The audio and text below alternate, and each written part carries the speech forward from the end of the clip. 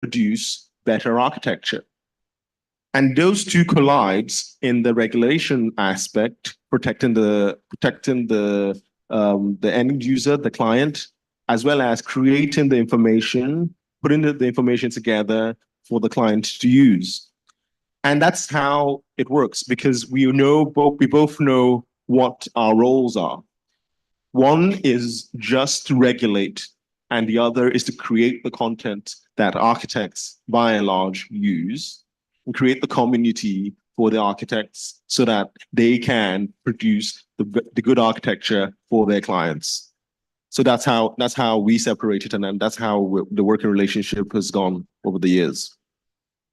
Thank you very much for that. I don't know if architect David Majakodomi would like to throw a little more light on the difference between the system in UK and in Nigeria. Obviously, from what he has said, while RIBA is like 3 centuries old compared to the ARB that is just maybe like 2 decades or so old, you can see that it's not even a question of a big brother, but it's like you are already there. So yes, thank you very much, Architect Shaladoye. This is my own personal opinion, please, because I know maybe my license can be withdrawn tomorrow. Now, Muyiwa can testify to this. The ARB is actually being governed or being administered by non-architects. Am I right? Yes. It's being governed by non-architects, and they are the regulatory body. But unfortunately, it's so pathetic on this side that even we have the architects, what our law stated is, to have architects as the administrative body or the governing body of that, our own equivalent, which is ACON. And where are we today? It's very sad. That's my own, but thank God, the council has been inaugurated, and every elderly people here went through that process of passing the NIA exam, which is similar to that of RIBA. ARB does not conduct exam in UK. All they do is to verify, to regulate what the RIBA has done. I had to sit for my RIBA exam, and it was conducted by RIBA. Even at the final presentation, your thesis, your MSc or BSc, there is always an RIBA member who comes as an external jury. But where are we getting to in Nigeria? This is the essence of having this interactive section, so that we can learn from, because our law is British law, and the stupidity there too is our system of government is a presidential system of government. Can you see where the confusion is? So please, the younger ones, you need to talk. Now, I look at Muyiwa, I'm proud of him. Now, are we not getting there? Muyiwa will tell you, because I've read about it, how did he become the RIBA president? At a young age of, is it 32 or 30? Sorry, 34. 34. Now, we have different bodies or different categories of members. But it's the youth that brought, democracy. But over in NIA, we disenfranchised the youth. It took a while. Look at what happened now. For the past 7 years, 8 years, we haven't had any exam. Those people are no longer youths. And then it's only when you're a full member that you can vote. And how many? And also, this is also affecting us internationally. Now, he was giving a speech. When he was giving his keynote address, there are over 40,000 registered architects in Britain. Now, quite a number of us who have been to international conference, international AGM or BGM. Now the counting, the voting right depends on your strength of membership. For instance, I've been at one IUA, been at AUA, AIA, and then all you see is Nigerian having 3 voting rights. And that 3 voting rights is because at that time, we were only 3,000 registered. So for every 1,000, you get a voting right. But whereas the likes of Egypt, Britain will definitely have 44 voting rights. So please, let's look at this. Let's be thinking ahead. When the Gen Z world, we need to let our youth get involved. Enough of disenfranchising the youth. And I'm glad Actor Majoro is here. Now, to buttress it to what he said, it is our joy today that a Nigerian is there. Also, when he not that he revolted, his son, Pomare, is also an RIBA member because he studied and did his RIBA there. Even it took a while to convince Pomare to do the NIA exam. I'm glad, if not for us being friends and things like that. So please, we're here. This is an interactive section. Let's learn from each other so that we can plan ahead. Now, come the next AGM, I'm glad the immediate past president is here. Do we now look at, even if at all, get the associate member to vote? We're getting leaner and leaner every day. Then maybe from there, we get the graduate member. And then you see, majority of those who are here today, yesterday, at least over 50, 60% of them are students. And they're here to learn. But when we do this kind of things, we disenfranchise them. The first person that came out said, his mind. So on this note, I want us to listen to Professor Okedele. He's been raising up his hand. And I think you have a question or a comment, please. Professor Okedele. Thank you very much. I want to stand on the existing protocol. I want to congratulate our own. We talked yesterday a lot. We are proud of you. The first, not African, not Nigerian, the first Black man to become the president of Royal Institute of Architects. It's something, that we have to clap for. We also have a history of our Baba in architecture, Architect Femi Majokodunmi. I don't think anybody has broken that record. The first Black man to become the president of International Union of Architects. Yes or no? We have able people. The chairman has talked on that.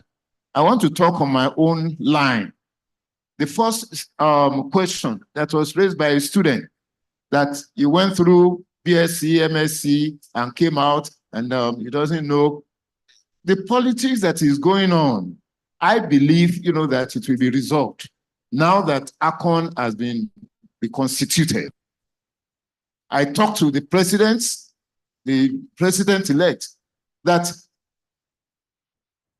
NIA to ACON is different from all other institutes to their registration body. NIA was the support, of bringing on ACON by acts. And I'm happy that a son was with us. And I said, son, please explain the difference between acts and decree. Most other professions, registration body are brought up by a decree. What's the difference between decree and act? Act of 1969 as amended. You should go because, I was a member of ACON, so we know the history. Because it is NIA that brought ACON. Yes or no?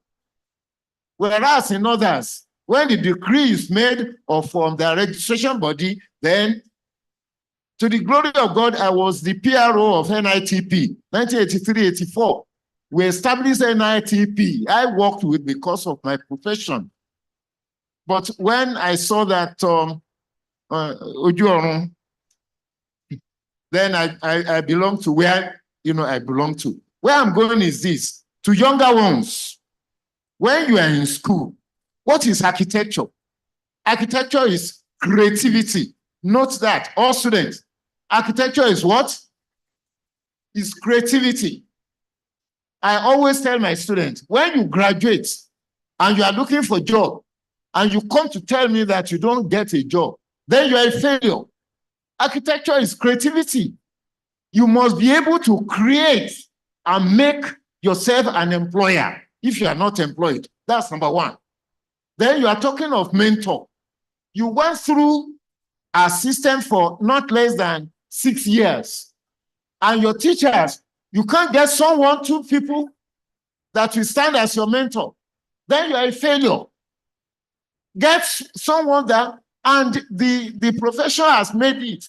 The chairman has said it. Laf, at the international something, come and join.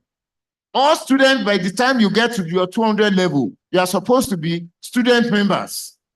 By the grace of God, where we are, Anchor, all as 200 level, they have been registered as student members.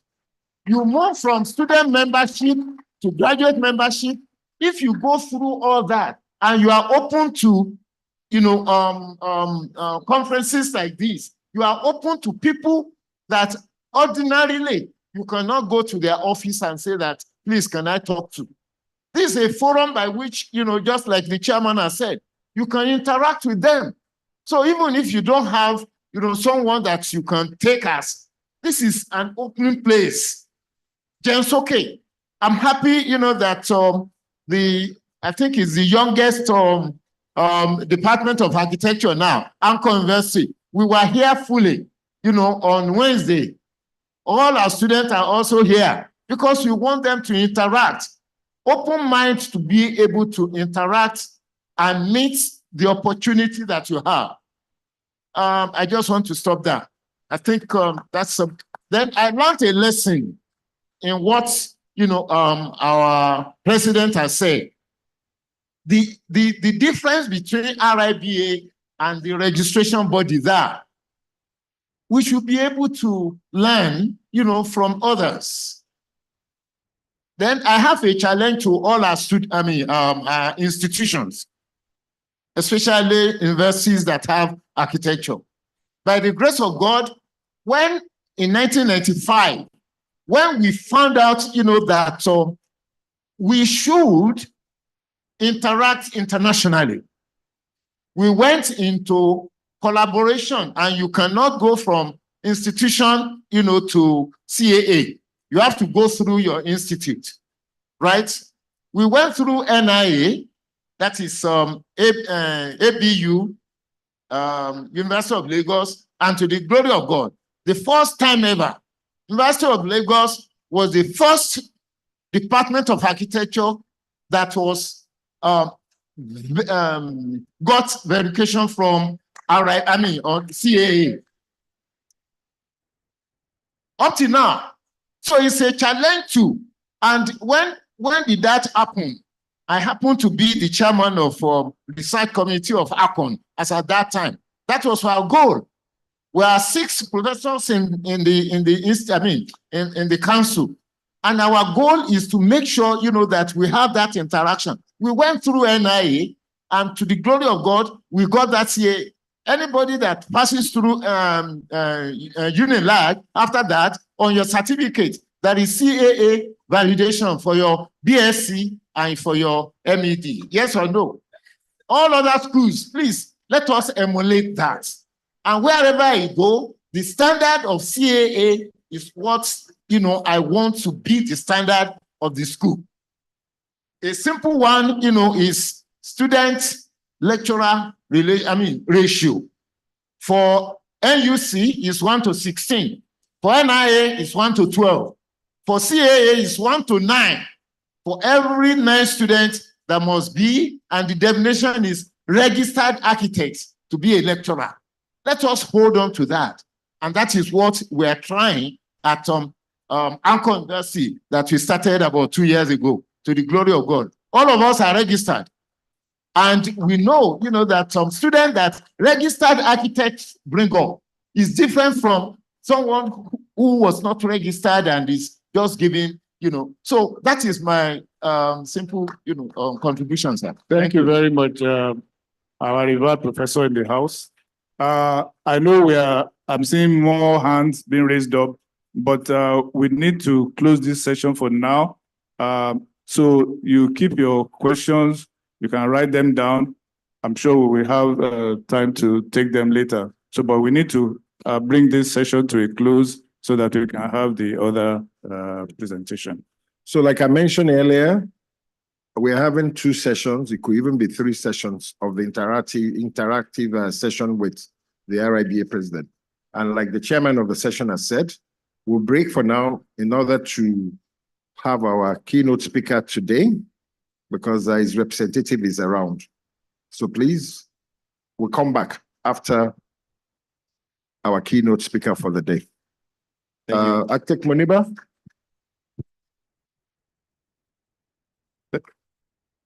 Thank you very much for this session.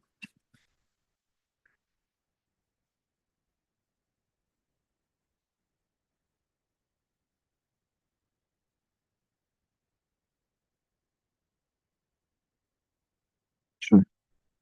Please, a round of applause for the president, the chairman, and today's chairman of session. Thank you so much, sir, for that wonderful session. All right. Ladies and gentlemen, it's still the Lagos Architects Forum 2024 Laf 15.0. And we have some very notable personnel in our midst. We'd like to recognize them.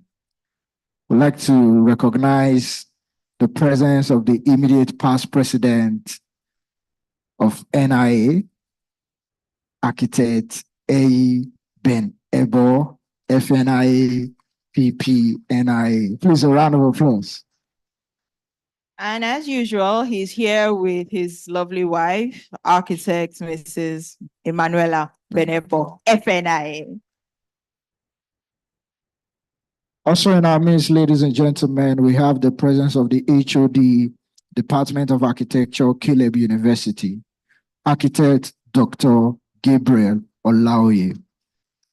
We hear Caleb University has also gotten their accreditation. Congratulations, sir. Yeah.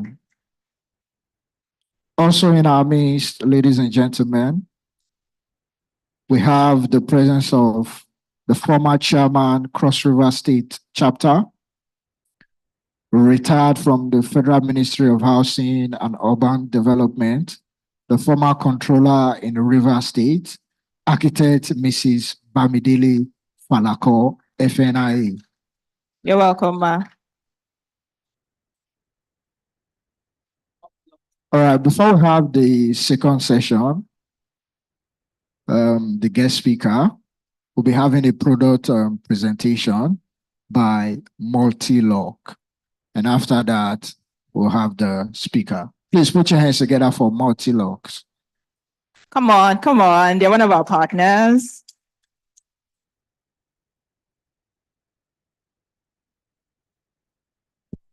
Good afternoon, everyone.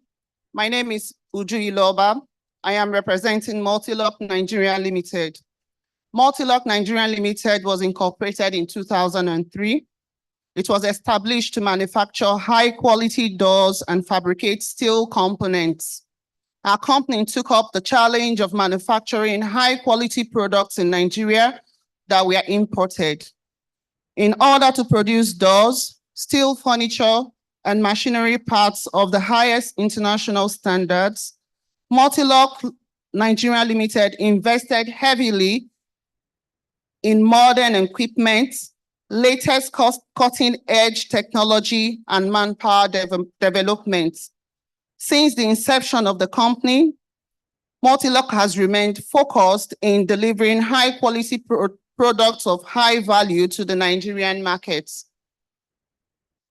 Our factory, situated at number 58B, Morrison Crescent, Oregon, Alausa, Ikeja, is well equipped with computerized and robotic machines, modern punching, bending, and welding machines as well.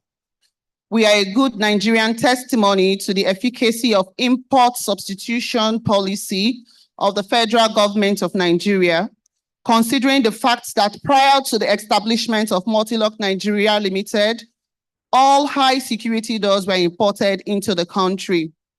Our doors are weatherproof, soundproof doors with a soundproofing of 33 decibel. We produce external, internal, industrial, fire doors, pivot doors, gates, facades, railings, laser cut design, and all metal fabrication. Thank you for having me. Thank you so much, Multilocks. You've heard it all. Please check the stand for your doors, any type of doors, highly security doors, no shaking doors, bulletproof doors, bomb-proof doors. They have it. Bomb-proof. Yeah. It's all right. Did you design the bomb-proof doors? All right, ladies and gentlemen, it is still the Lagos Architects Forum 2024, Laf 15.0. Very quickly, we're moving on to, we have our guest speaker for today present here with us. We are actually supposed to have the Honorable Commissioner himself. I will let you know who he is, and then I would let you know who is here. So we have our speaker for today, Honorable Tokunbo Philip Wahab, Honorable Commissioner, Lagos State Ministry of Environment and Waterways. He's a lawyer with no less than 15 years experience, was born on the 17th May, 1972, and is an alumnus of the prestigious Harvard Kennedy School of Government and the Wharton University of Pennsylvania. He's a member of the Nigerian Bar Association and the International Bar Association. Honorable Tokunbo is a partner at Wali and Ace, from where he anchors his vision after cutting his legal teeth at Paul Usoro & Co., Aluko and Oyebode, and GC Oguneye Chambers. He's happily married with children, and he is presently the Commissioner for Environment and Water Resources in Lagos State. However, today he is ably represented by the Permanent Secretary, Office of Drainage Services and Water Resources, Lagos State Ministry of Environment and Waterways, Engineer Adegbite Mahamud. Please, a round of applause for him as he comes up.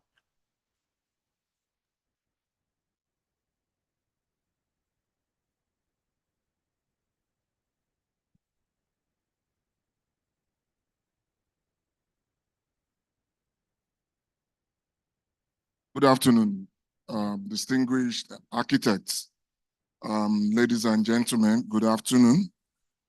Of course, I am Engineer Adegbite, as she mentioned. I'm standing in for Honorable Tokunbo Wahab, and I will be presenting his address. However, before I start with his address, let me quickly add my own, so you will know that this part that I want to talk about is my own addition, not his.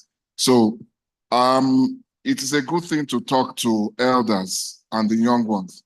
One of the good things about, because I saw our elder statesman that came out and made some contributions about what happened earlier. One of the good things is that there are no peer pressure when you are talking to elders, because of course their peers, some of them have gone. However, they have the repository advantage to tell us the way forward. So, and still talking about climate and resilience, I will also want to say that architects are stewards of the built industries. And as such, you owe the industry a whole lot, because everybody looks to you for leadership in terms of the design. And then for us that are in the environment sector, we need more environmentally friendly designs, more less carbon footprint designs, and then things that we will see that will give us the Nigerian identity. Again, as I said, those are my own contribution to. So I will start with the content. Next slide, please. Of course, that's the content. I'm going to run you through the climate change information about Lagos, the plans, and then, of course, our next step. So the climate information about Lagos. One of the things we will notice is that in terms of landmass, Lagos probably has the smallest landmass in the Federation. However, it can also boast about the population that we have. Presently, there are conflicting reports about the population. In some instances, you hear 21 million. In some instances, you hear 25 million. But what we can say safely is that we are above 20 million. And then what is our footprint? That is, it runs into some millions in terms of the carbon footprint. Let's look at what are the contributors. The emissions in Lagos. 53% of that figure you saw comes from energy. Reason being our generators and all that. Then 18% from transportation. I want to barely say that Lagos has probably, in terms of pollution, the highest number of pollution when it comes to transportation in the state, in the country. And of course, the waste stream is not left behind. It contributes about 29% into that fold. Then the scenario, that is the next slide. It gives us you can see the progression. Of course, for those if you go back in history, when we had few vehicles, there are nothing, but the progression that we see, that if nothing is done to stop what we have, it is going to progress by 2050. It is going to be at an alarming stage. So that is why we need architects, we need everybody in the build sector to join hands with the Ministry of Environment to reduce the carbon footprint. And that is why in my earlier statement, I mentioned the fact that we need more environmentally friendly designs from you. So these are what you see here are just the projection for the scenario. I'm not going to run in that. Of course, I leave a copy of the presentation. Now let's go to the flooding issue of Lagos, which is where I superintend. One of the greatest disaster that we know Lagos. There is no way you can mention Lagos without talking about floods. And of course, one of the things that the Honorable Commissioner was busy discussing this morning was the issue about flooding and the need to remove some of the obstructions along the way. Again, talking about numbers, we've had 20% rise in flooding. Of course, it's as a result of the sea levels rise in Lagos. And then there are projections that we are going to have at least 3 meters rise in the sea level in the next 50 years. So what is going to happen within that period? Incrementally, we've been having 3.2 millimeter in terms of the sea level. We have been having 3.2 every year. If you notice what has been happening at our coastal area, you'll notice that the question is either Lagos, Victoria Island is sinking or the sea is rising, but I will choose the letter that it is actually the sea that is rising. We did some measures in order to abate the erosion, the coastal erosion, which are the groins. And I think it's something we can discuss much later in terms of whether it is succeeding or not. But let's look at the numbers. About 1 billion, of course, I'm not going to mention that amount in Naira, $1 billion loss in properties. And of course, issue about life. Then 20% of that is in terms of flooding. So The coastal city is highly impacted by 3 climate impact drivers. We have the sea level rise, then extreme temperature, and extreme rainfall. All these factors combine to give us what we have been talking about. In terms of flooding, those that are present in the last 20 years, we know that the level of flooding we are noticing is much more. And I could remember the popular picture that usually go around whenever it rains. You find people Ogombo using boats to navigate. Of course, it's something that is being recycled every year. It is not as if it is happening every year. But the reality is we know that the sea level is rising, climate change is real, and it has brought to us extreme temperature. In the last few days, you've seen the heat, and then, of course, that also brings extreme rainfall. There are projections that we are going to have rainfall that will be in excess of what we have been having. So erratic rainfall predicted to increase about 40 millimeter per annum. Average heavy precipitation of 7.5 days in 2000 projected to 9 days. You know, we used to have 7 days rainfall, continuous rainfall.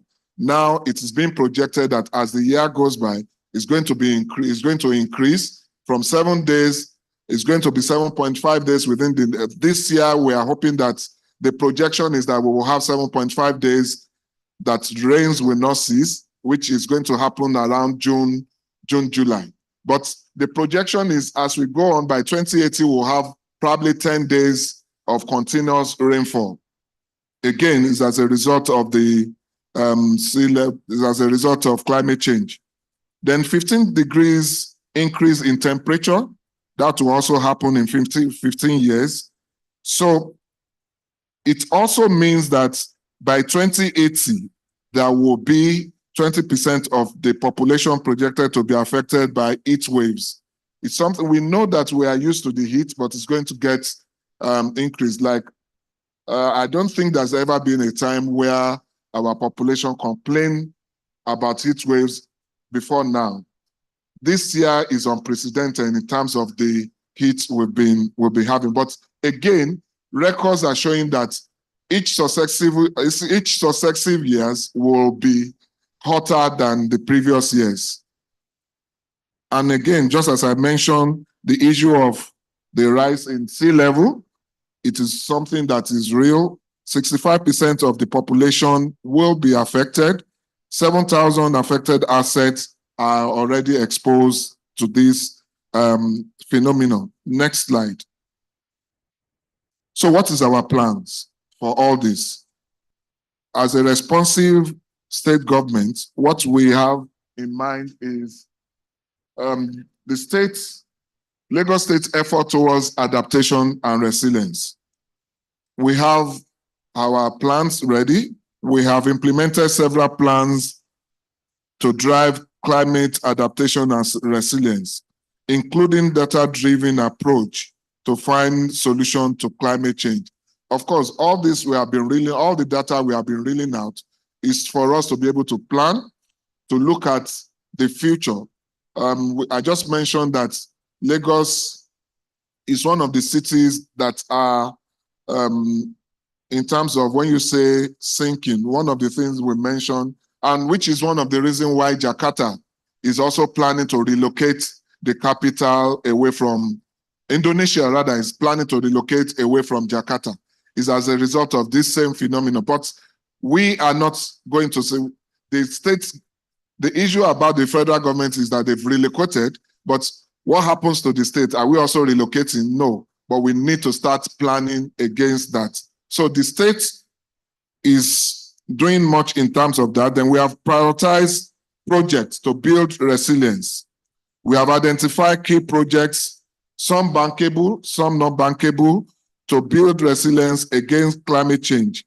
I will reel out some of those projects, and then we have been conducted for 2 key priority projects in line with the goal.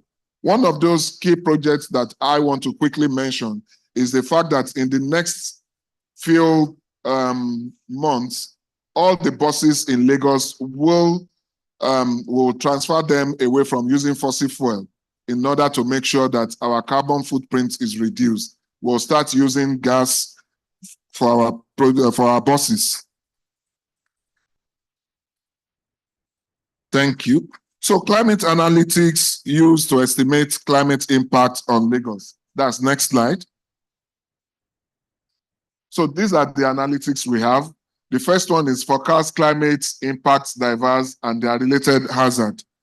For example, flooding LSR, then configure various scenarios, and then analyze socioeconomic impacts, build in solutions and determine the impacts of those solutions. So these are the tools that the state government and its partners are using to make sure that the state remain resilient. So what are those projects we are talking about? These are the projects, and of course, each and every one of us seated here also has the responsibility to make sure that we design energy efficient structures to make sure that the carbon footprint is reduced. You may not be able to read most of the projects, but let me quickly just read some of them. For projects that can attract private investors, we are building 30 transfer stations across the states, transfer stations to deal with issue of waste. Our waste stream, you know, when you break down the waste stream, you have the collection, you have the transportation, and then you have the disposal. Between the collection and disposal, the middle gap, which is the transportation, is what is actually missing in Lagos. So that is why we are hoping to build 30 transfer stations, which will hold the waste temporarily and then transfer them to the dump sites. Of course, you will also ask that the question about the disposal, because right now, Olusegun, which is the primary transfer disposal site, is to be decommissioned. And then we are in the process of getting 2 additional waste disposal points, which will now be engineered landfill. As far as I'm concerned, Olusegun is just a dump site, but we are going to get to the fact that we'll have engineered landfills. So what are the other projects? We are develop alternative water supply. Basically, everyone in this room that resides in Lagos know that our primary source of water supply has been the borehole. Now, the question is, how sustainable is that? So the state is, in the next few years, by the end of this year, we are very certain that some of our water stream is going to come on board. The Adiyon 2 is almost completed, which will produce about 70 million gallons per day. Then we have other streams. So also, we are hoping to build sewage treatment plants. The flagship is going to come up within the next 1 year. We hope that we will be able to do that. But these are projects that we want private sectors to also participate.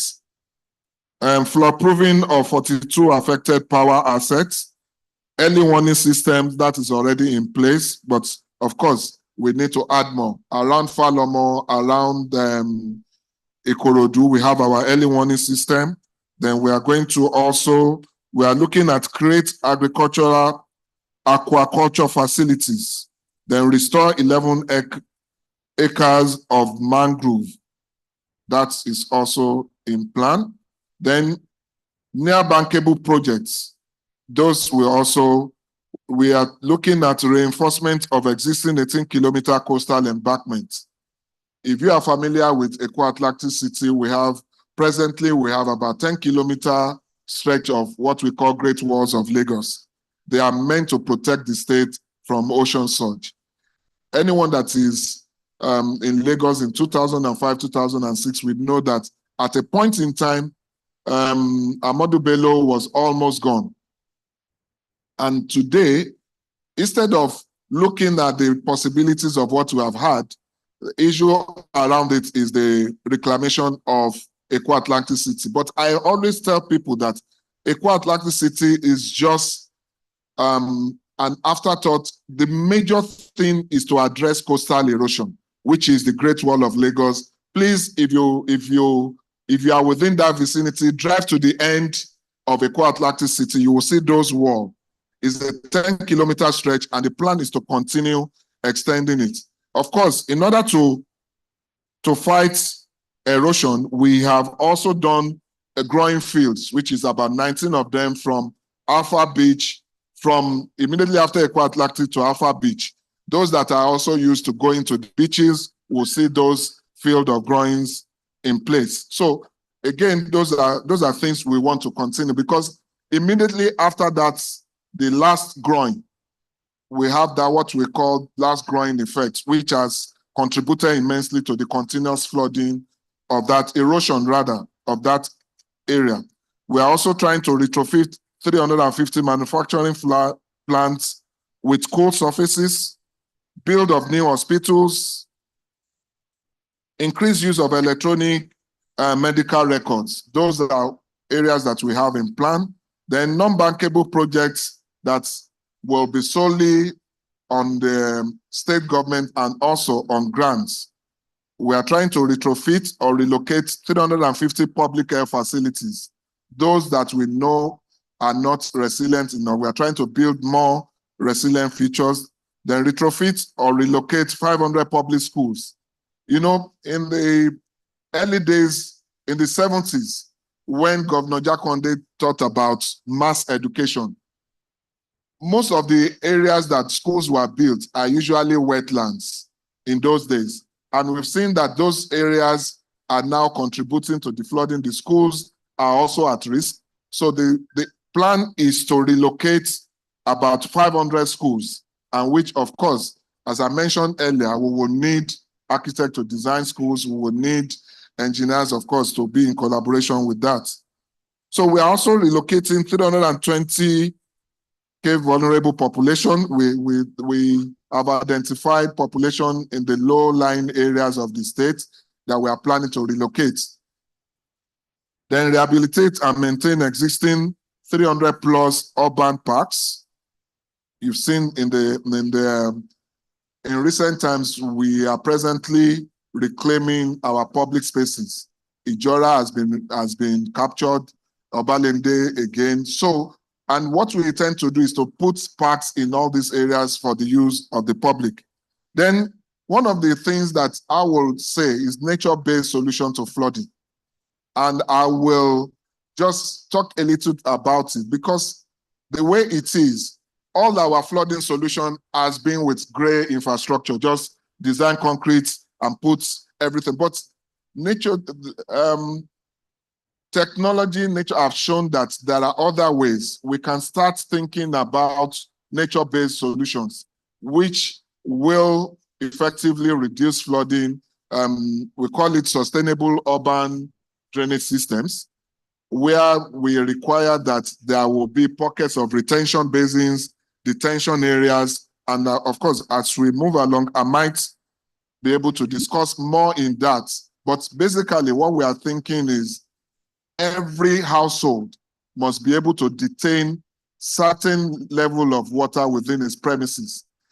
Gone are those days where we used to see rainfall as a resource. Now we just see it as a waste. We just waste rainfall water, and it's about one of the cleanest water that we have in nature. So plans are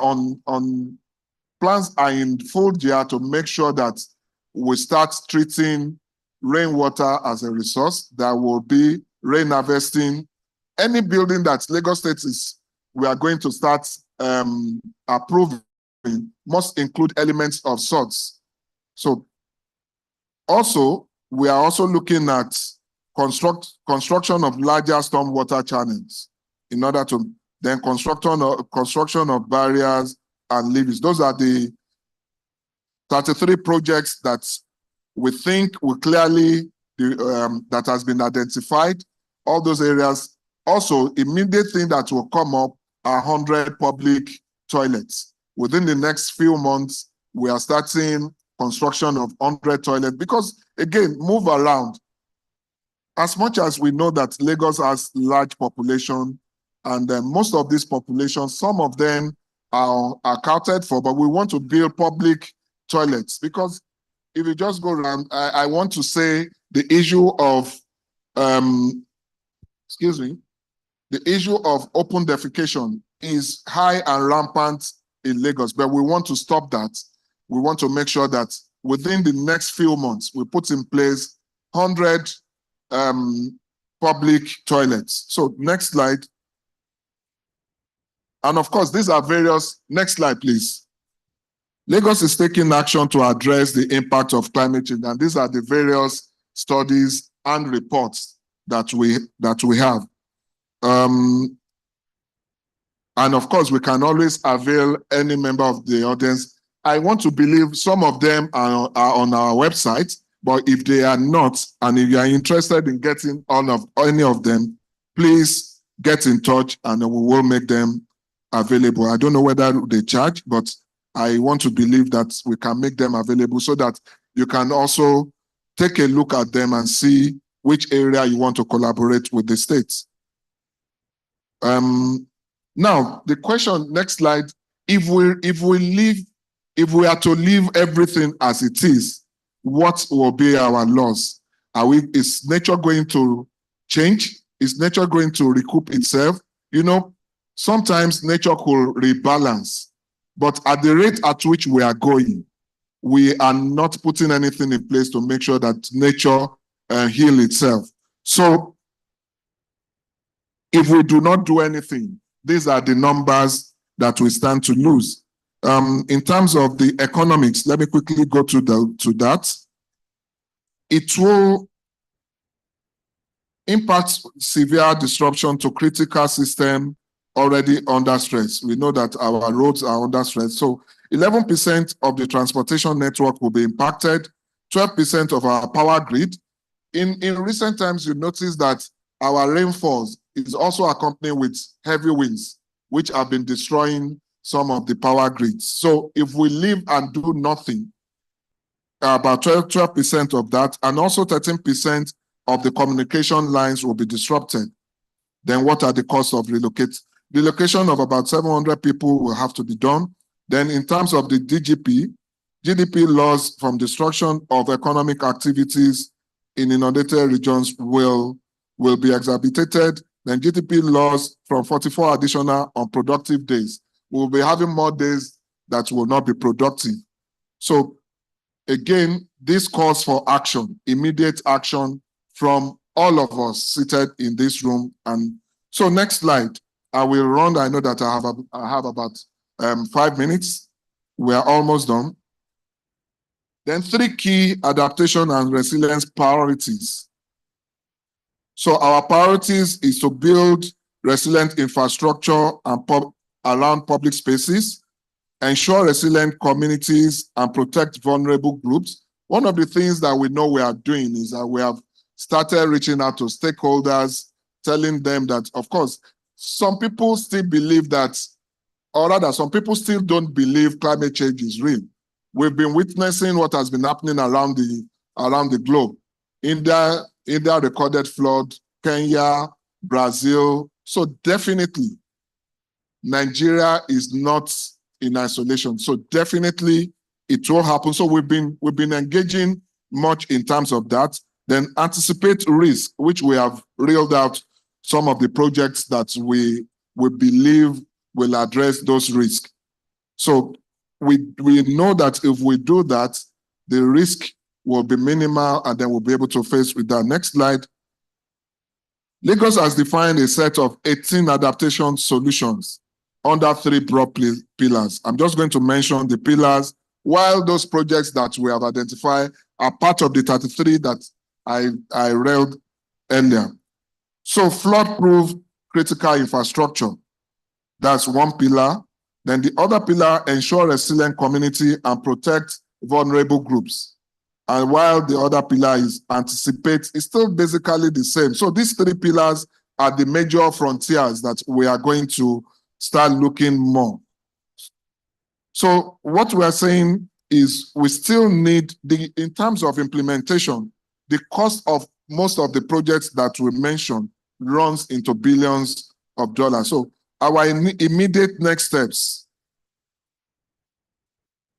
is that, as I mentioned, we require large investments in these areas, and then to protect the most vulnerable and increase the state capacity to anticipate risk, public infrastructure projects like coastal embankments, drainage channels, and bankable projects for public-private will be required, which again requires lots of.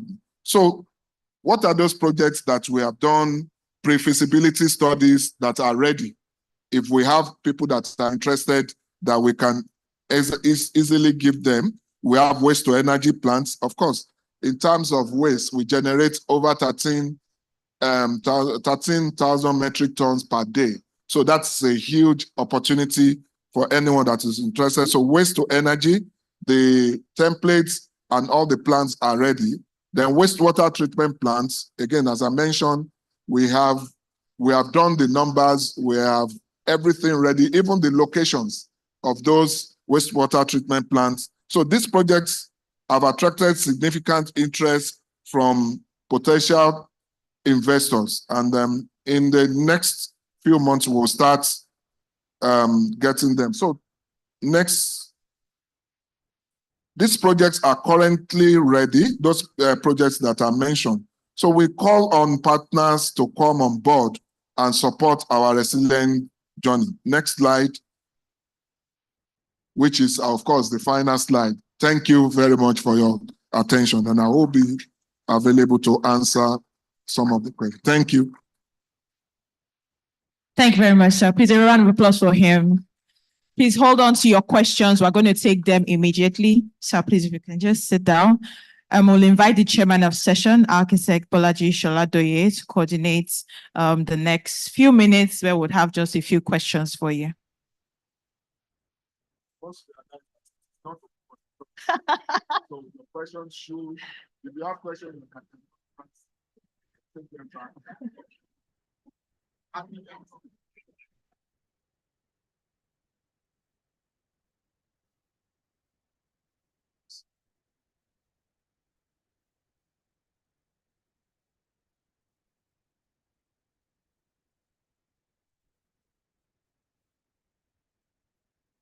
Thank you very much, Engineer Adibute. That was a very well delivered presentation. I must commend you that you have owned the presentation at such a very short notice. Well done, sir. Yeah. So we have been listening to the presentation that was supposed to have been delivered by the Honorable Commissioner for Environment, Honorable Tokumbo Wahab, and he has sent his representative that has done a brilliant job. In his own private capacity, he has also made mention that architects are being looked up to by everyone to lead and to pioneer these changes that we desire. So that is kudos for you, and it's also a challenge to every member of the profession to rise to this occasion. Also, he mentioned that we need to design more environmentally friendly buildings, creating environmentally friendly buildings. With all that we have been hearing since the beginning of the program, it is obvious that it is key, and it is now. You cannot just be following blindly the trends maybe in the Western world that do not have any adaptability to our environment. You know, extensive use of glass that will heat up your environment when you can shade your environment, and so many other things like that. So this is Lagos, and he informed us that Lagos has one of the smallest landmass in the Federation. but in terms of population, is very dense, in excess of 21 million. And there are drivers for the climate change that we are seeing, largely energy, talking of generators and all those things that are polluting the environment in the course of generating power, transportation, and also waste. No, these are things that are causing a lot of problems for our environment. So all these pollutants, they are also on the rise in terms of percentage, meaning that 2, 3, 4 decades ago, you had them in smaller quantities. But instead of remaining at that level, they are ever increasing. I think that led to the recent ban even in the use of polystyrene or something like that for packaging foods. Flooding is on the rise, 20%. The loss in terms of property loss is in excess of $1 billion. So these are staggering figures that should jolt our mind to action. And talking about the rise in the sea level, it's been predicted that we are going to have like 3 meters rise in 50 years. For flooding to take place, you always talk about just some millimeters. Now you are talking of meters. 3 meters, it will swallow your building, a bungalow. So we need to know the effect that one will cause and quickly do something about it. The impact on our environment is extreme. You will have extreme rise in sea level, extreme rise in temperature, extreme rise in rainfall. Rainfalls, you see many times the kind of rainfalls that you witness, the flooding you see on your TVs, that you think it cannot happen around where you are. You have to do a rethink. Some times ago in Lagos, we had some flooding that took away lives. It was most unexpected. So these things are really present with us and calls for urgent change. But thank God we have a government that has been responsive, and they have a lot of priority projects to be able to build resilience against these climate changes that we have. You have projects like the gas buses that they want to implement, which is also going to be a good one. There are other projects that investors can partner with the government in, the transfer stations like he has mentioned, alternative water supply, aquaculture facilities, the coastal embankment projects, which is very key to be able to keep the sea at bay, relocation of the public health facilities, retrofitting of our schools. He has mentioned the numbers. He has rolled out a lot of statistics and data, which is very, very important for planning.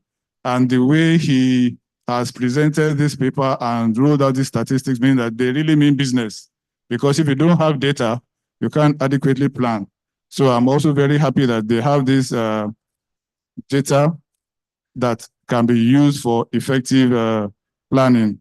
They are going to rehabilitate the urban parks, nature-based solutions to reduce flooding, which is also one of his passions. It's not everything that should just be tech. There are some things that you can do naturally that can help, and we should latch onto those. Now,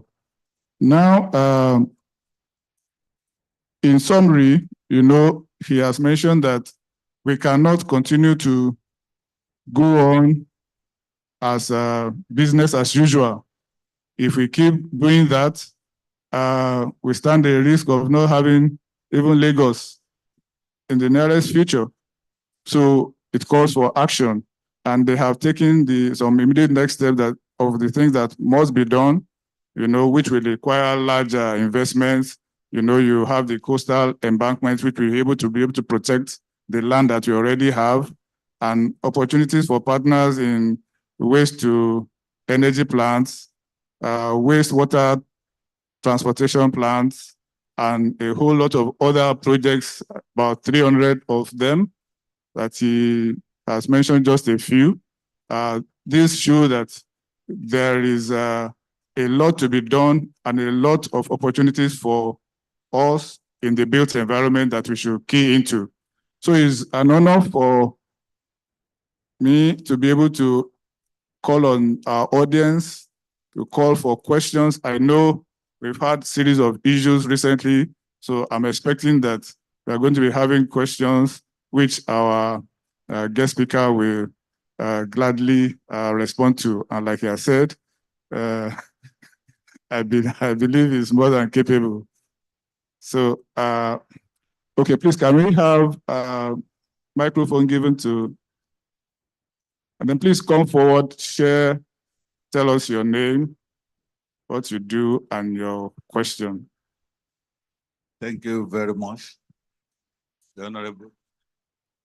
Sorry, please. So for the questions, we're just going to take numbers so that we don't take too much time. So, sir, can you give people numbers? Maybe Okay, so 1 to this 10. number one. Mhm. Okay, number two. Number three. Yes, please. So there's someone on the side. Okay, number four, sir. Sir, we can do on this side as well. Okay, the man with the cap. Number five. Sorry, the person near the cameraman at the back. The lady. Yes. Number six.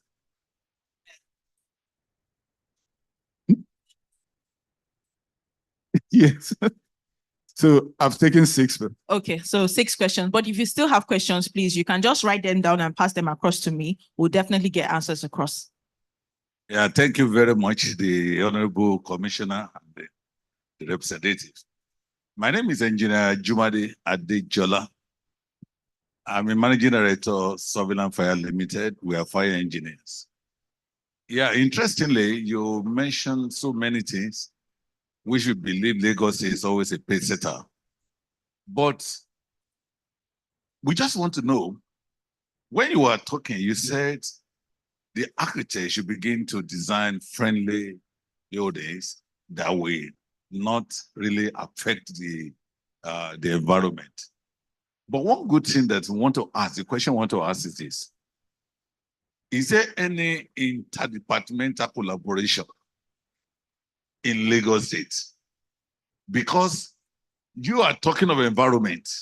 We have the Ministry of Physical Planning that approves all this building and all the rest. Is there a way your people are talking together to ensure that whatever they approve is environmentally friendly? Thank you.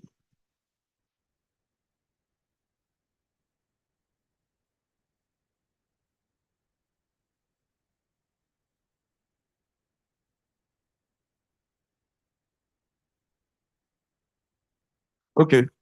Yes. Or do you want to take all the questions first? Let's take. Okay. So the next, number two.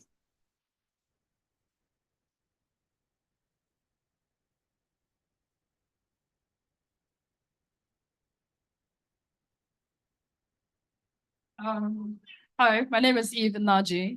I'm an architectural designer and the founder of Adapt. So we focus on architecture, design, and data. And I thank you so much for your presentation. It was amazing. It was really good to finally see the words that we've been preaching for so long put on screen. But I have so many questions. I'll try and narrow it down to just a few. I've been working in the adaptive architectural space for a while now, and I've been preaching sustainability and eco-friendly designs, and I've been preaching this to Lagos State as well.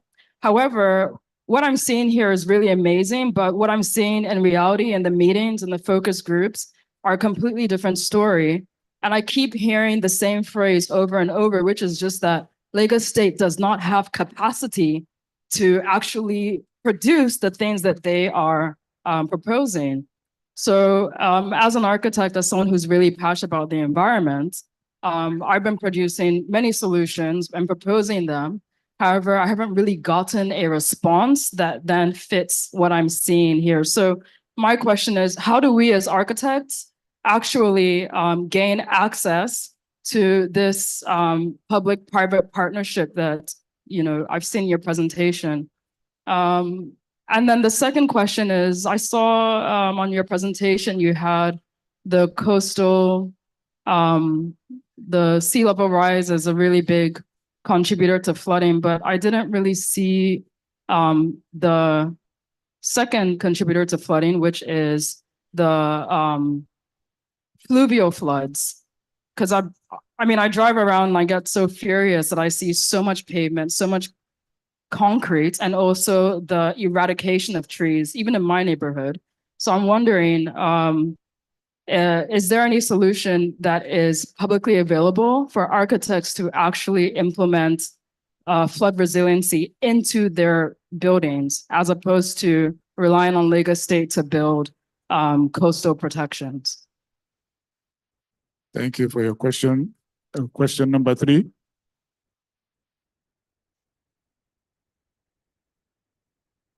My name is Abimbola Ajayi. Thank you, Engineer Adegbite. The few hours that you had shows that you were probably hands-on on all the things that you spoke about. Now, in your presentation, you mentioned sea rise, flooding of about 3 meters in 50 years or by 2050. But yesterday, the CRO actually mentioned about 1.2 or 1.5 meters, because I think there's a similarity in your presentations. And well, as impossible as this seems, I think if we're not careful, it is a possibility, because my house never floods, and the rain of Friday, by the time I stepped out of my door, the water was ankle deep, and the lowest part in my house was calf deep, even though after the rain, within a few minutes, the water had gone. So I think we have to be very careful. Now, what you have done, I have seen all the beautiful work, the writing, the cerebral matter. How are you going to speedily implement these things that you have done? And then, just like the other lady or that gentleman said, are you collaborating with other ministries? Are you collaborating with professional bodies? Are you collaborating with people who are actually in public? Because, to be honest, you can have a wonderful theoretical policy and all those things written down, but implementation is always a problem. What are your implementation strategies for short-term, results? Thank you very much, because we don't have time. I was afraid on Friday. Thank you. All right. Okay, you can go ahead. Okay, thank you very much. Thank you for the questions. I will start from the last speaker, which is Mrs. Abimbola Ajayi. Of course, the issue about projections, the 1.5 meters as against 3.3 meters that were mentioned, they are all projections, and they depend on which studies you are looking at. So, but the reality is, which we have started seeing, and I'm sure it is exemplified by your own house, at least, if nothing at all, you can say that something has risen from your own building. Again, that also speaks to the question of Vaughn. I hope I got your name right. Yes, it speaks to the question of pluvial flooding, which is mainly urban flooding. That is what we have. Everywhere is paved. In fact, the entire city is what you can call concrete jungle. That is why I call on architects to make sure that what you are going to, from now on, let us make sure that we design more resilient environment, totally friendly structures. So what we are saying in terms of speedy, we have brought out everything. Again, I am not answering in any particular order. It goes into what Engineer Adegbola also mentioned. The issue of collaboration is key. Definitely, no one, no government, no individual can say that he has all the solutions and he knows everything. So the key thing is we are open to collaborations. That's why I mentioned the fact that all the studies, all the all the books that have been printed and everything, they are all available. If you need them, please, I will give my numbers out there. So get in touch. If you want to collaborate with the Ministry of Environment, everyone is invited. By extension, if you want to collaborate with the state government, recently, I don't know whether you read it or not. Recently, we went to, there's a group in Ghana, just Pong. We know that Accra is a very small area in terms of population, but they have been doing certain things in Ghana, which they thought that they can replicate same in Lagos. We welcome them as well. So there is room and opportunities for everyone that is ready. We are ready to collaborate. We've just mentioned areas of interest. Please, if there are areas that you are interested in. Now, again, to answer your question, Engineer Agbola, interdepartmental collaboration. Of course, it is a key thing. The environment, it's a cross-sectoral discipline. You cannot pin it to engineers, you cannot pin it to architects. It involves everyone in that space. So there must be collaboration, particularly with town planners, particularly with those that will approve your building. Recently, the state government domesticated the building codes, which all professionals were involved. I'm sure your organization, your association was also involved. So it shows that there are collaborations. The Green Building Initiative is also in place. So in terms of collaboration, if I have any issue or if town planning have any issue, they will send it to the environment. If I also have any issue as against any particular building, the first point of call will be Ministry of Physical Planning. That who approved this? Why is it going on? So definitely there are collaborations. Then issue around sustainability and the fact of capacity. I think I have mentioned it. We know we don't have the full capacity. Nobody, I will not pretend and stand there and say, Lagos State is ready, we have everything. No, we need your help. We need assistance. We need collaboration. So 24/7, come to us. We will open our books. I've reeled out projects that we need assistance, that we need investors to come in. So anytime, even it doesn't have to be any of those designs. Anyone that you think will help the environment, please get in touch with Honorable Mr. Tokumba Wahab, or rather, I am his servant. I will definitely get it across to him. Thank you. Have I answered the 3 questions? Thank you very much for your answers. I think it cannot be better than that. Open door policy and willing to embrace whoever has the ideas to be able to get the things done. So I'm going to call on the next 3 persons who wants to ask questions to ask their question. You can take number 4.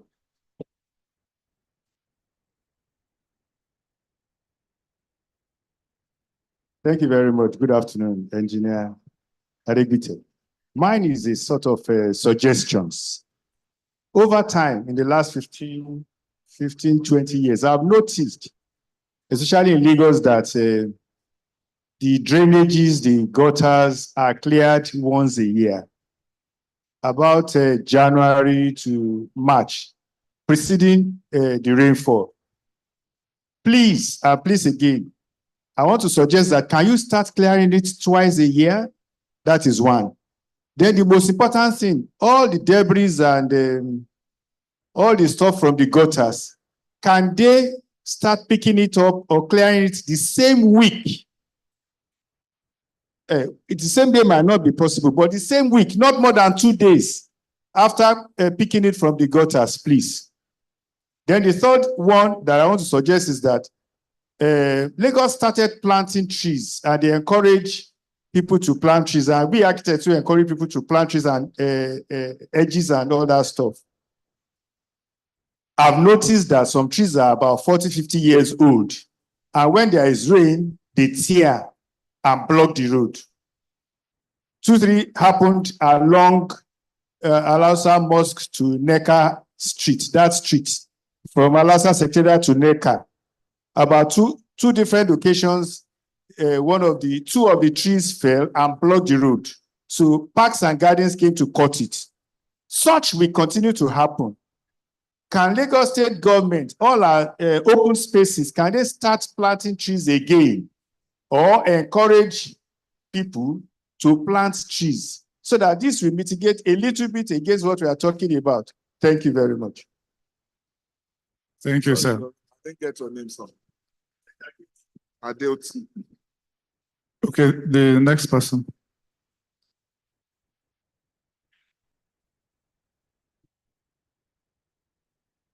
Good day, everyone. Thank you very much, sir, for your very laudable presentation. Sorry, my name is Emeka Emmanuel Geoffrey. I'm an architect.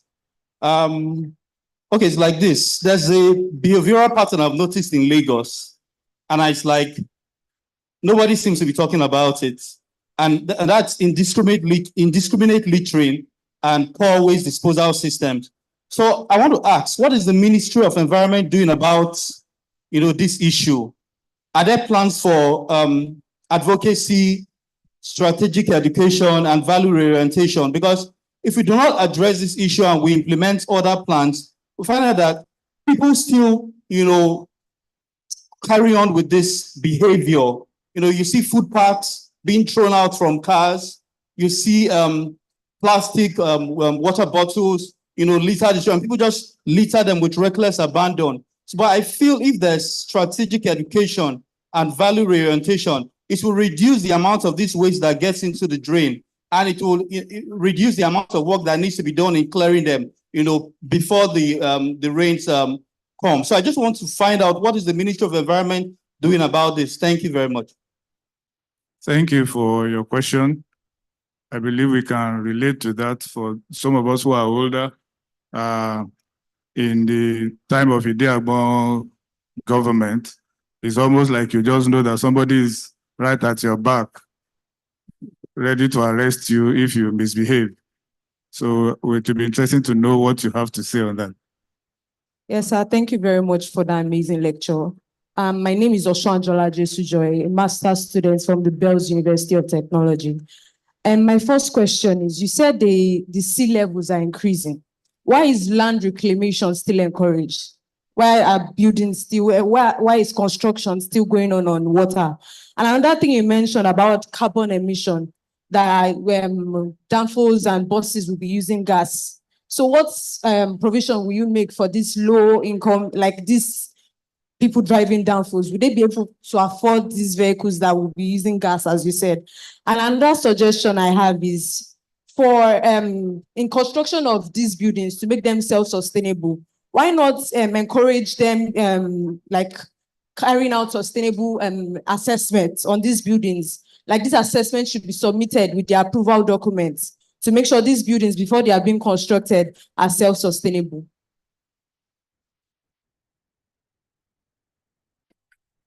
So there is somebody who's supposed, okay, yeah. Please go ahead with your question. First question, sir. Well done for the presentation. Responsible for the design of drainages in Lagos.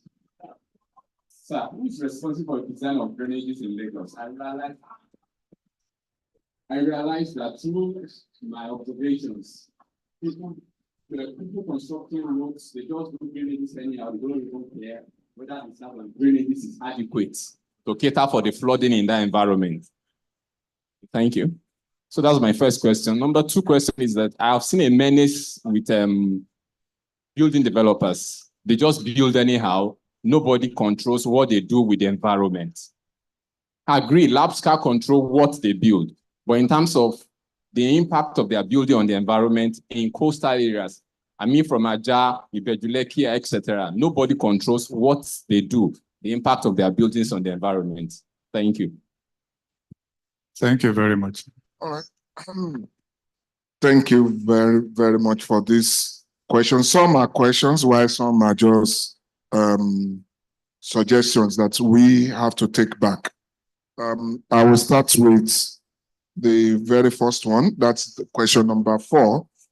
Who mentioned that 20 to 50 years ago, he wants us to be cleaning our drainage channels at least twice a year.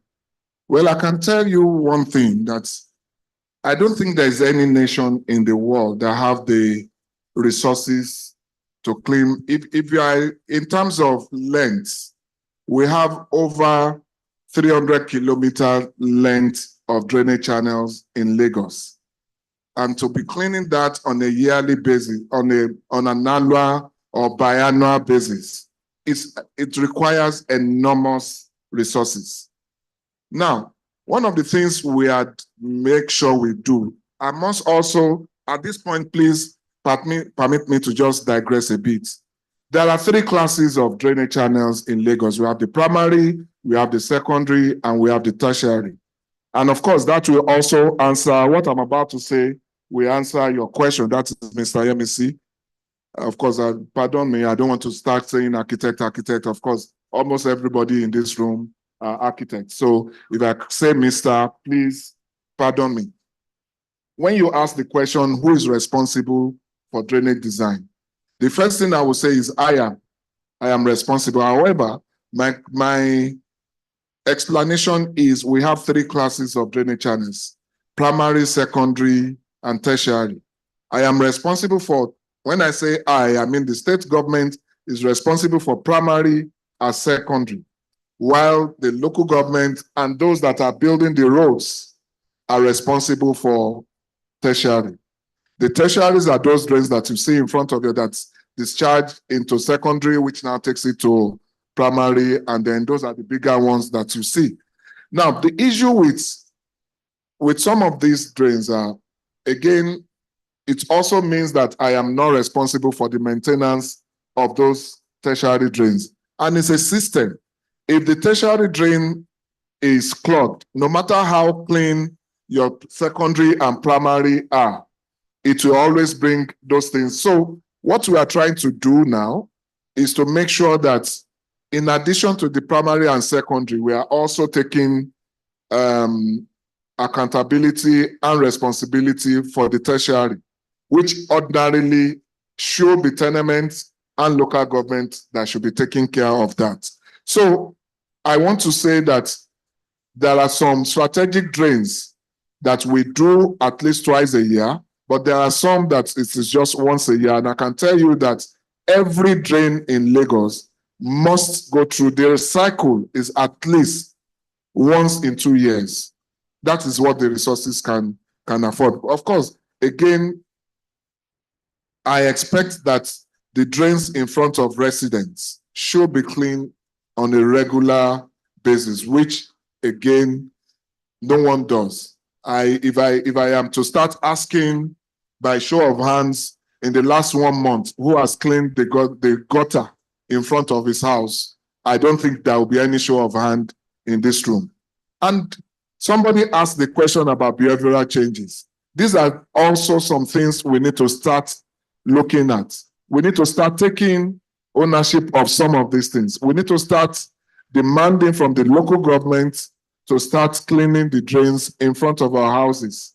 If they don't do it, really the law says that it is your responsibility to clean the drain in front of your houses. So I think I have answered. So on the debris, Madam mentioned that she wants this to be taken away immediately.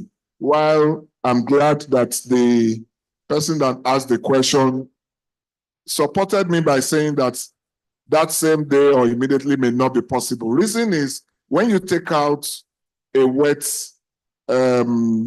sand, so to say, which is not what we clean out these days, you find out that instead of desilting, we are more or less derefusing. I don't know if that word is in any dictionary, but basically what we take out from our drains are now refuse instead of silts. But we are all science oriented. You know that the bulk weight will be more. And then when we are tempted to even take it that same day, I've had soldiers arresting our men for when you take those things, it will be dripping as you move along. And then so the thing is, we want it to dry out, which will take at least 1 day. And I can tell you that the turnaround, we promise that we will improve on the turnaround, at least we want to make sure that one day, at least we will. Please, if there are any areas that you see, again, a request, kindly get in touch and I can tell you that we will address that situation. Tree planting, there is an organization that handles the issue of tree planting, and I'm sure if the GM is here, she will be able to mention that. I am certain that over 1 million trees have been planted in Lagos. Over. And it is even, as a matter of law, it is even a crime to fall any tree in Lagos. I can remember that while I'm trying to construct a drainage channel, about 2 trees were along the alignment and I had to even pay fine as a government official for cutting. And so please, if you need to cut any tree, get in touch with the Parks and Gardens. But we are constantly planting trees and we are also. So Emeka, you talk about indiscriminate waste disposal. That cannot be overemphasized. We need everyone here to be an ambassador of that slogan. Please, if you see it, I remember 2 days ago, I saw a gentleman come out from a Mercedes-Benz and something fell out. Not that he fell out. Purposely, he dropped a piece of paper. I had to call him that, excuse me, sir, it looked as if something fell out from you. And he said, no, it dropped it, it's a waste. I said, it is a waste, then it does not belong to that space. Kindly pick it up, put it in your car or put it in your pocket. He looked at me somehow, but eventually he picked it up. So please, I want every one of us to start. It is a behavioral thing. And you mentioned something about those of us that have gray hair, that seen. These were not our culture. This is not what we used to do. I don't know when we started that. So please help us carry out that message. Let us, in terms of advocacy, there's hardly any week that you open your TV, that you open your radio station, that you don't see those. It's just that our people are we are who we are. And if everyone here start talking about it, particularly in our schools. We've opened climate change club in our schools. We've opened, so please help us pass the message. Then, Madam, I think I've answered your question about the fact that sea level is rising is a fact. It is not just a theory. It's something that is with us. We just need to start making sure that our infrastructure are resilient enough, and we have done the numbers, we have the structures, we have everything that will make sure that at least we live. Again, it talks about adaptability. We need to make sure that we adapt, we build resilient infrastructure. Thank you very much. Thank you very much, Engineer Degbite, for doing justice to these questions. I was wondering when you said that you had to pay fine for more or less taking out the tree that was in the path of your work. How does that one sound when I thought you were talking about a collaboration between? Again, what it means is it is not a crime to say that there's a tree that is along whatever you want to do, but what it means that you need a permit to cut down that tree. And of course, it will stipulate that same tree, either we have equipment to replant that same tree, or if there are no spaces, you'll be required to plant at least 3 other trees within the vicinity. So that is just my bad. I didn't take permission to cut the tree and I was fined. Thank you very much. I deliberately asked that question because of the need for us to follow the rule of law, which is what you have pointed out that, okay, if you had gotten your permit, it would have been fine. But because you had gone ahead without a permit, there was a fine. I think we have done justice to all the questions. So I would like to thank our distinguished guest for the excellent job that he has done on this matter. And I am expecting that based on this interaction that we have had today, there will be greater collaboration with the ministry in fighting climate change, in bringing forth solutions that will help to preserve our environment, that will make us have a resilient environment as we go on in our development of Lagos, and that as an institute, we are going to use our skill in the profession to fight effectively climate change and to build a resilient environment. Thank you very much. Thank you very much, sir. May I also add that presently, Mr. Wahab is not in the country, but I can assure you that once they come, I will gladly ask your president, that is the chairman, to also reach out. The reason is based on what the young lady mentioned about having ideas, ways to collaborate with the ministry. Please, I would like you to coordinate that and then make sure that we just want to open that channel. Let's have that channel of communication and then we'll reach it. Thank you very much, sir. Thank you very much, sir.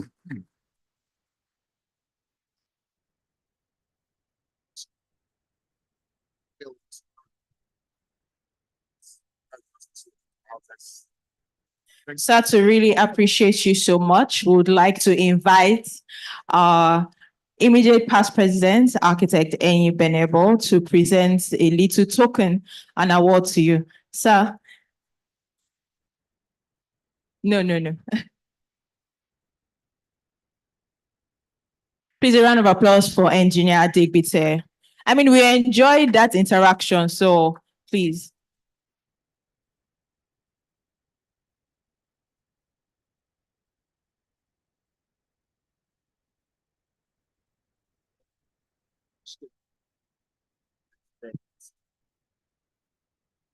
Well, when you got up here to speak, you gave us the impression that you were not likely to do as well because you were just stepping into the shoes of somebody. But having heard you speak, I was just wondering if Honorable Wahab could have done it any better. You've given us insights into what Lagos State is doing as far as the environment is concerned. And as professionals, we have taken a few things from what you have said. I just want to just draw some bit of analogy with what we experienced when we went for the UIA Congress last year in Denmark. And one of the landmark sites that a lot of architects visited was a funky refuse dump. The refuse dump, if you look at it, you'll not think it's a refuse dump. They use that refuse dump to generate electricity for Copenhagen. And on top of it, there's a skating rink where people can, skate. So it's been, and I think Lagos State has so much refuse that raw material in itself can probably solve the power problems we are having in Lagos State. So Lagos being a pace setter, I want to think that in the next few years, that Lagos would imitate something like that to truly be a green city and also make use of the several refuse that is generated on a daily basis. Having said that, I want to thank you for honoring the Lagos State chapter of the Nigerian Institute of Architects by your presence. I also want to appreciate the Honorable Commissioner, so you can take word back to him that the Lagos State chapter is very grateful for him honoring this invitation to come and let us know what he's been doing. And as a mark of appreciation, the Lagos State Chapter is presenting this plaque to say we appreciate what he's doing as a commissioner and what the state is doing as far as the environment is concerned. And we hope that whenever you are called to come and do a presentation of this nature or throw some more light into issues pertaining to the environment, you'd oblige us and do so. Thank you very much and congratulations.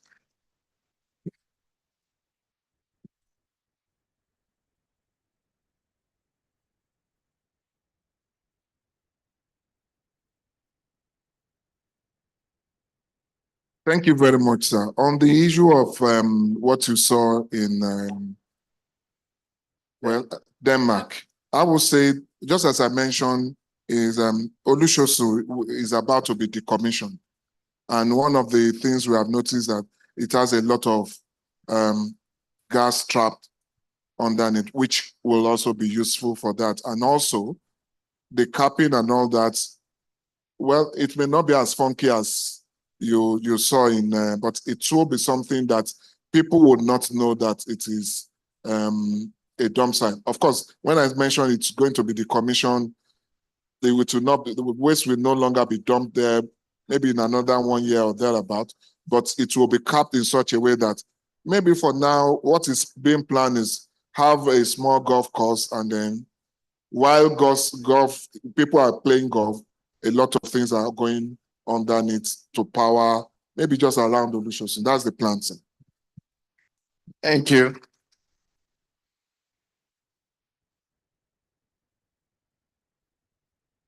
Thank you so much. Thank you. Ladies and gentlemen, it's still the Lagos Architects Forum 2024 Lab 15.0. Quickly, I'd like to recognize the presence of the former President, Association of Consultant Architects of Nigeria, the former National Treasurer, NIA, Architect OPA, Ladega, FNIA. Please, a round of applause for my architect. You're highly welcome, sir. Also, I want to quickly recognize the presence of the chairman, Cross River State Chapter, Architect Alaba Oduni, FNIA. Please, a round of applause. Thank you so much, sir, for coming. Thank you so much. We really appreciate it. I believe our raffle ticket has gone round. Please fill in your name, phone number, and email address. Yes, it's going, no, it's not for members. It's not, you have everything that you want to win, you have them in bulk at home, mama. You have them at home. Leave it for people like us who doesn't have any appliance. So we are winning courtesy LG. Life is good. They want to make our lives even more better. They'll be giving out. Yeah, it's going around. It's going around. If it hasn't got it to you, it shows you have it already.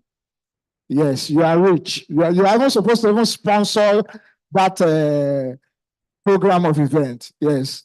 Architect Emanuela, please, you need to sponsor us. It's going around. It's going around. So they're representing higher thermocool freezer. We have AC. We have pressing iron, microwave. You know, see, laugh belly full. That's what it is. You are going on laughing. It's going to be much, so much. So quickly, while you are filling the form, the tickets, we also have some awards to present as well. So remember, we told you we celebrate our own. It is still the Lagos Architects Forum 2024. We would like to introduce and celebrate our celebrity architects for the year 2024. So I'd like to call up on stage architect Biola Fayemi while I read her short bio. Please, a round of applause for her. And to give the award,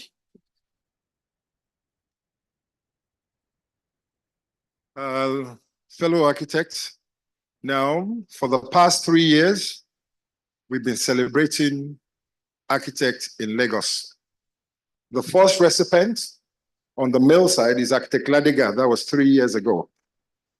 You know. And the second on the male side is Delano. And the third will be Theo Lawson. Now, talking of the female, the first recipient is Abimbola Ajayi, and the second recipient is Pat Okonta.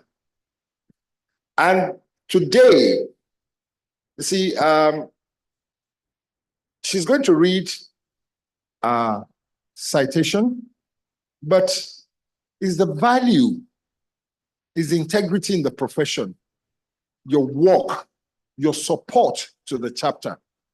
Ever since I know, she's been very supportive to Lagos State chapter. And anytime we call on her, even without calling on her, not only that, she takes a lot of students for internship. She's the principal partner of JHK. That is Godwin Hopwood and Kuye. And when you're talking of this farm, is over 50 years old in Nigeria. For someone to take the mantle of, the founder, may soul rest in peace, I mean, it's not an easy task. And that's why we're calling her to celebrate her, because she's one of us. So my General Secretary, the way you are taking it, this is someone we all need to celebrate. So a round of applause, please.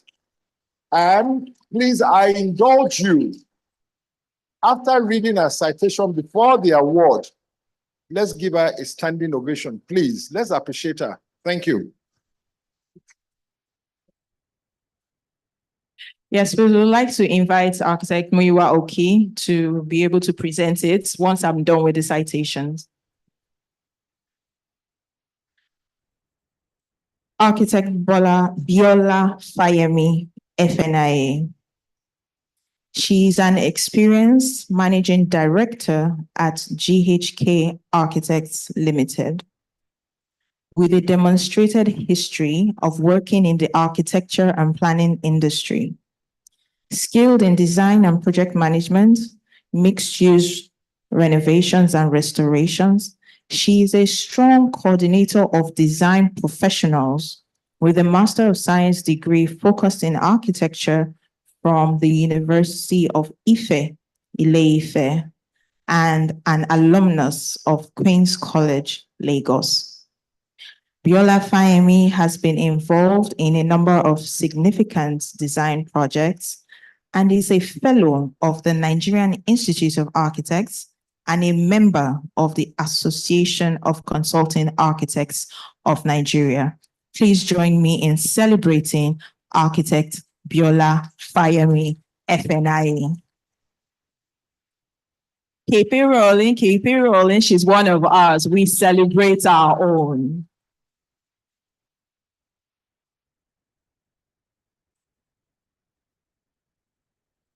So, architect Abiola Fayemi, the Nigerian Institute of Architects, Lagos State Chapter, in recognition for your sterling performance in the Lagos built environment with supporting activities in chapter.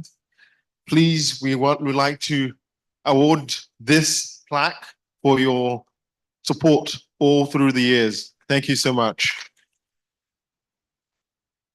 Yes.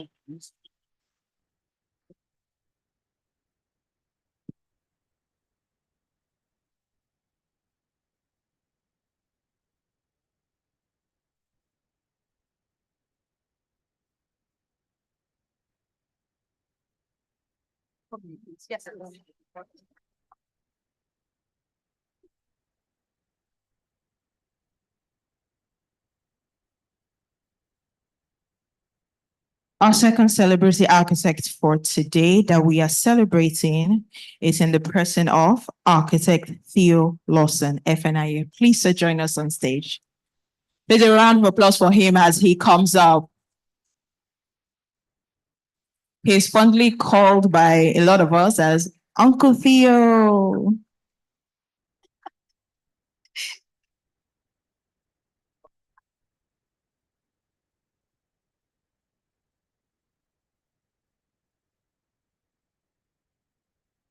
Architect Theo Lawson studied architecture at the Architectural Association School, London, between 1978 and 1985, where he experimented with both traditional African and high-tech design styles. Back in Nigeria, he studied earth construction techniques, culminating in his being invited to design and build the Bauchi State Museum in 1987. In 1990, he set up Total Consult, a design and build practice, and worked on many commercial and residential projects. The firm also grew to become the leader in stage and set design in the 80s and 90s, and executed many cutting-edge product launches and concert sets. In 1998, Theo Lawson teamed up with other designers to form the CIA, Creative Intelligence Agency, a collaborative to spearhead ideas for Lagos in the millennium. This led to his conception and the realization of Freedom Park, Lagos, a project involving the rehabilitation of the first colonial prison in Nigeria into Lagos' most engaging arts space. He is passionate about public, historical, arts and cultural spaces, and hopes to participate meaningfully in the redevelopment and rehabilitation of the Lagos Island. His other projects include the Motherland Performance Center, University of Lagos Anniversary Park, Kalakuta Museum, the Kuti Heritage Museum, Abeokuta, Family Park and Canopy Walk at the Lekki Conservation Center, KAP Hub and KAP Film Village and Resort, Oyo, but to name a few. He is a fellow of the Nigerian Institute of Architects and on the advisory board of several arts foundations. Please put your hands together for Architect Theo Lawson, FNIA. I would also invite Architect Muyiwa Oki to do the honors of presentation of his award. Thank you so much. I met Architect Theo Lawson yesterday for the first time. He showed us all around Freedom Park. So thank you so much for giving us your time. And the Nigerian Institute of Architects, Lagos State Chapter, is recognizing you formally for your sterling performance in the built environment and through other chapter activities. So as a token, we're handing over this plaque to tell you thank you.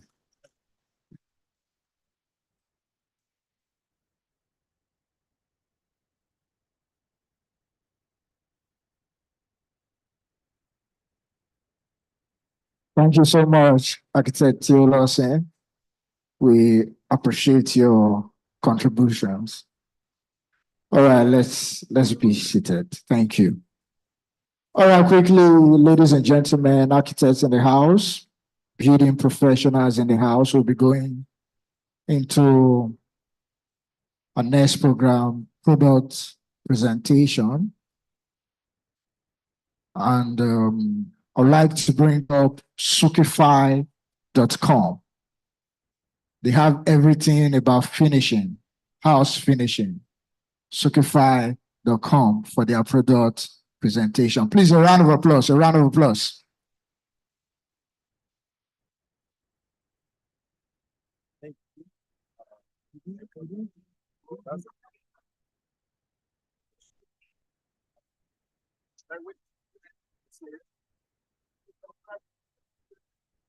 Good afternoon, ladies and gentlemen. Good afternoon, distinguished members of this wonderful association.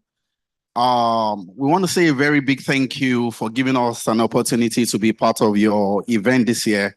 It's been a while for me. I mean, something very wonderful that has been happening just next door to us here in Nigeria. And we want to say it's a privilege for us as a brand to associate ourselves with you, distinguished gentlemen, leaders in this community. We want to say thank you for this opportunity. Simply put, we are Sukify.com. Sukify LLC, it's a company that started off in the UAE, and we are currently in Nigeria and in 10 other countries. What do? We are a prop tech e-commerce platform, and we are also working on having our physical presence here in Nigeria at the moment. We are setting up our first warehouse, our digital showroom. What are we here to do? We are here to support your industry with the best and the very best and the very best of house finishing items from all across the world. At the moment, we have over 8,000 SKUs from over 20 countries: Belgium, Italy, Spain, Germany, India, and of course, here in Nigeria, also over 20 countries, with over 55 manufacturers currently with us. And what do we want to do? We've been talking to a lot of people in the past 3 days. For the students and the very younger generation that are here, we are here to empower you, to enrich you. Some of you can actually sponsor yourselves through school by being an affiliate on our platform.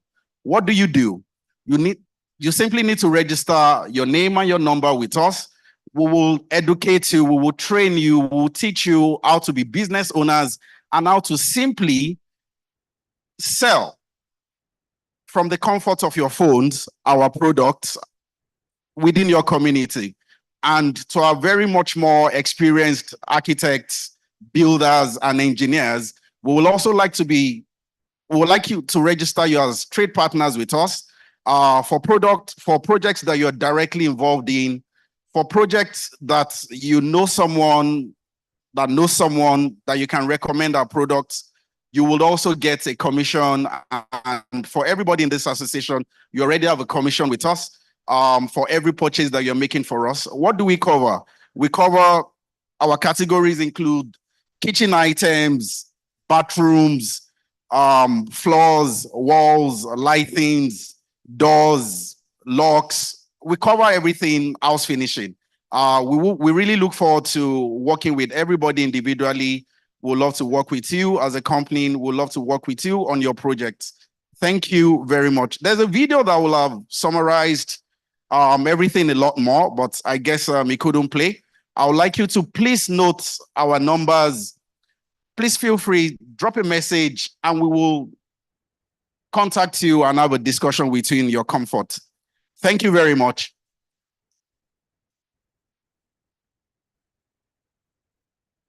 Thank you so much, Sukify.com.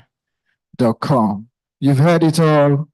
Students that are here, please don't snooze on that opportunity, I heard best school fees is over ₦1 million now, so key into that marketing strategy.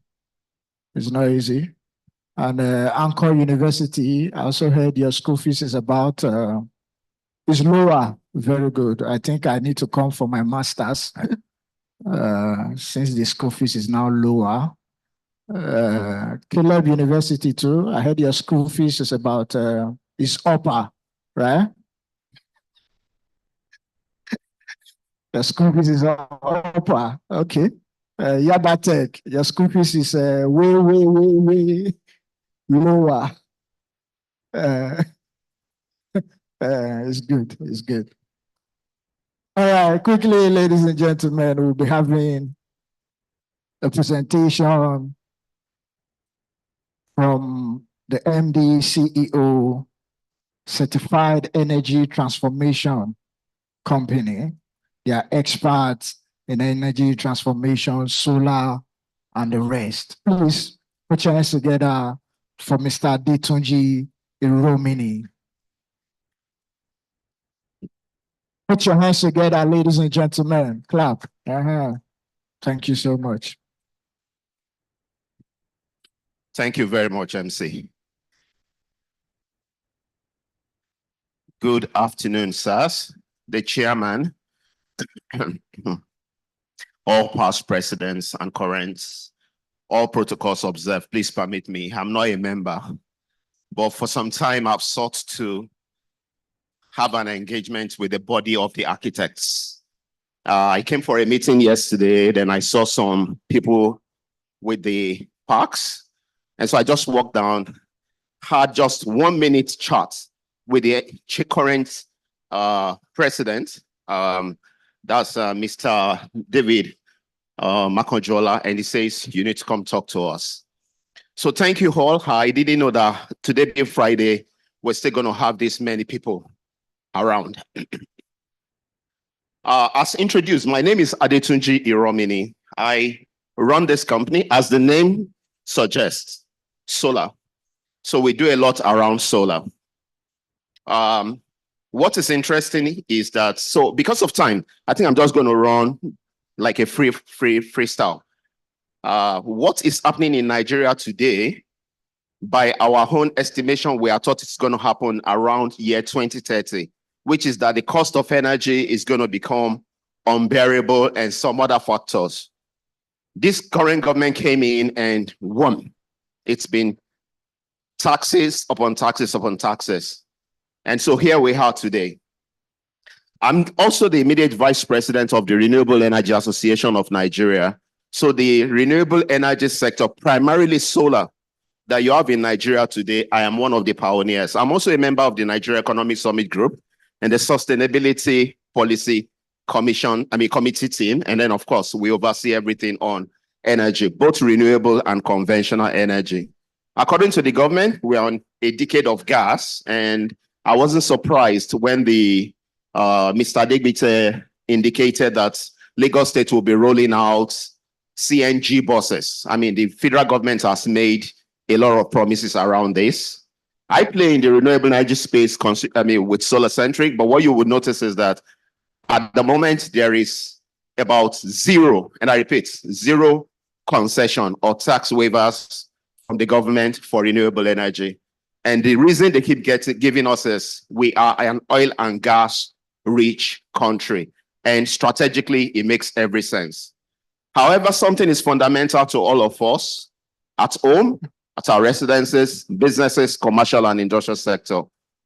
Energy security, energy availability, while the government plays the politics. All sorts of politics are what we are seeing that are going on right now. Please, it's the first presentation that I want before this. Please, if you could flash that, just to give an insight very quickly into the renewable energy space. Happy once again to address the Nigerian Institute of Architects. I'll start off very quickly with a speech that I've prepared just to ensure that I touch on the key things I want to speak about. So I'm proposing a significant initiative that I believe will greatly benefit the architectural landscape in Nigeria and contribute to the global effort towards sustainability. The word sustainability encompasses so many things. For us, primarily in Nigeria and as a developing country, I usually narrow it down to technical viability as well as economic viability. And that's what I'm going to demonstrate with the presentation I asked them to take out, which is why you must invest or adopt renewable energy. And as architects, why it is very important in furtherance to what the Ministry of Environment said, whom we work with very closely anyway, including the Ministry of Energy and Mineral Resources.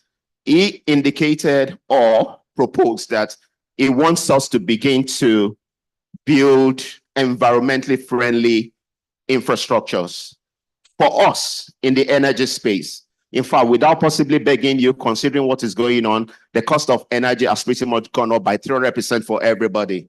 It is very important that architects begin to build for us energy efficient infrastructures. And that's one of the key things that I have come forward to demonstrate to you. And also to propose that it will be very important that we partner with you. I'm going to pretty much talk about the instances where I've had to be called in when a building has been completed and then they need renewable energy as an alternative source, and then it becomes extremely difficult because everything has already been cast in stone already. However, if this has been done at the design stage, we wouldn't have that problem. And that for me is where the architects come in. The main reasons for renewable energy, I think the Ministry of Environment said a lot about it, environmental impact, so I'm not going to go over it again. I just indicated and mentioned energy efficiency. Thank God LG is here. With their inverter air conditioners, we've been able to supply so many facilities with efficient energy because the ACs, the inverter ACs, reduce drastically the amount of energy you draw. If you ask me to give you solar today, the first thing I'm going to ask you, if you are saying you want it to power AC, I'm going to ask, do you have air conditioners that are inverter type or the whole type? If it is the old type, believe you me, you will spend times 3 to achieve what you would have achieved if you had gone for the inverter technology. So I'm very happy. Thanks to LG for pioneering this technology in Nigeria, for bringing them in, and they've pretty much pushed them out massively. In our space, we come into your environment, we do an assessment. The first thing to do is to identify energy efficiency opportunities. So I just mentioned air conditioners. The next is lighting. Yes, today everybody has converted largely to CFLs. However, LEDs are a lot better. To the extent that you decide to go for the very good ones. I know you architects put forward all these options before your clients. So thank you for that. We need more. More of what we possibly will be considering right now are the passive solar that we describe as the building envelope. I'm even working on a few cases right now. And the very simple thing I do is to choose the time for the meeting to be afternoon.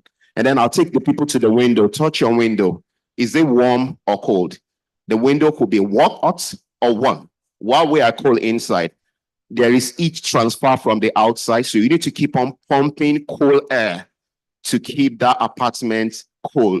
If you had carried out a form of improved building envelope whereby you reduce the exchange of cold and the heat from the outside, you would drastically reduce how much you expend on energy. So for me, these are some of the things that I think the architects needs to begin to look at as well. Another very important factor is the orientation of the house, the roof most especially. The sun rises from the east and sets at the west. It is evident today that almost everybody who can afford it would have solar. Even for those who cannot afford it, we've begun to put schemes in place. We have financiers, we have investors. The commercial and industrial sector, you don't necessarily have to put a dime down. We will come in with funds. We will do the utility model. We just meter you, you pay for the energy you consume. I mean, terms and conditions are applied. For the residential, we have banks that we're working with and some even development finance institutions who has ensured that we have funds. Interest rates today is totally unbearable. And we know that income has remained stagnant. Disposable income is almost totally out. So we've put in a lot of structures around ensuring that you can pretty much have at least the minimum amount of energy you need for your daily operations at home and in the office. And as a member of an association, we boast of over close to 400 members, and we continue to do a lot in terms of advocacy with the government. But what we've also discovered is that the markets, we cannot operate alone. The architects most especially are needed, considering a lot of challenges we're having with houses. You're all aware of the very high roofs we're beginning to see nowadays. For Nigeria, we are almost directly under the equator. A roof of angle 15 degrees gives me maximum efficiency when I deploy solar for you. When your roof is angled higher, the indication is that as against possibly using 10 panels for you, I might need to use 20 plus. That's more costs to you. So you must definitely ask yourself why you want that high roof. Those are some of the things that I think at some point I would like to sit down with the institutes so that we have an extensive discussion around, let you know the challenges we are facing. And then from your side, who usually get the job first? I mean, you are the first point of contact to the client, and then before you begin to reach out to the rest of us, and then you can take all the inputs, and then from there we can pretty much at the end of the day deliver a lot of value to our members. So far, you notice that I've not been emphatic on climate change because our problem today possibly goes beyond climate change. People have needs that are dire right now. Can we address them first? And then at the back of it, deal with climate change. But the interesting thing is that if I deploy solar for you, and as against burning maybe 200 liters or 500 liters a month, I drop that to 50 liters for you. You've impacted positively straightforward on the environment. I think because time is gone, and like I've said, beyond going through the presentation, I can always share this, or you can just follow me on LinkedIn, and they have a lot of write-up on what is going on within the energy space, both renewable, the economy, as well as the real power sector. The key objective for me personally, I studied electrical and electronics engineering. I've been core in IT, finance, and payment system.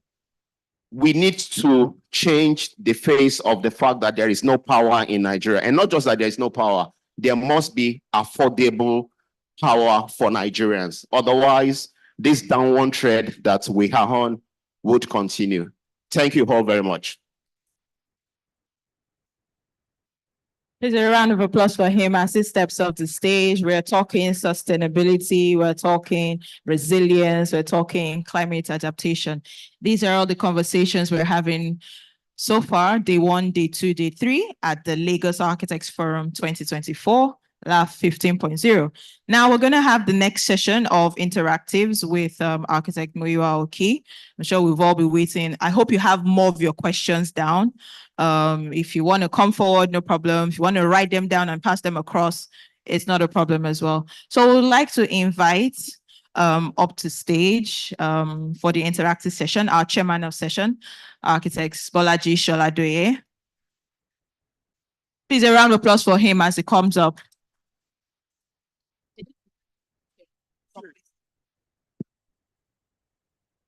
Yes.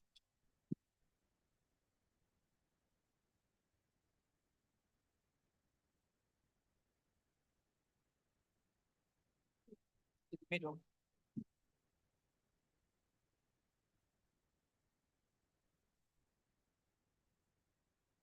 Sorry, if you haven't got the raffle ticket, can you raise up your hand, please? And I want the usher here. If you haven't got the raffle ticket, just raise up your hand where you are. Yes. Usher, please come and distribute them, please. Yes, sir. There you go. Yes. Please, ushers, those raising up their hand, please. Thank you. Yeah. One here, please. It's only me that is not entitled to. So every other person here is entitled to it. Thank you.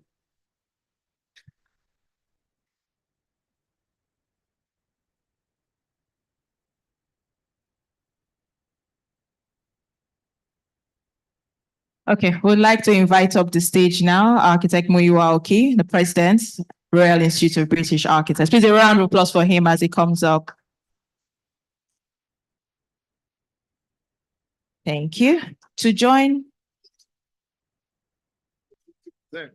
if you're a student and you're downstairs on the exhibition floor or in the food court underneath the gallery, please come up to the gallery and you can have your questions and engagements with the president. To join in the conversation, we would like to invite also architect OPA Ladiga, FNIA. Please, a round of applause for him as he comes up.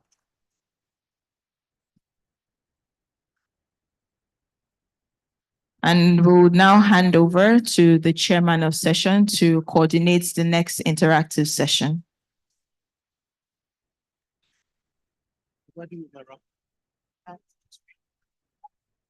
Okay, thank you very much, Architect Moniba. We're here again on part 2 of our interactive session with our special guest, the President of Royal Institute of British Architects, architect Muyiwa Oki. So there were several hands going up the last time before we had to pause. So I'll be expecting those questions to come forward now. So if we could start, can I see a show of hands of those who have questions or comments in this interactive session?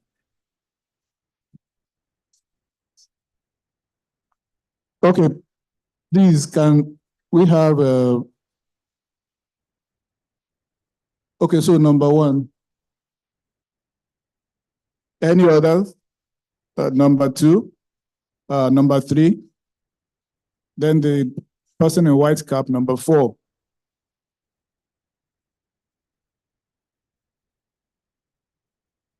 So, okay, number five.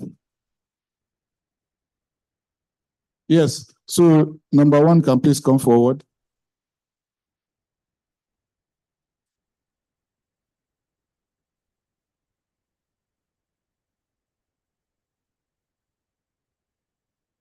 Good afternoon, everyone. I'm Olasumbaji Makinwa. I'm a faculty member from Caleb University. I would love to ask if there could be possibly a bilateral agreement on arrangements between NIA and RIBA that you are there now, whereby we can have our student transfer program, whereby our students can go over for maybe 3 weeks or 1 month, and then you can have students over to from Britain. Thank you very much. Yes, if you were here earlier, that question, similar question was asked by, I forget your name, but over there. So I would refer to that question, the answer to that question. So yes, there is some work that's going on in the background that is related to a memorandum of understanding, which talks about how we share knowledge bilaterally from RIBA accredited schools in the UK across to Nigeria, but also there's an opportunity to build on that relationship and even think about accrediting and validating schools of architecture here in Nigeria. So watch this space. There's something happening. Thank you very much. Question number two.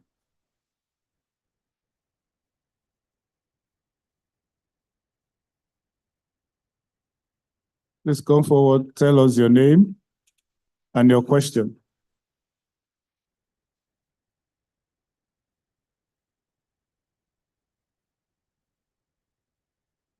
Good day, everyone. I'm Ojo Tumininu from Anchor University. My question is, how can we rectify the problem of mass destruction on high-rise building when there are natural disasters or man-made disasters? And the other question is, how can we develop slums in urban areas to more suitable buildings? Thank you.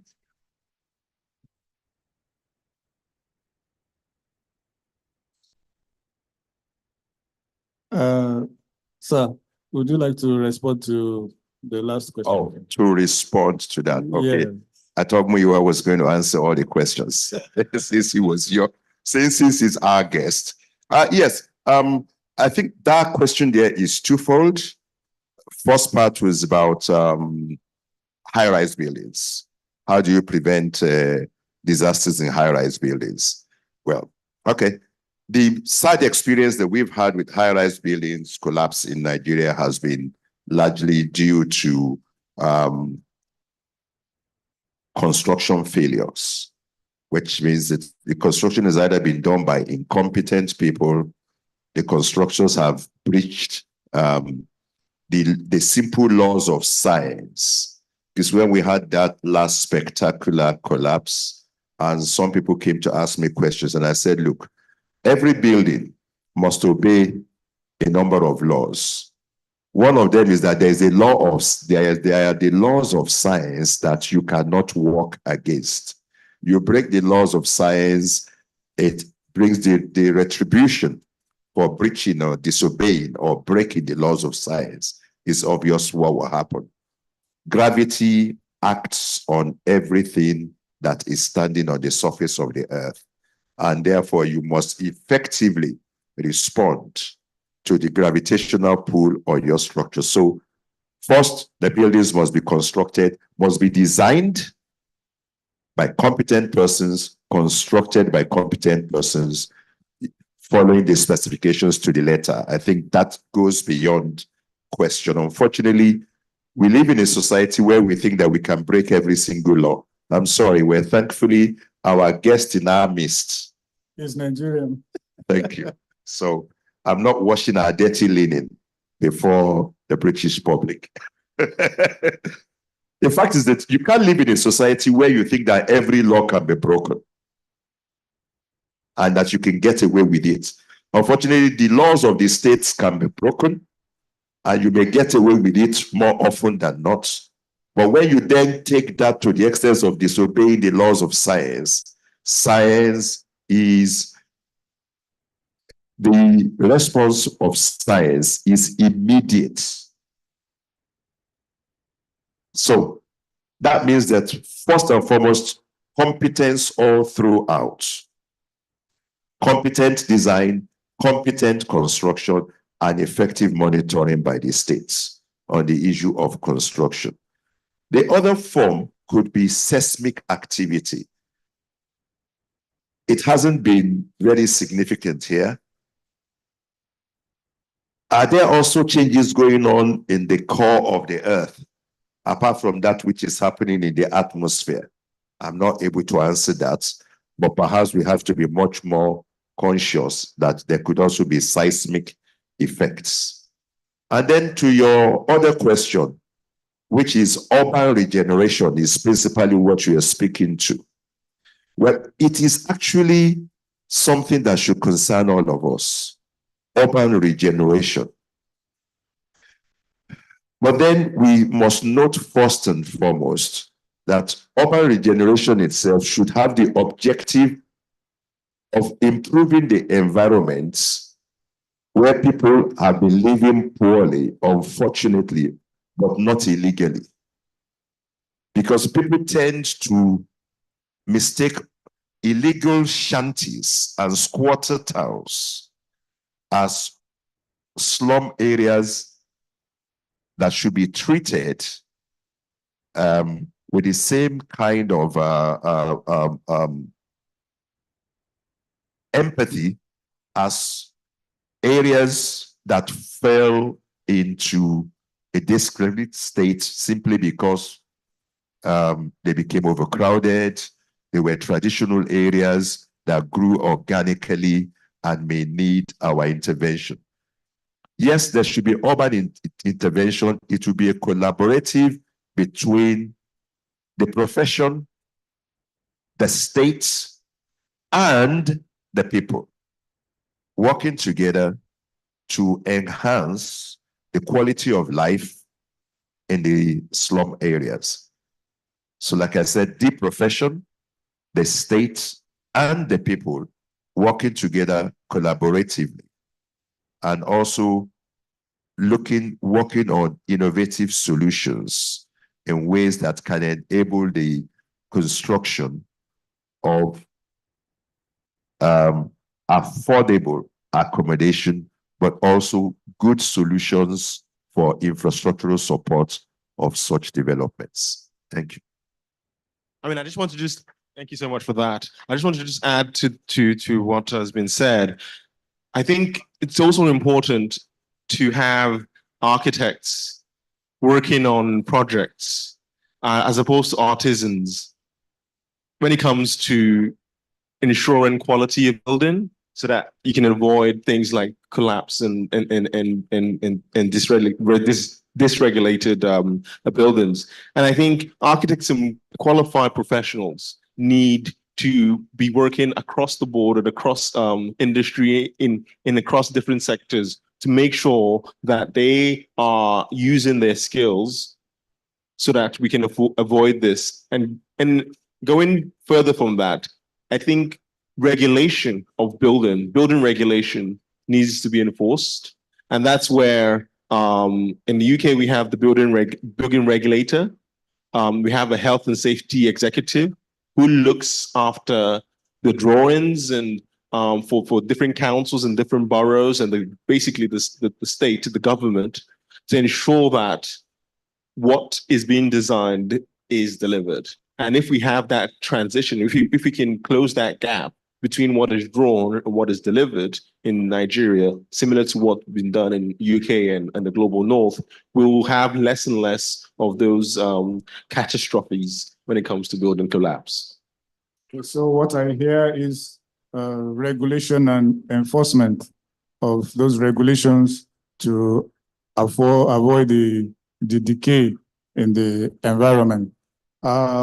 Question number 3.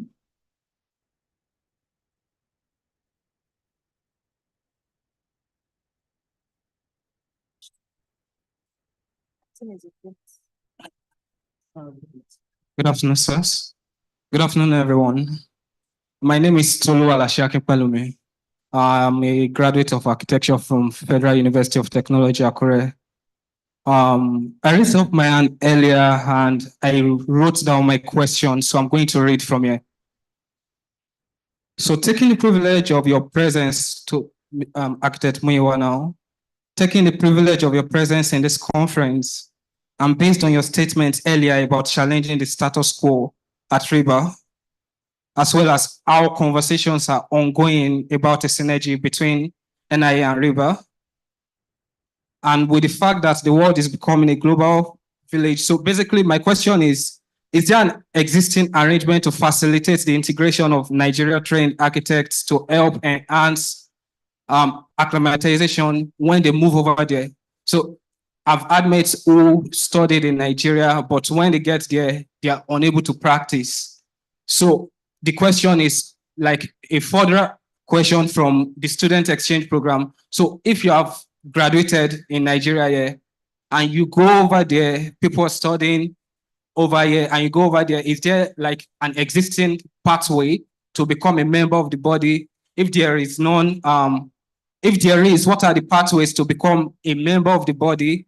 If not, is it possible to be part of the conversations you're having with the Institute? Thank you, sir. I'll try to summarize the question as best as I can. So it's what provisions are there for Nigerian students and graduates going into the UK, where when they go into the UK, what provisions are there to be part of architecture community, part of the RIBA at large? So I'll start off with, I don't think we can be too, like we can favor one country above or beyond another country in the UK. And I think we need to treat uniformly the different international groups. And we do have provisions for how we integrate international students, international graduates, and international architects into our system.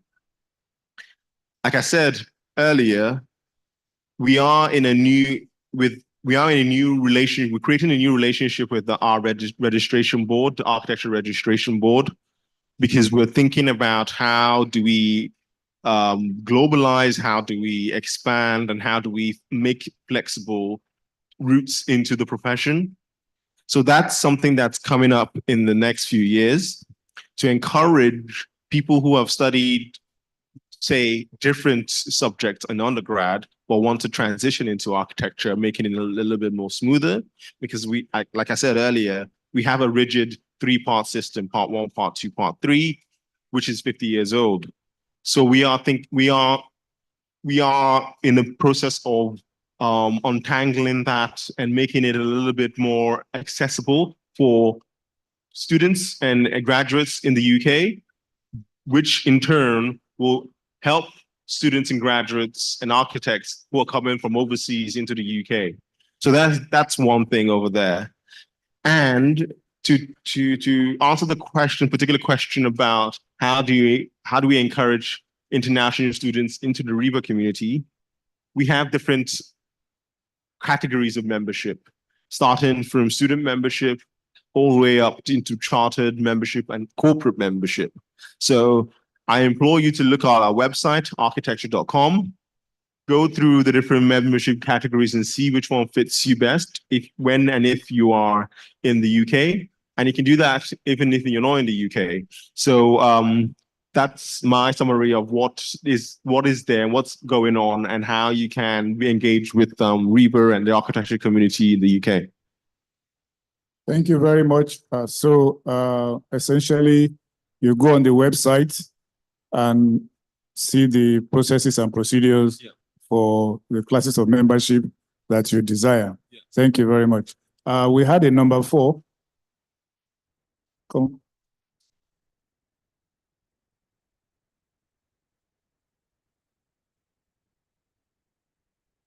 Good afternoon, everybody.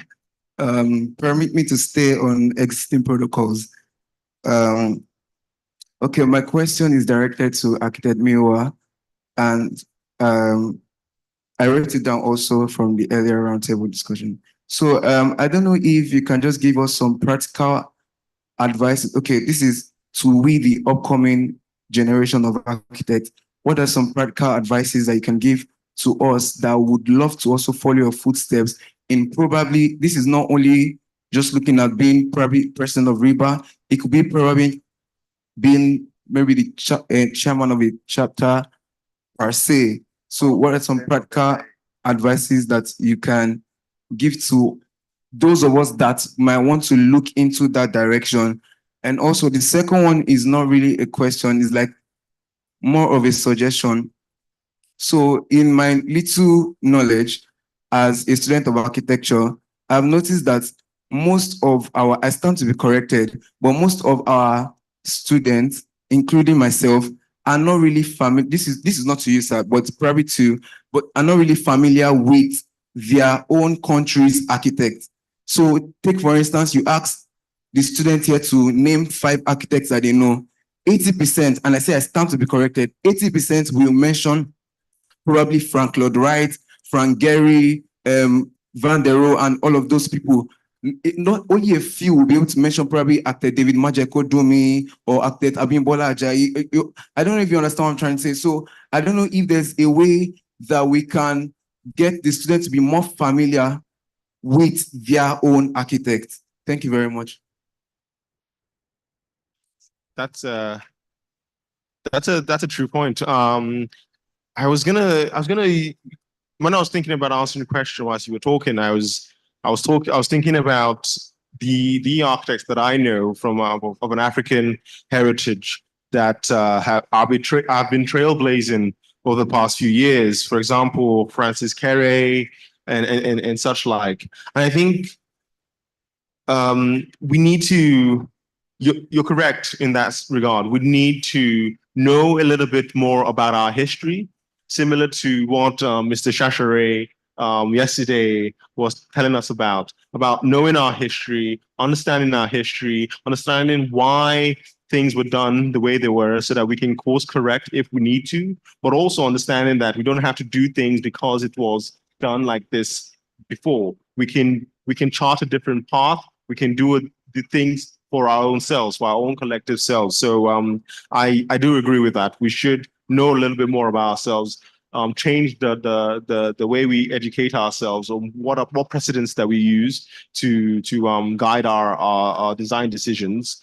So yeah, I would challenge all of us, all architects here, that when we're thinking about precedents, we need to start, especially when we're working in the continent, we need to start thinking about continent-specific, contextually specific precedents that help us here, as opposed to thinking about what Frank Lloyd Wright did, and so on and so forth.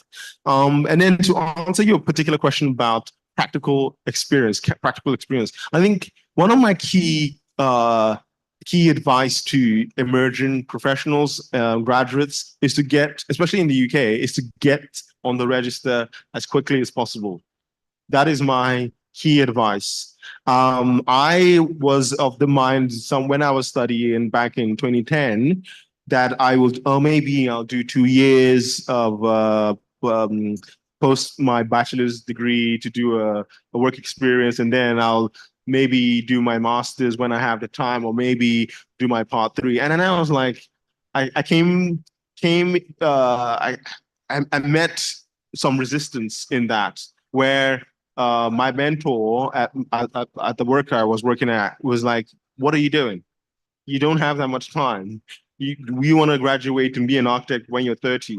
Like, you need to expedite the process, because getting to the register is the start of your professional life. It's not the end. So I would encourage you to, as quickly as possible, get to the register, be an architect, because you can be more confident in yourself and get the prerequisite experience as possible, so that you can spread your wings, be a butterfly, and do whatever you want to do. So be an architect, register as an architect as quickly as possible, so that you can lift off. That's the stepping stone, the platform to lift off. That's my practical advice. Okay, thank you for very much. I just want to latch on to what you have just said about getting registered as quickly as possible. There is a question that seems to suggest something along that line, and it's from Alabi Ayomiposi, Bells University of Technology. It says, can the NIA hold induction ceremonies for BSc graduates prior to their completion of an MSc, granting them graduate membership and associate membership after the MSc graduations? I don't know if our revered architect would also like to, because it's also To an respond to that. Yes, sir. Well, it's a question. Do I think it's would I advise that NIA considers that? Because there is the NIA procedure. Membership, there are all classes of membership. So you are a student of architecture, you apply to be a student member of the NIA. There's already a pathway into the various classes of membership. A student of architecture picks up the form, applies, and he is notified of his registration as a student member of the institute. When you get your first degree, you again just pick up the form, and the form is now available online anyway. So you just go online, fill out the form, put your qualifications in there. The NIA Secretariat will reply you and give you your graduate registration number. You are now GNIA number so and so. When you finish your full academic qualification, you just apply and you become an associate member of the Nigerian Institute of Architects. All these are automatic. All you need to provide is information, if you are in school, information that you are in school, your admission and your matriculation particulars, and you are automatically assigned a student registration number. When you get to the next level, you just apply. So those processes already exist. So I think my response is just to let everyone know that all the classes of membership in the NIA below full membership is almost an automatic qualification upon application. The class of membership that has additional membership requirements is the full membership of the NIA, your MNIA, where you will have to have a certain number of minimum years of experience, proven pupillage, test of professional competence. You take an examination and you are interviewed. And upon if you're successful in that process of examination and the interview, you are elected into membership and you will go through an inauguration process. But all the other classes of membership are automatic default membership classes that you get simply by filling an application. So for all of us here who may not have taken advantage of that, just go online and do the needful. You will be registered, you'll be assigned a number for your class of membership, but it seems all now very sweet. You will also have an obligation of membership. An obligation, number one, you must be financial.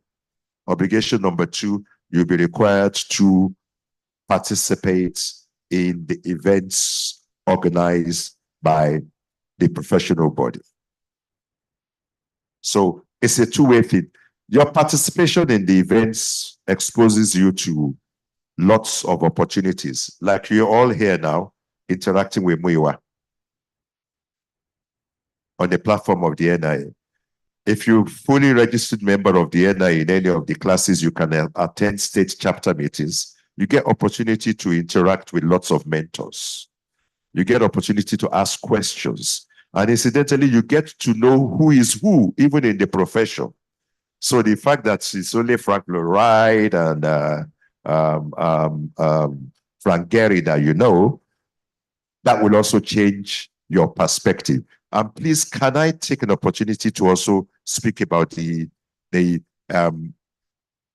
Nigerian architects? Who are they and etc. They think about, we don't know who they are. I would say it's a threefold thing, and it has to be a threefold response. Number one, it's a pity that up till now, the Nigerian media has not given the architecture profession and the practitioners sufficient coverage. You know a lot about the lawyers. I'm sure that if I ask you to mention top lawyers in Nigeria, if I just mention top lawyers, you wouldn't be mentioning the names of lawyers in the UK or the US. You will mention quite a number of them. You will mention the Falanos, you will mention the Apatas and etc. and etc. and etc. Am I not right? But do you know why? They are constantly in the media. And the activities that they are involved in are also covered. Now, how much coverage does the profession get in the Nigerian media? And if you don't get good coverage in your local media, the international media is not going to record with your existence. So we need to, and something we've been advocating over the years, that the institute, the profession, and when I say the profession, I'm talking about the institute, needs to engage a lot more with the media to take them through architecture appreciation programs. That they need to understand what architecture is and who is the architect and the value the architect has to society, and even teach them how to distinguish between good and perhaps poorly executed architecture or non-architecture. Now, because if you don't enlighten them, you don't bring them into your world and get them to understand who you are, you become something esoteric that they don't understand, and they just stare off you to the more popular of the creative arts.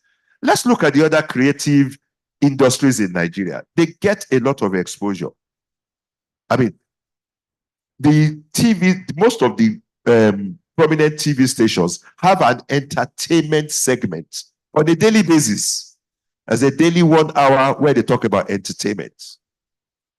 That's creative industry. And they talk about music, and they talk about the movies. Now, this is another creative industry. You also have fashion featured often, and perhaps even with daily time slots on TV. That's another creative industry. Architecture is creative industry. But we don't get the kind of mention that I don't want to offend the other creative industries, But those ones that don't require the kind of mental and primary intellectual qualifications to even enter into, get, because they are the popular arts. They are the ones that the man on the street relates with, and the one the man on the street enjoys. But unfortunately, they tend to forget that the venues where they go to attend fashion shows, the venues where they go for their musical shows, the beautiful environments where they've enjoyed dancing and outing, were all created by architects. So they are using the product of architects and architecture as the backdrop and containment for their own creative activities. And that creative activity is celebrated, but the one that created the environment that enabled that whole coming together doesn't get a mention. Now, I'm just saying all this just to paint the picture as to how poorly the media understands us. So we need to address that. That is one. Two, we also need the help from our brothers in academia. Prof, where are you? Okay, I think he stepped out. In academia, they say publish or perish. I think that's what they say in Nigeria. Abi, all you PhD people there, I think I've spoken with some 2 PhD candidates earlier today. They say publish or perish. They say in academia. But when you publish, do you write about us? Or couldn't writing about us and our work also qualify as publish or perish? So we need to also write about us. Academia, you can also do a lot more to promote what architects do. Invite a few of us to come into your doors and speak to your students. I mean, I've had the privilege of once speaking with architecture students in Covenant University. I've had the privilege of speaking at Ajayi Crowther University. And I found that the students were it was quite an exciting experience for them. And so many of them wanted to know a lot more about my farm, my practice, and had questions about a lot of other buildings. So it means that there's a lot of work that needs to be done. For the students to know about us, invite us into your environments. Write about us. And then finally, we too should learn to write about our work. Publish our work. Make our work accessible. Make our thinking and our thought process accessible. Then that way people can understand us and celebrate us. Thank you. Thank you very much, sir. A lot of words of wisdom there to stress the fact that we need to all individually have a publicity mindset.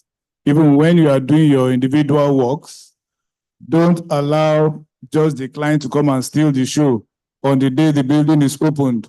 You are at the back and it's as if the client is the designer and everything.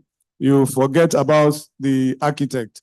We must find a way, either before the opening ceremony, to also go ahead and steal the show and make sure that this works gets us noticed by the environment. It is very key, and I like that point because each time we are saying that who is an architect is enough that every site you go to is only engineer.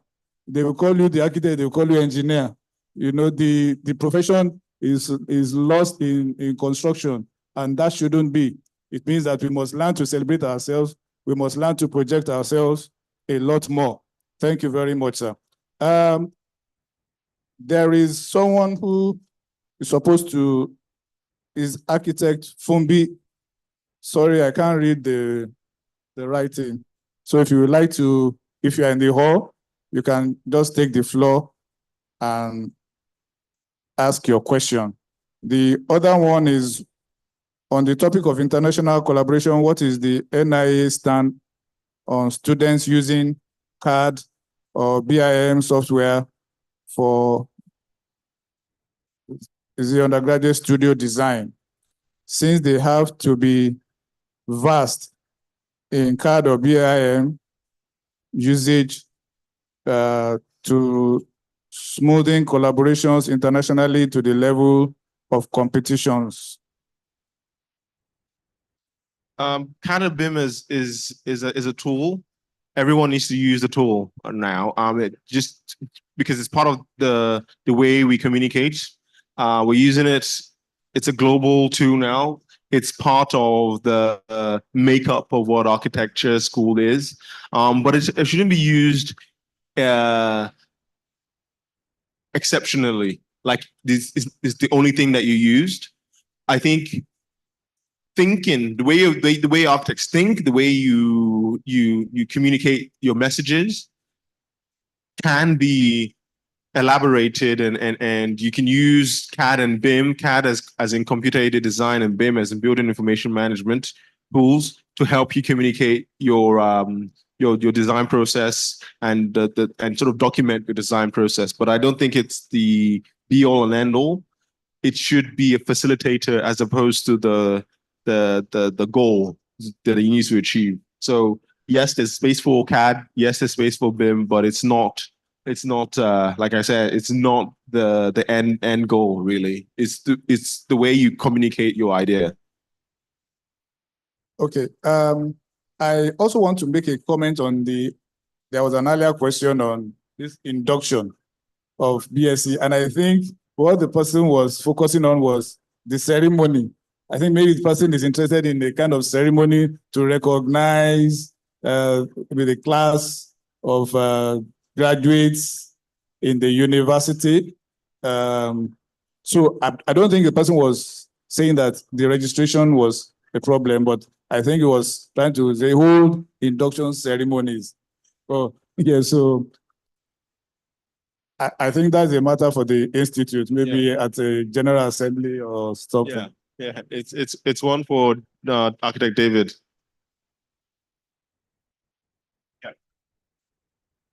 That's to do with the collaboration, Abi.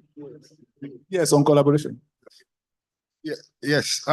Just to throw more light on this, the RIBA had sent to NIA for almost 18 months the draft of the MOU.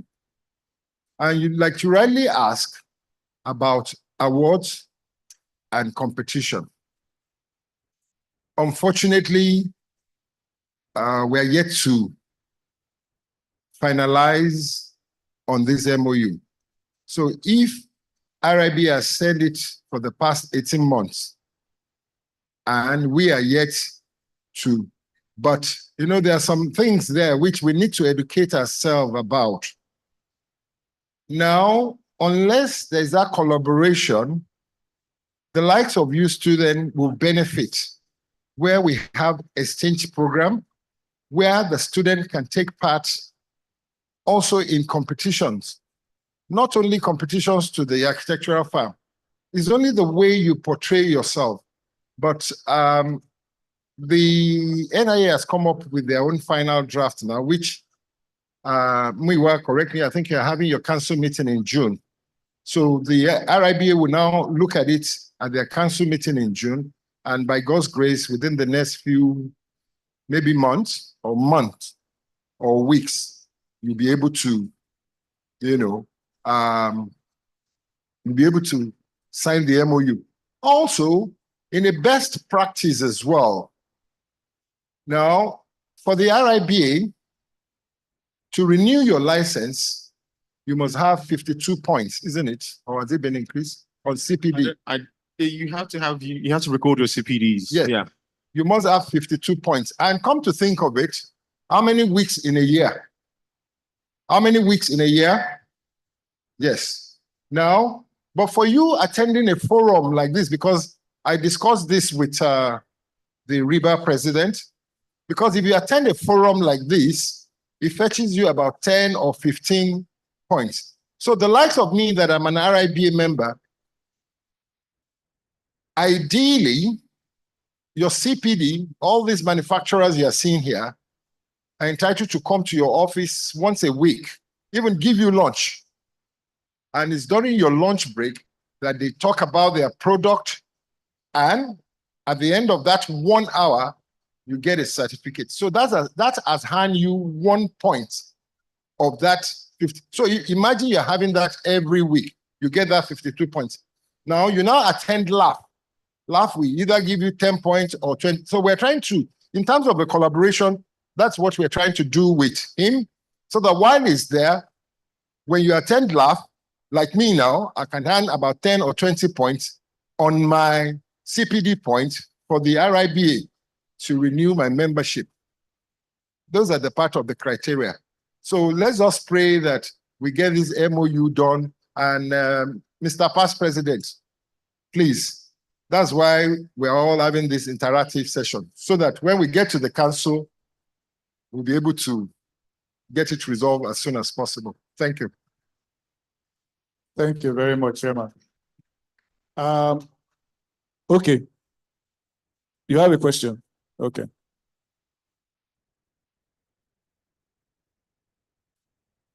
Yeah, madam. Your name, please. Young lady. That's yours? I think we should end this. Oh, okay.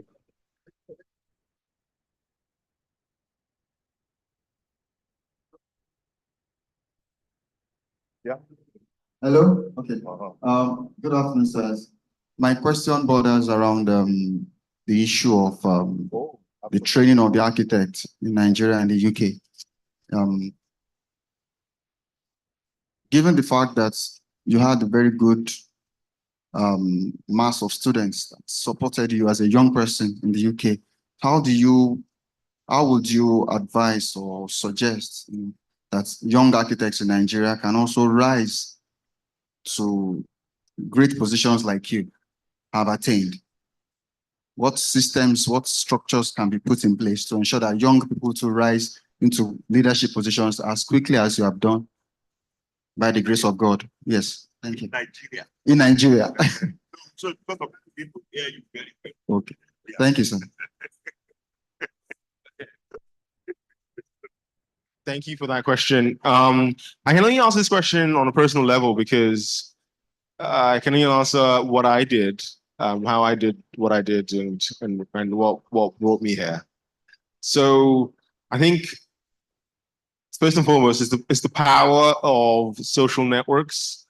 I like what's the word? Like compounding effect of social networks, and it because my election cycle happened towards the tail end of the COVID pandemic.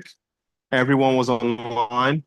I didn't say it's not the only factor, but it was, I think, reflecting on it, it was a contributing factor that everyone was online, everyone was on Facebook and Instagram and LinkedIn, and it was a concentrated place, concentrated community to have your voice, make use of all the technologies that we were like testing out during COVID. I created a platform for us to share our ideas. So that's the first thing. On reflection, that's what I did to get the role. Second of all, there was a collaborative effort to talk about things that mattered to me, but also I had to communicate and debate and also rally people around the ideas that made sense to me, that I wanted to fight for. I wanted to fight for to humanize the architecture profession in the UK, to encourage more people, more architects, more undergraduates, more people of the minoritized groups into the profession, to stay in the profession, because there was a feeling, anecdotal, but also evidence-based, that there was a drop-off rate with like women in architecture.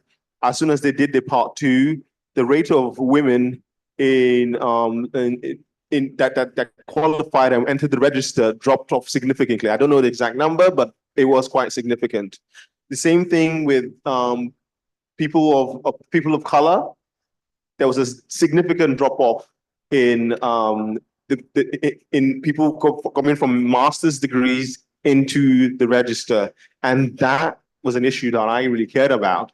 And talking about it publicly, I found out that a lot of people also care about that issue. So find issues that you all jointly care about and you can rally around. That's another second thing that I did that got me where I am today.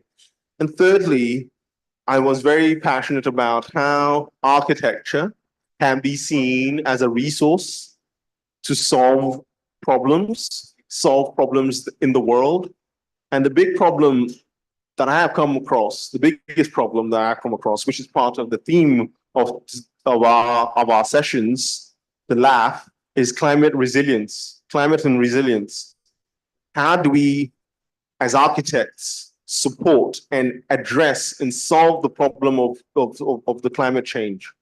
And if we can, as Sir here has said, if we can be able to communicate and be part of the media landscape that shows that we are the solutions to these problems and advocate for these solutions, we can, you can rise to the top and do that. So I think those three things, power of compounding effects, power of social media, power of social networks, making sure that you have a reason why you're doing what you're doing, and making sure that you can communicate that to as many people as possible, convince them as most people as possible. I think you rally troops around you to get to the stages that you want, to the heights that you want to lead. So those are my points. Yeah, thank you very much. Question number 5. I think that's the last one.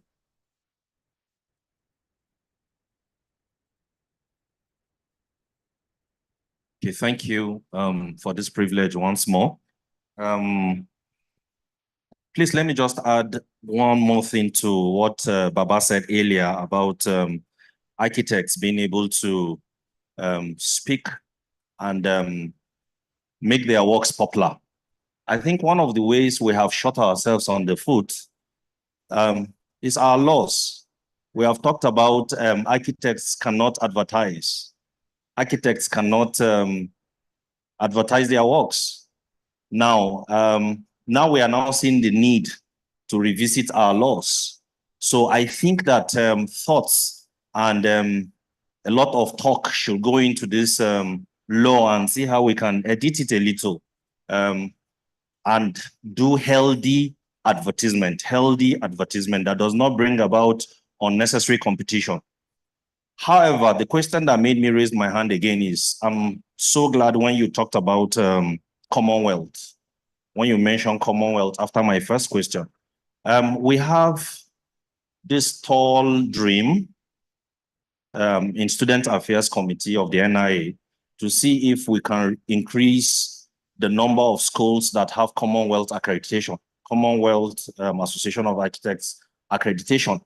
And we are hoping that in the next 2 years, if it is possible, we would have gotten, say, the requirements, and if possible, between 6 to 10. 6, because we are hoping that we will still have, say, 1 per every geopolitical zone. We are daring to visit all the schools of architecture in Nigeria. We have roughly about 109 of them. And we have begun with the South Nigeria. We have visited all the schools of architecture in South Nigeria, 6 states. And we have, by the grace of God, covered that. We are doing that with a form of a survey. We are doing it like a survey. We check what they have, their studios, facilities, lecturers, strength, and all those things that are necessary in the studying of architecture. And we are hopeful, based on what we have begun to see, that there are some schools that can qualify, for the CAA accreditation. So, sir, how would you be available to help or to assist us when we come forth with this tall dream, of at least having 6, maybe 1 per geopolitical zone, to increase these 2 that we have been having for the past, like Baba Majoro said, I think we've been having these 2 for well over 30 years, and then it has not increased. We are hoping that let's be able to increase it a little further. So if because of your privilege that you are here, you can assist us. My supervisor, while I was doing my PhD, said PhD is like a mountain. It's either you go over it or you find a dogged way of digging under it, or you can still go around it. What they mean by going over it is if you have somebody on top who can assist you get it done easy, or going under it is to dobale, humble yourself and just try to get it by all means necessary. Humble yourself and study very, very hard, or you just go around it. So we have you on top, and we want to harness these 2 years that you have to see that we get this for our students. So will you be available to assist us, to help us in every way possible, to increase the number of schools that are accredited by CAA? Thank you very much. To directly answer that, I will try my best in any way I can to facilitate. So you'll have to just send it to the office and we'll look into it. Yeah, and to buttress what you've asked for, actually there are procedures. Just like we do accreditation. And one of the reasons why I can see that he cannot fly. One of the reasons, I repeat, one of the reasons why I see that he cannot fly is we're still doing the wrong thing. We have an act and we have a constitution. The accreditation we're having at the moment, you see, the University of Lagos was a good example during Aradion, you know. A lot of students were affected, all because of personal interest. Now, the accreditation we have today is clearly written in the Act. So when the likes of the Commonwealth body are saying that, it affects us. So it's for us to do the right thing first, not just sending you want to climb the mountain because it's there. But we cannot, this is an opportunity. Are you with me? And it's there on its own credibility and democratically. Do you understand? So my own advice is let's tidy up the house first. Let's do what is in the act that they believe or they see that we're doing. It was when one of the, I don't know whether it was Mrs. Obembe or what's her name, was able to solve that problem. That was when the Nialsc students were able to do the NIA exam. You see, all this interpersonal or whatever interest, NIA members, please get it off. This is the essence of having this forum, so that we have interactive section and let's go by the law. Thank you. Thank you very much, sir. Just the last question, please. Okay. After her. Yep, I just thought I should add a little bit to the subject matter.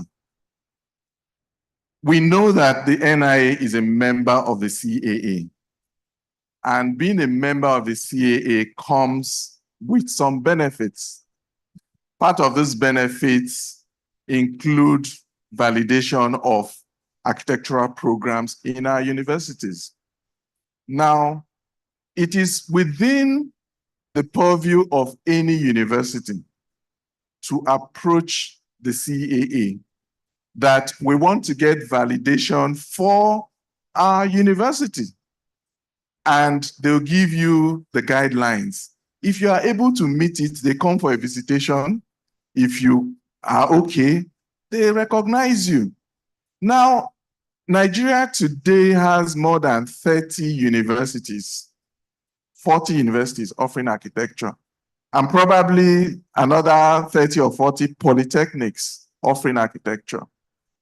But if you look at the dashboard of the CAA, in terms of countries and universities that are validated in the Commonwealth and universities that are validated by the CAA, a country like Ghana has just, it used to have one university. Now I think they have another one or two additional. But at that time, that one university in Kumasi had CAA validation. South Africa also has quite a number of their schools with CAA validation. But Nigeria, with all the schools that we have, and being members of the CAA, we've not been able to leverage on the downstream effect of being member. It's not just to say, oh, we are members of the CAA. What are you getting for NIA? What are you getting for Nigeria through your membership? CAA dues are not cheap. It's probably one of the most expensive associations. Sometimes we ask ourselves, why do we have to pay all of this? But they're not cheap. NIA should not pay that kind of money and just go to sleep. I think that is where the problem lies. I was engaging with the CA Peter, I think he's still the president, Peter Albon, and they've put one of us on their education committee. He's in Unilag, I've forgotten his name now. Not Johnson. Oh yeah, Johnson. So he's on the CAA education committee. And these are a lot, I would advise that you go through him and see how you can get these benefits to our schools, because it should be a selling point for our schools. If, for instance, I have the validation, I don't need to go and write for any exams if I go to any Commonwealth countries. And right now, there are quite a number of Commonwealth countries. So instead of stressing RIBA, you can have a bigger pie in the CAA, such that if you have that singular validation, your products can practice, or well, maybe not practice, but their certificates will be recognized in over more than 50 countries that belong to the CAA. So these are some of the things that we should leverage on, and not just boast that we are members of these organizations without getting this. The benefits are out there to grab. It's for us to see how we take steps to get these things done. Thank you. Thank you very much, sir, for the insights, Vice President. Okay, so the very last question for this interactive session. Your name, please. Good afternoon, everyone. Good afternoon, sirs. My name is Michelle Achu from Movement Architecture. It's been an amazing presentation and panel discussion. And from what we can see, that there is a gap in the professional body, in the built environment, and even externally with policymakers and media. My question goes to Muyiwa. Can you please give us insights as to the processes of how professionals in the built environment can collaborate within the built environment and even externally with policymakers and the media? Yeah, that's a fantastic question. Thank you so much for that. Very simply, I think it comes back to that question about BIM and CAD. So as we become more digitally savvy, we need to start using the tools of the industry so that we are speaking the same language. It's like speaking like Yoruba and someone speaking Igbo and no one talking to each other. They're basically talking cross purposes. I think we need to start engaging with those digital tools so that the engineers and the architects and the mechanical and electrical people all are working from the same rule book. We used to do that when we're doing drawings. But now that some people are doing hand drawings, some people are doing digital tools, some people are just writing reports. We need to be able to cross-reference things and work together. That's an easy way to collaborate. Secondly, I think in terms of policy making, I'm getting more exposure in this role. I'm getting more exposure into that, and that's into getting an audience with local as well as national governments, even international governments, like attending conferences like this and like COP. And I think it's all about, again, talking to what Baba was saying. We need to have a short understandable sentences as to how architecture deals with issues. We can't be talking, yes, there is, actually, let me rephrase that. We need to know our audience, right? We need to know what audience we're talking to and how to communicate with them. If we're talking to our client audience, they need more aspirational, more big ideas, more bold ideas of like, to make them comfortable to hire you to get the job. If we're talking to policy teams, governments, we need 2 sentences of what it is that you're doing and how it touches on what they care about, the economy, the bottom line, progress, growth, etc. And if you're talking to our community, we can write essays or we can publish documentation and this and that and the other. So what I'm trying to say is one size does not fit all. We need to accommodate and we need to adjust to the different audiences we're talking to so that we can, to answer your question, we can, create an environment where our services are valued, really. So that's my point. I don't know if someone has anything else to say. Wow.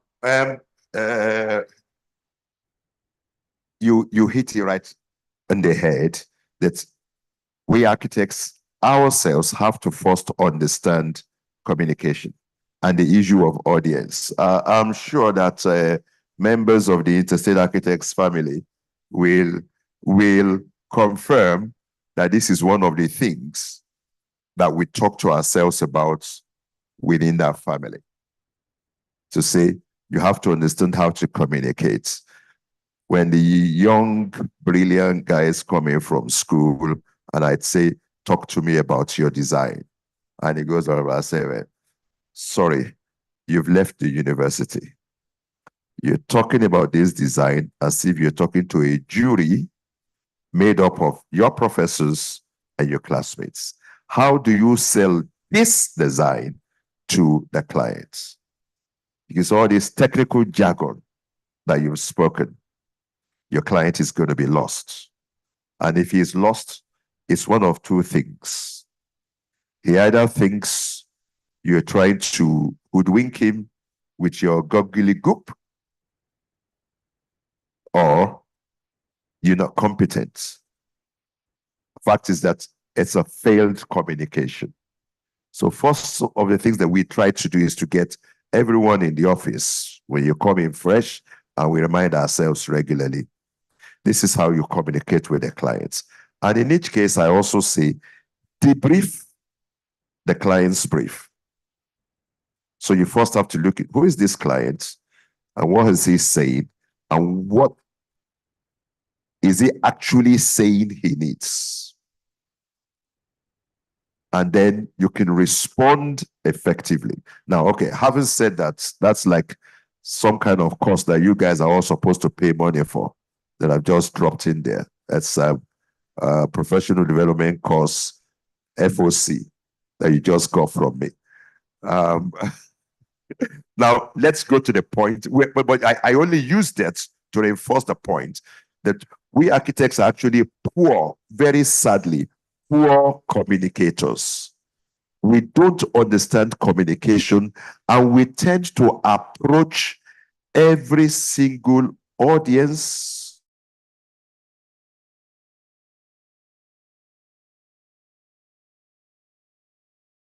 approach them all with the same single technical jargon language. And it's some of the reasons why sometimes these guys, they so-called quacks, but who, have the gift of the gab and speak the language that the man understands, is able to undo you even where you go, even at your work. So we have to understand that communication is key, and we have to be able to connect, as he has said, with our varying audiences. And he's given some hints, toolkits on how you deal with each audience. Those that you're going to write an academic and intellectual journal for. Those whom you must be very concise and to the point with point A, point B. And those that you need to be able to caress their ego by saying, you know what I'm offering to you is the best thing that could ever happen to you because it gives you X, Y, Z. So it could have said it better, but it means we have a lot of work to do. Chairman, I'm suggesting that we need to get back to this subject that was broached some time back, to have a workshop on reporting architecture with our news media. We need to find a way to ensure that, you know, it had been discussed in the past.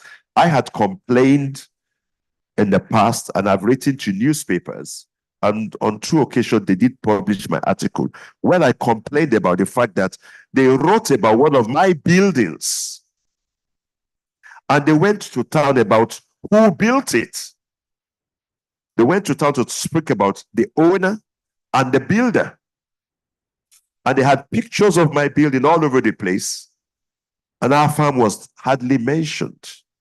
So I wrote to them to say, look, you need to understand the difference between the brain behind the building and the brawn behind the building.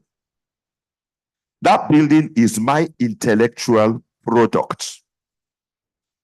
And the man whose name you blasted all over the place simply came with muscle power under my direction to deliver that building. So, and they said, so you've done yourself even a disservice to show how ignorant you are about what you wrote about. Now, they published my rejoinder. And one of the guys, that newspaper actually came to my office to then do an interview with me about architecture. And they say, you see, and I said, this is the problem. You see the big construction company, you write an article, you probably will get a brown envelope by going to that office. And therefore you emblazon their name all over the place. But you've done a disservice to both your newspaper and to my profession. So we need to do a lot more. A lot more needs to be done because we have to elevate the profile of the architects, the profile of the profession architecture, and even let people know what is architecture, what is good architecture. How do you appreciate architecture? It's a whole big job we have to do. As a big job,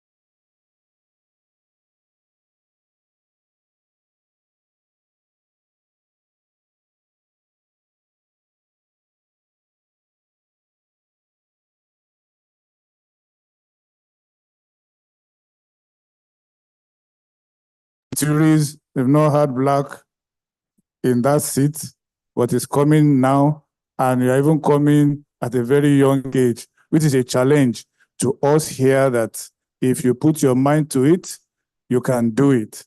It is also about Lagos resilience, like we have been talking, climate adaptation. This publicity of our profession is also in our hands. The good thing is that, you know, we're in the digital age, and there is a lot you can get done. Imagine how Trump has held not only the entire United States captive, but even the world, just on the media, just on social media. So there is a lot we can get done, even in letting the people know what we do in our environment today, who we are. There are all kinds of snippets that I see on some other professions. I see some guys on medicine, things that they will tell you.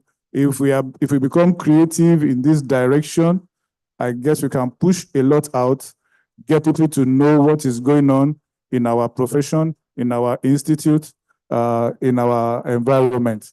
Thank you all for your time. I want to recognize and thank all our distinguished senior people, senior architects in the house, our fellows, our past presidents. We appreciate you all. Thank you for staying with us up till this time.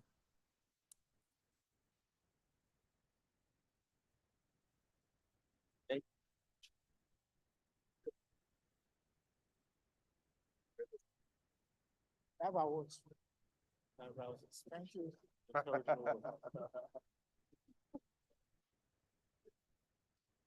Sorry, sir. So we'll take some pictures with here before we start the last parts of. Can we have the camera, guys? Yes.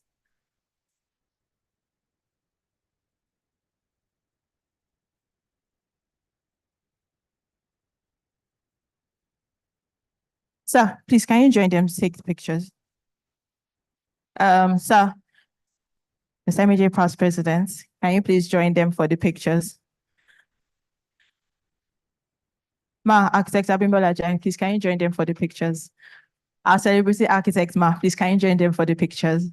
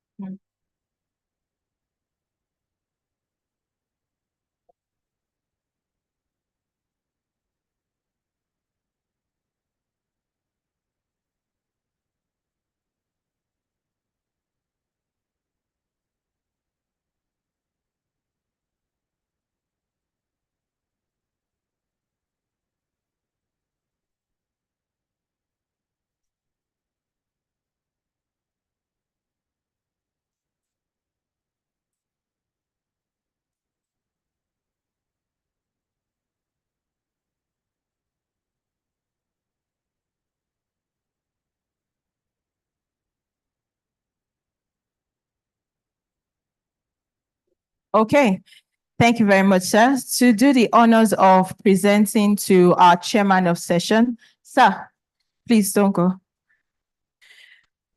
Our presentation to chairman of session, would like to ask Architect Muyiwa Oki to present the award to the chairman of session for today. Mr. Chairman, Architect Bolaji Soladoye, FNIA, the Nigerian Institute of Architects, Lagos State Chapter, would like to present to you this plaque in recognition and appreciation for all the work and contributions that you have made to us.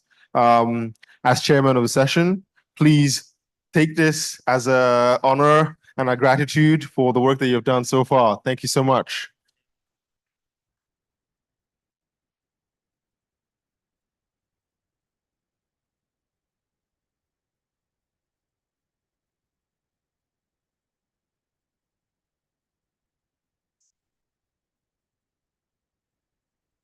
Now, just some housekeeping. We're supposed to give the award on Wednesday to Muyiwa, and I was waiting for today, and that's why I've asked my subject. Yeah, my subject, I have the authority. The immediate past president, the celebrity AGS, so let me use my power a bit. Now, we want to give him an award. And I want all the fellows in the house to join us, please. All the fellows in the house. And to do this award, I'll call on the two female because we have to, Mr. President and Mr. Immediate Past President, you are the one supposed to. But give me that honor to let the two ladies, Abimbola and Biola, do the award to the RIBA president. Other fellows in the house, can you join us, please? Yeah, now, immediately after the presentation of the award, sorry, sir, here. Mr. President, here. Biola, just like we were the other time. Okay.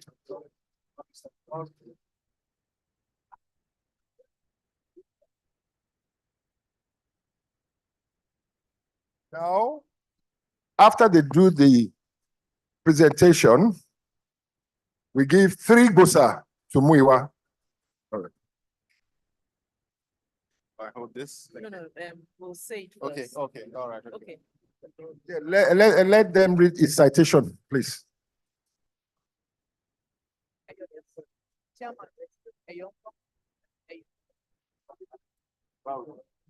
Architect Muiwa Oki is a senior architect at Mays Limited and will serve as president of the Royal Institute of British Architects from 2023 to 2025. Muiwa was elected following a campaign which included pledges to promote more flexible routes into the profession, increase transparency, dial up efforts to improve diversity, and embrace digital skills. As an architect at Mace, Muiwa is focused on technology, innovation, modern methods of construction. Throughout his career, Muiwa has worked on large-scale infrastructure projects, including Kidia, HS2 Euston, and the North London Heat and Power Project, and projects with public estate clients that have a strategic mission to revitalize cities.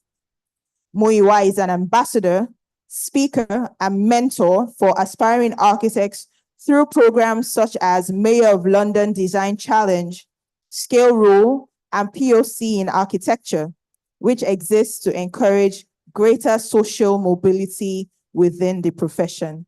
Please celebrate with us, architects Muiwa Oki.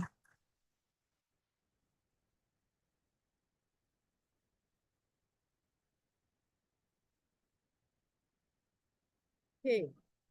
So, architect Muiwa Oki. This award is presented to Muiwa Oki, the president of RIBA, by the Nigerian Institute of Architects, Lagos State Chapter, in recognition and appreciation of your contribution as keynote speaker at the Lagos Architects Forum 2024. Thank you so much for being part of us. Thank you so much. It was indeed a pleasure to have you around and a thing of pride. Thank you so very much. Thank you so much. Thank you. Thank you. This token, as we say, thank you. Okay.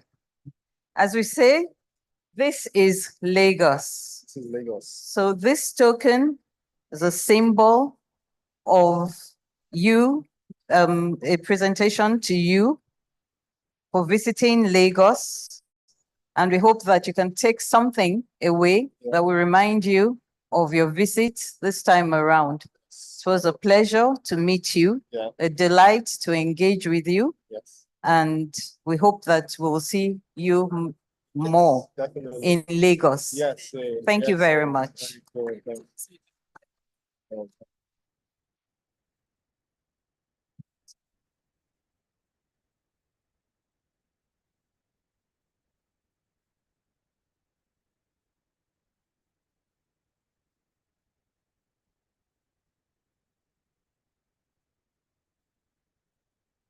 So can we give Muiwa Oki 3 Gosa, please? Gosa. Gosa. Gosa.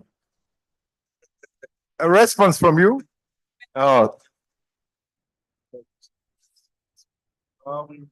Thank you so much. Let me move forward.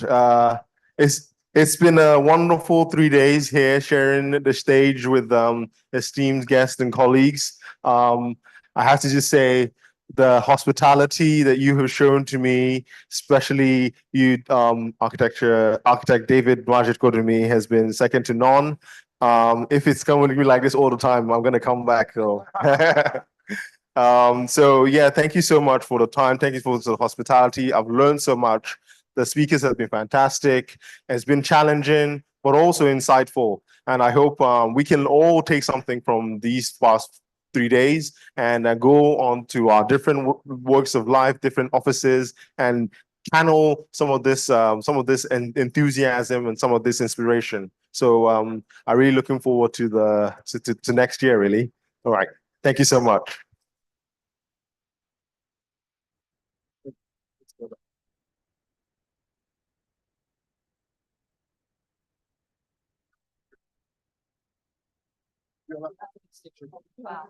Well done.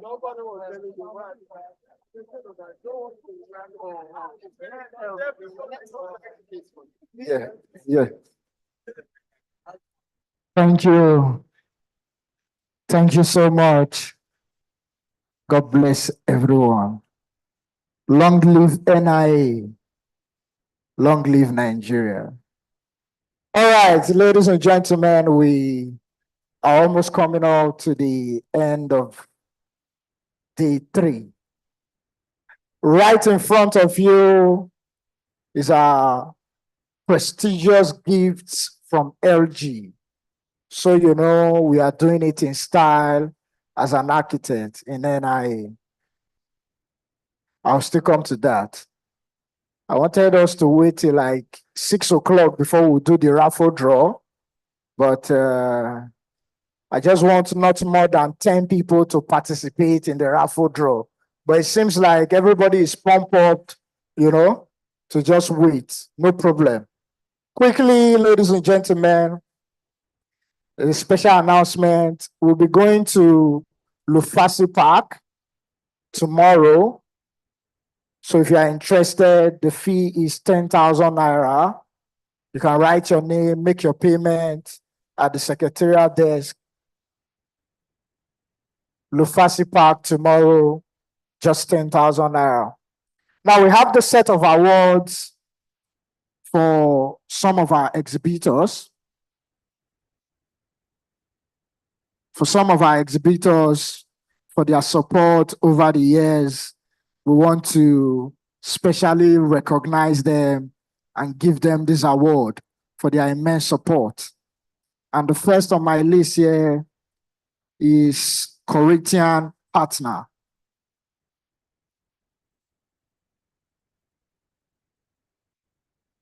Corinthian Partner.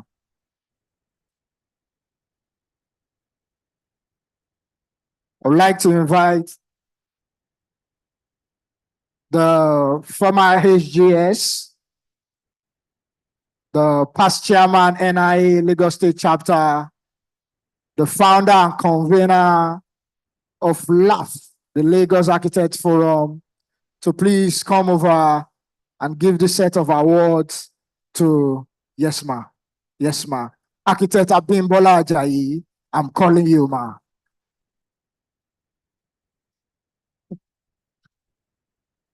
My ever youthful mama. You can see how youthful she is.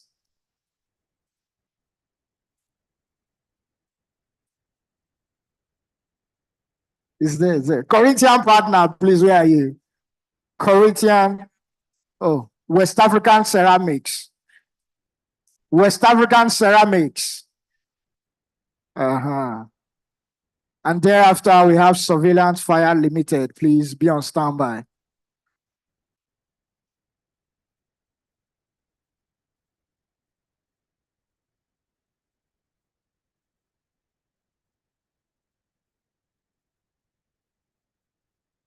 West African Ceramics.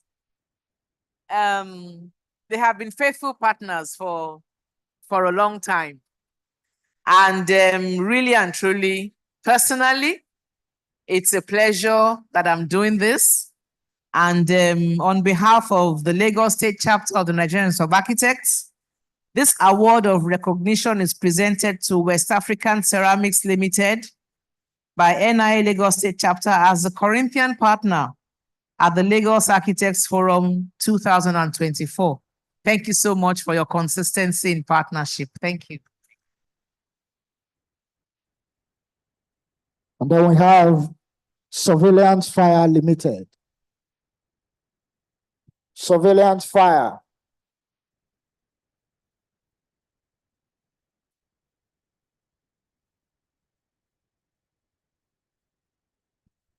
Surveillance Fire Limited.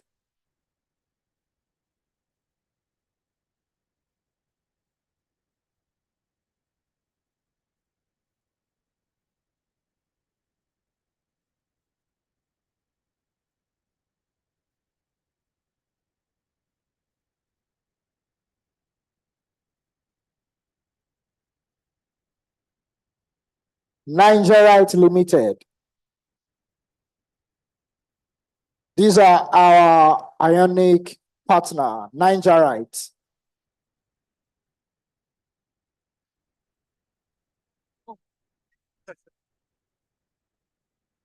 Yes, another, wow, nice. This is another fantastic partner. They've been partnering with Lagos Architects Forum for 15 years unbroken. Please clap for Nigerite. And that's the truth. I'm not patronizing them, as Mr. Shojalao Show will bear me witness, right from the time of architect Tony Igbede. So it is a pleasure and with a lot of pride that I'm, on behalf of Lagos State Chapter, that I'm presenting this award of recognition to Nigerite Limited by NIA Lagos State Chapter as Ionic Partner at the Lagos Architects Forum 2024. Thank you so much. Thank you, sir. Thank you. Harrison Group, please get ready. Saint Gobain. Saint Gobain. One of our ionic partners, Saint Gobain. Are you here? Yes, it's good. It's good. You cannot wait for our raffle draw. I love it. Go home. Thank you. Thank you so much. Yes, we are reducing gradually. Thank you so much. Yes, if you want to leave, leave. Yes, I love this. Thank you. Harrison Group, are you here? Harrison Group, are you here? They are not here. Okay, Harrison Group is here. Harrison Group, this.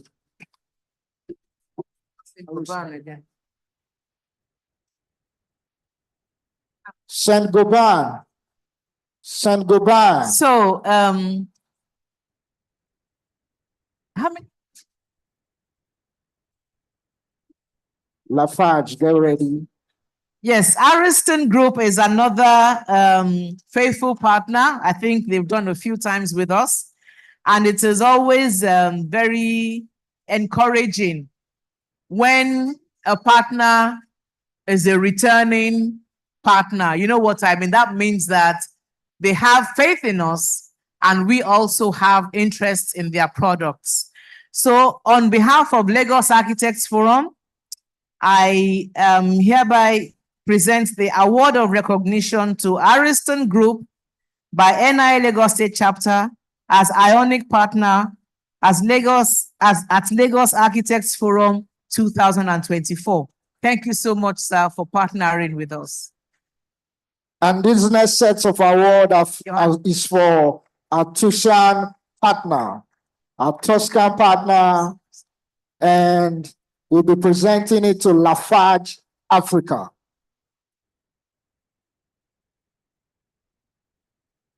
Megawatts Nigeria Limited, please get ready. Saint Gobain.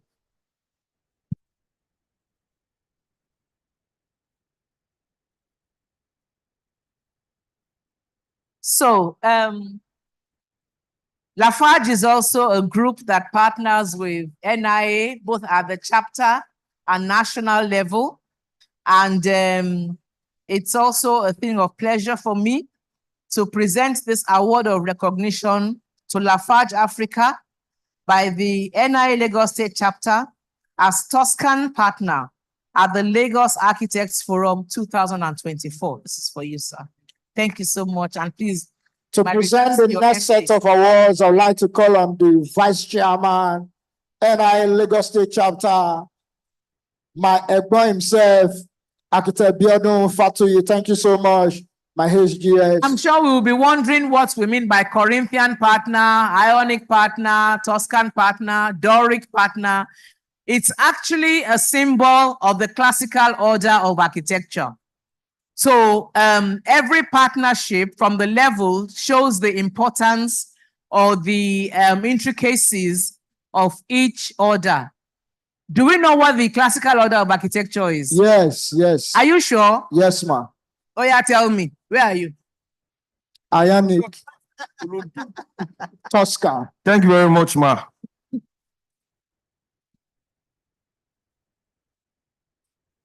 Okay, the next company to be awarded for their support to the Lagos Architects Forum is Saint-Gobain. Megawatts Nigeria Limited. This award is presented to you on behalf of the Nigerian Institute of Architects Lagos State Chapter to appreciate your support to the Lagos Architects Forum. We hope to see you next year again as a bigger partner this time. Congratulations.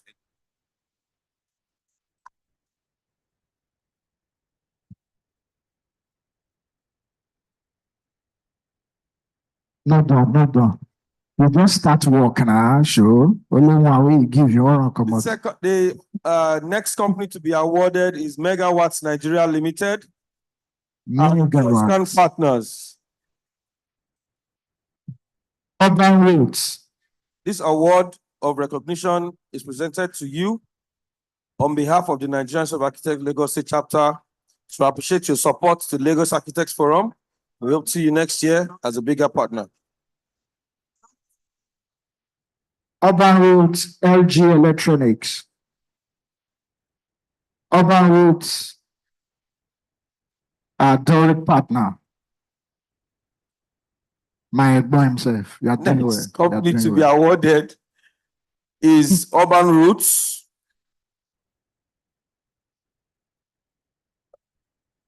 Their company is actually based in Abuja, and they came with their materials all the way from Abuja. So this one is very special to me.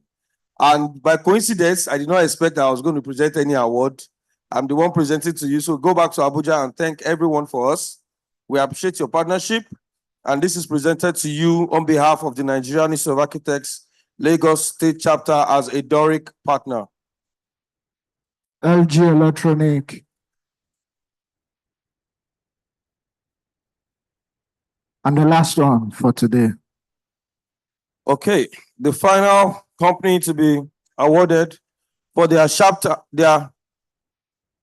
for their partnership is LG Electronics. I think we should give them a round of applause.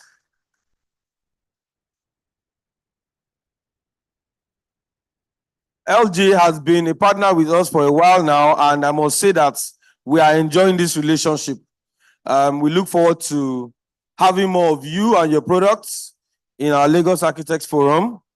This award is presented to you on behalf of the Nigerian Institute of Architects Lagos State Chapter, and it's presented to appreciate your support and your partnership with the Institute in Lagos State Chapter. You're awarded as a Tuscan partner, and we hope to see you next year as a bigger partner to Lagos Architects Forum. Surveillance Fire Limited. Surveillance Fire.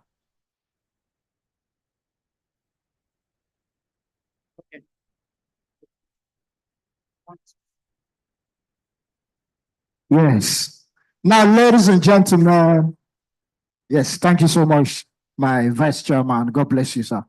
God bless you. Now, ladies and gentlemen, this is the part I love so much. No.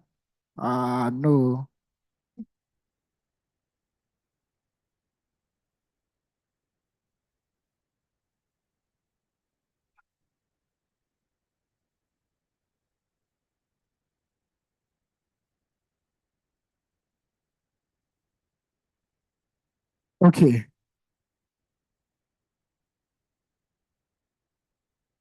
Okay. Now the River President, Architect Muyiwa Oki, has a special gift all the way from UK to present to the chapter. I'd like to please put your hands together as I make welcome the River President. All the way, all the way. You know, you can see the gift is signed by the king himself, you know. Uh-huh.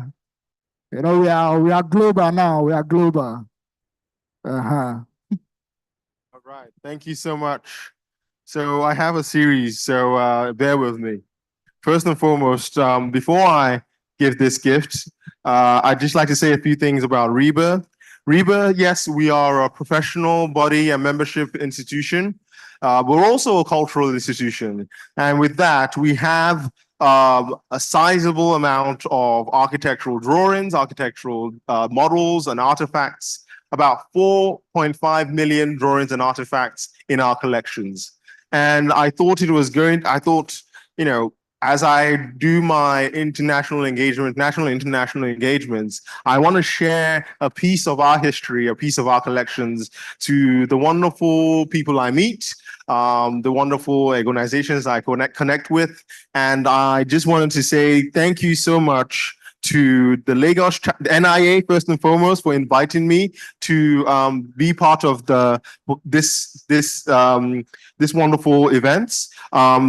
And I want to share with you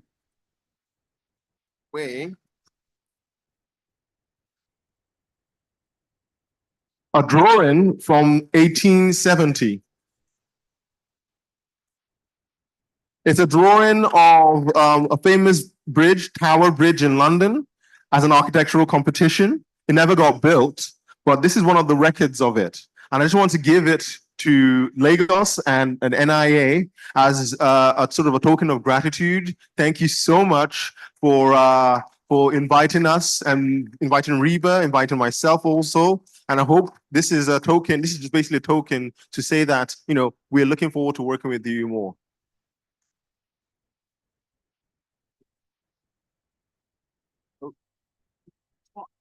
This one?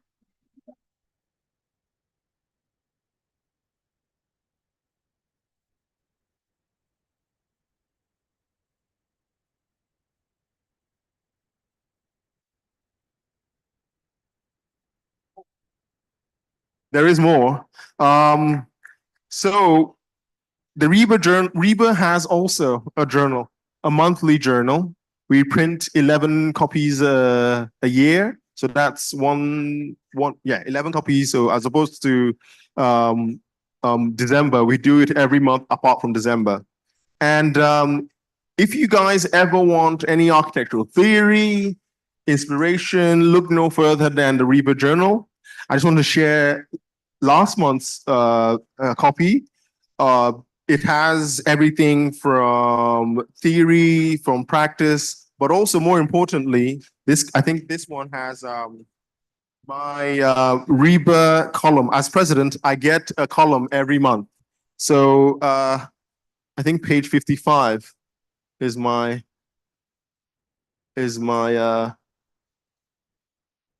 yeah. So if you want to keep up with what I'm doing and what I'm thinking of, you can always look at the Reba Journal and see what conversations I'm having across the globe. But also, it's a fantastic resource, and I encourage everyone. I mean, I'm giving this as a gift, but also encourage everyone to participate and read as much as possible. So, thank you so much for this. Thank you very much. Yeah, there's more. There's more. There's more.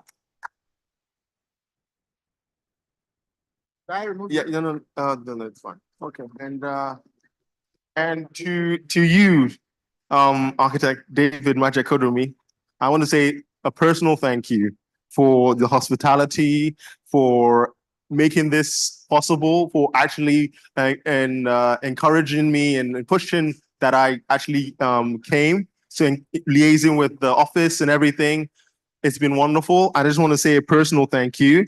The wine, please. Thank you. Just give it to him. Thank you. Thank you so much for. Thank God it's Friday. Thank God it's Friday, so we can drink up. Thank you so much. Yeah. Thank you. Thank you. And I just want to give also to the rest of the team as well. So this is for the team. So that's for you and that's for the team. Thank you. Round of applause for you. Thanks very much. Thank you, Architect Muyiwa Oki, for those wonderful gifts. Yes.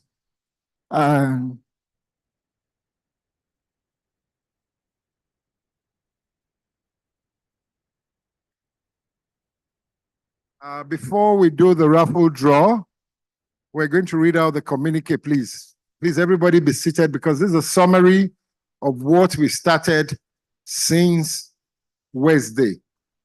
So the head rapporteur, please listen attentively so that in case we have any addition or any omission, because we are going to pass this to all the statutory bodies. Even Muyiwa is going to take the communique within back to Britain as well, so that we're all talking in one voice. Thank you. And it's going to be read by the chairman. The chairman education committee. Yeah. Architect Tony Aredi, FNIA. Thank you. Yes, standing on existing protocols, I'll just take you through what we've been doing for the last 3 days. I won't be able to go into too much detail, so please forgive me on that. On day one, we had the opening ceremonies, speeches, national anthem, and so on. The president, NIA Lagos State chapter, welcomed us at 10:51. The president of NIA, Mobolaji Adeniyi, gave her speech. And Moniba recognized the presence of several dignitaries in our midst. There was a goodwill message from the AIA president. And the theme of this year's,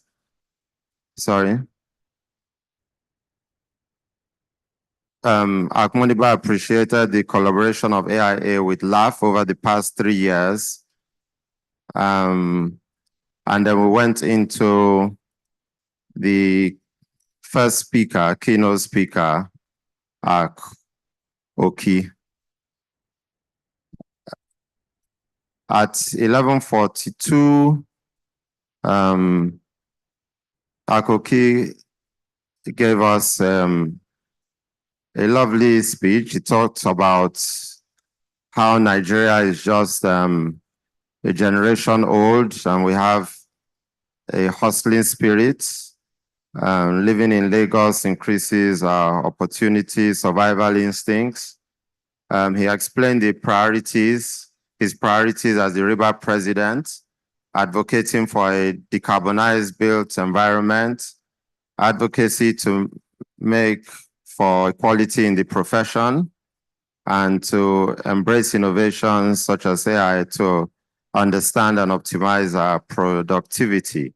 He also challenged the Nigerian built environment to further enhance the action plan to champion better working systems.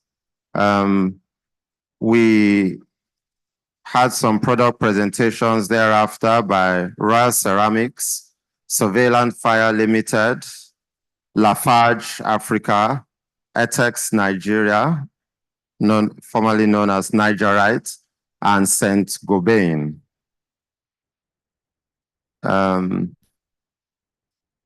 The first lecture of the scientific forum at 12:20, chaired by Aktiti Adeleye, was given by Mr. Desmond Majekodunmi, a nature activist.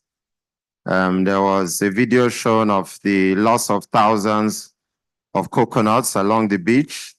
He talked about nature always striking.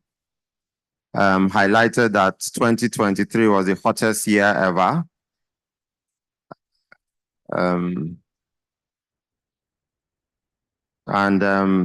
He proffered solutions with emphasis on planet, people, profit, and advocated for nature preservation, and stated that he's convinced that such a collective group of high intellectuals as architects will investigate and deal with the issues of climate change, such that professionals in the built environment would adapt to the use of green building solutions and other nature-based solutions to drastically reduce the increasing temperatures in cities, especially as it concerns the Lagos eroding shoreline.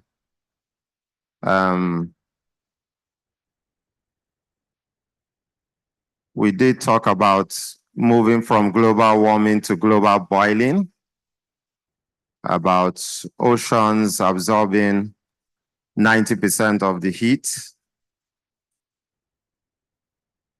and that there will be a point where the shock absorbers will fail us. So we need to start doing things now, upscale the green environment. The water-stressed city needs to prioritize rainwater collection.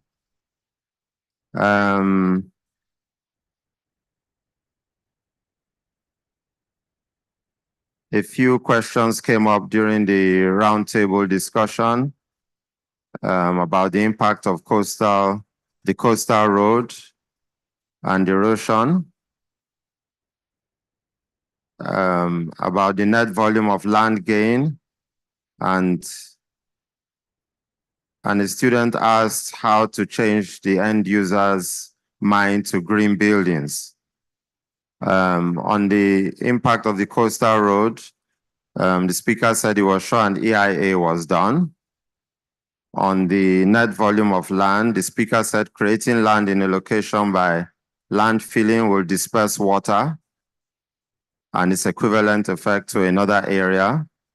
And on how to change end users' mind, yes, it's a problem, but we need to direct our clients' minds to green buildings. And we should always start our conversations with the economic case and advocate, which is part of an architect's work. Down to day 2, which was Thursday, the keynote speaker here was Barrister Olasupo Shashore, Senior Advocate of Nigeria. He gave us a very interesting lecture or speech with some historical content about Lagos, showing us pictures of how Lagos has evolved over the past 70 years and about our resilience to absorb, recover, and plan. He demystified Lord Lugard, or rather Fred Lugard, and his view of Lagos for the selfish interests, and that had actually affected the growth and resilience of Lagos. He talked about the rail service, the northeast and south moat breakwaters, and he sensitized us on the damage caused over the years on health, engineering, sanitation, and waterways. And he mentioned that we need our self-interest as a people to plan a resilient future. And that we should know that Lagos of today was basically designed by Nigerians after the 1950s. We had some product presentations from LG Electronics, who informed us they were setting up something like an academy. We had a product presentation by Fincrete Global, by ProBlind, and by NLPGA, Nigerian Liquefied Petroleum Gas Association. The next session was by Dr. Folayinka Dania, the Chief Resilience Officer of Lagos State. She scared all of us a little bit by telling us about so many things happening, that Lagos needs to be talked about the climate change, the urban sprawl, that Lagos needs to be resilient to shocks and stresses that are as a result of catastrophic events such as building collapse, floodings, rainfall, fire outbreaks, and so on. She talked about how there's always movement into Lagos, so you keep on planning and things are changing minute by minute. She talked about the resilience lens and how Lagos is vulnerable to three major climatic elements: the sea level rising, extreme rainfall, and extreme heat, with the resultant urban heat island effects. And that it is important that the cost of inaction is too widespread and costly to ignore. The Lagos State Resilience Office has been working tirelessly to create mitigation and adaptation plans, policies, and procedures to aid our resilience as a state. The pillars of the strategy are Lagos as an efficient city, an enterprising city, and an inclusive city. The last talk for yesterday was on fire safety engineering, given to us by CSF Abayomi Olushoga, an officer of the Fire Service Department, and also an architect. He gave a rundown of the history of the Nigerian Fire Service. He said that architects need to synergize with the fire service during the inception stage of any building project. Questions that came up were about what firefighters are doing as preventive measures, what the safety inspection process is for existing buildings, and what documents should we have when firemen visit our sites and how these can be obtained, and about awareness programs. To conclude, he noted that there is a need for more men in the fire service, men and women, and more collaborations between built environment professionals. For day 3, today, we've had product presentations by Urban Roots, by Comat, by Multilock Nigeria Limited, by Suquify.com, and by Solar Centric Technologies. We were blessed with the presence of Architect Majero, who also gave us some history about what the RIBI was then, how so few graduated in those days, and expressed his joy that things are definitely changing. During the interactive session with the RIBA president, there was a lot of talk about exchange programs and exchange of ideas between NIA and RIBA. There needs to be more collaboration with students, and so that we can all learn from each other. We were informed that a memorandum of understanding is underway or has been put together, yet to be signed off. We discussed about the ARB and the RIBA, and I know we're all trying to compare it to NIA and ARCON, taking some steers from these models that have worked seamlessly for so many years in the UK. And I think we just summarized about needing to design more environmentally friendly buildings not necessarily pandering to the global north trends. And we should start doing things that work for us. And our last speaker was Engineer Adegbite Mahmood, who was here on behalf of Tokumbo Wahab, the Commissioner for Water Resources, Lagos State.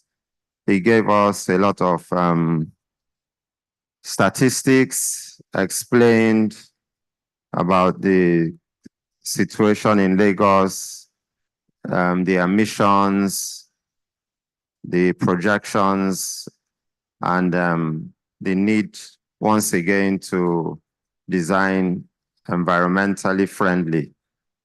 He talked about the floods, he talked about Lagos plans, about the several projects. He encouraged us to reach out to the Ministry of Environment, whether about projects he mentioned, about whether there are projects that we have that will benefit the state, but that the Ministry of Environment and Lagos State are definitely not sitting on their oars. They are doing all they can, but of course, there's so much to be spent to achieve the Lagos of our dreams. And I think the last presentation that we just ended was the one or the last discussion where Architect Ladega explained to us things about architects, the need to communicate. There were a lot of questions and answers about the visibility of the Nigerian architect and how we can improve that. So in a nutshell, I think that's what has gone on in the last 3 days. And thank you very much for listening.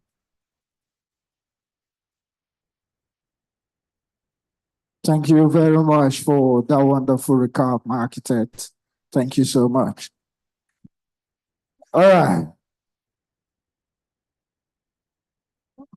Just when I thought this place will be empty by now, it's still getting filled up. I think some of you are calling in your family members. But it's good, it's good. Another announcement, a very quick one. We have our tour at Lufasi Park tomorrow by 7 a.m.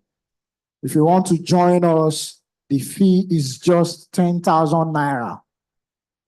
Just 10,000 naira at Lufasi Park tomorrow. We have a tour there.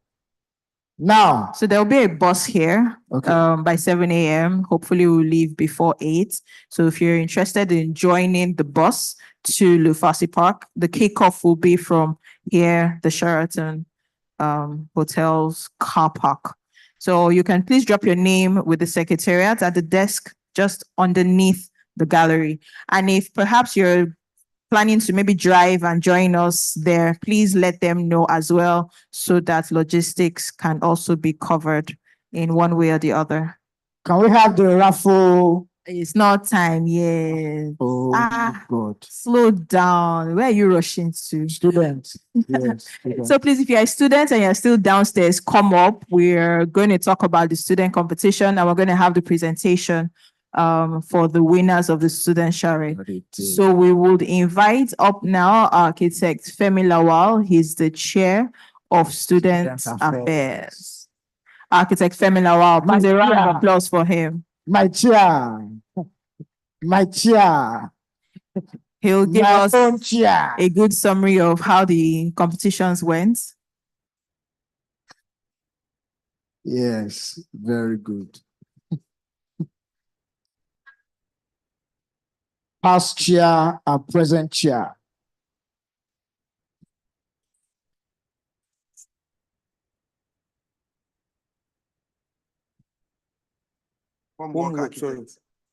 Homework Design Limited, I mean.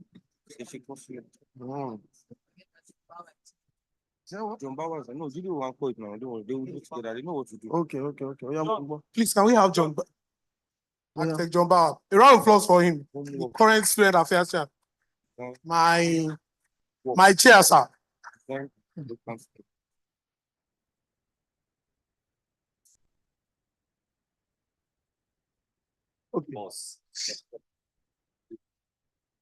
Good afternoon, everybody.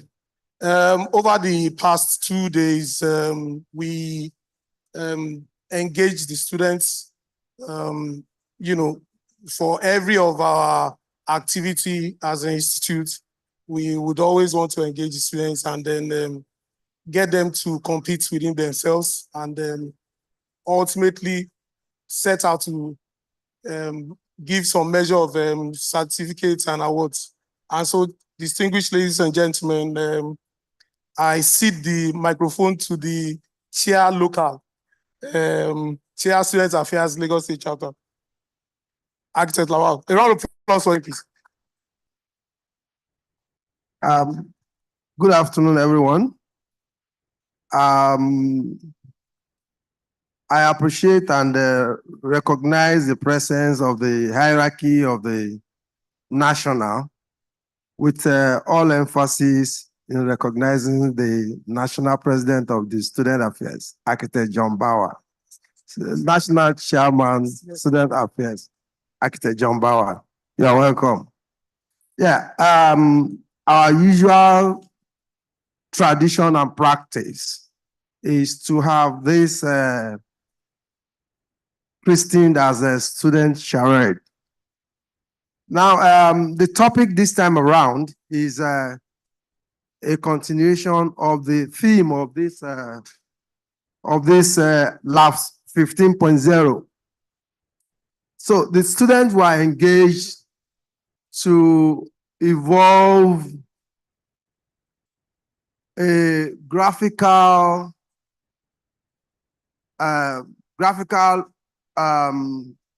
essay of Lagos, tagging it with the theme of this Laf 15.0.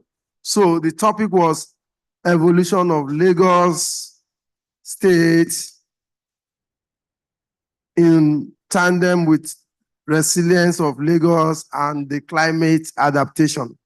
So we have gone through the submissions of the students. At this point, I must recognize the donor of the presents that we're giving out. This is sponsored by Homework Design Consultant Limited. Please, a round of applause. Yes, the winner will be going on with 100,000 naira. The second will be going home with 75,000 naira. The third will be going home with 50,000 naira. While the fourth and the fifth will be going home with 25,000 and 15,000 respectively. We also have other things to give to them, particularly the book on reflection of an architect that goes along with it.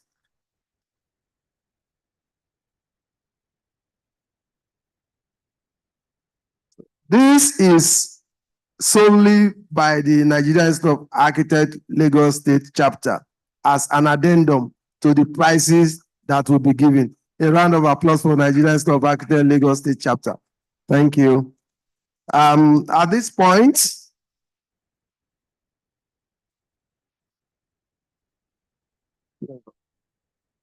the book is authored by Charles D.S. Maduka, and the title of the book is Reflection of an Architect. Now, we have done very vigorous screening of the submissions of the students, and at the point of our scoring and taking decisions, we even had a very tough situation in taking decisions. at the point we have to invite a very senior professor to join us so that we will be seen to be doing justice to all concerned. So please appreciate Professor Dari Abel. Thank you very much. Thank you. Now we take the winners from the rear. We have the schools that participated are Caleb University,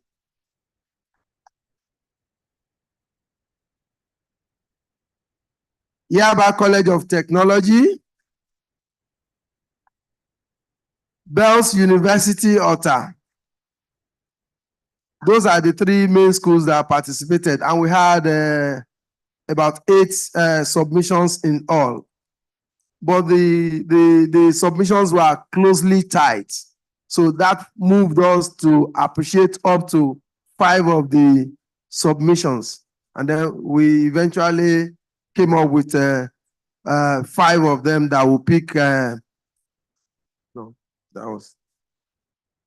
We came up with 5 of them that would pick prices. However, the position of first is a joint submission. So I will come down there eventually. So from the rear, the person that pick up the 5th position is Olise Stephanie from Yaba College of Technology.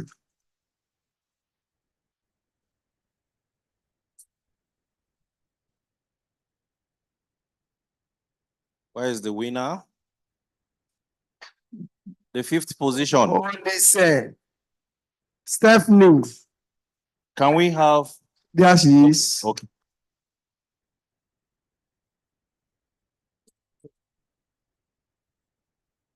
Stephanie, we want to congratulate you for this outstanding performance. And we only hope that you will keep going higher and higher by the grace of God. So congratulations.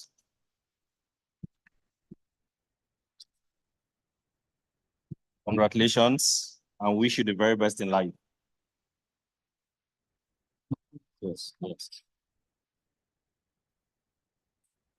A round of applause, please. Congratulations. Thank you very much. Next on our list is the 4th position, Okparinde Taiwo, Caleb University. Okparinde Taiwo from Caleb University.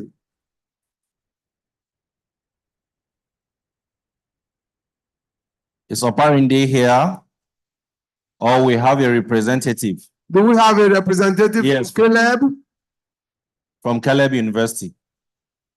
Yeah, feel free, come and represent. Come forward and represent him. Okay, Okparinde Farouk is Farouk. It's Farouk. Sorry. It was not, you did not write the name well. You did not write the name well. He's actually the one. Please, is the actual winner. Please, let's appreciate him with a round of applause. So, thank you. We congratulate you for this outstanding performance, and we hope that in the future you will do better than this. Let this thing show, please. So congratulations. Keep it up. He goes home with 25,000 plus what he has just gotten. 3rd on the list, we have as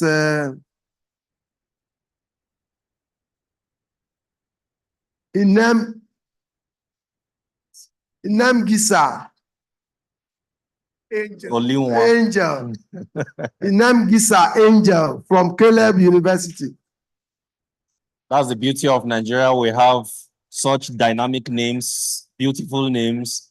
And Inem Gisa Angel from Caleb University, please. She's not here. You will represent her. Thank you.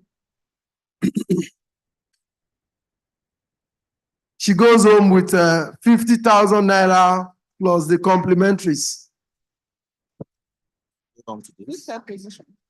Please, once again, let's appreciate her. Congratulations. Shown up here On is behalf- our we have entry. This is our 15. entry for the competition. So congratulations. We know you will keep doing Yes, better. like I said, Congratulations. once again, let's appreciate Homework Design and Consultants Limited. A round of applause for them. Thank you. The next is the second position. Please, at this point. No, I said she goes home with 50,000 naira. Please forget my name at this point. Okay? And then please, like I told you, we went through rigorous session before we were able to take this out. The next person that took the second position is Lawal Ayomiku. Second position, 75,000 naira and compendiums.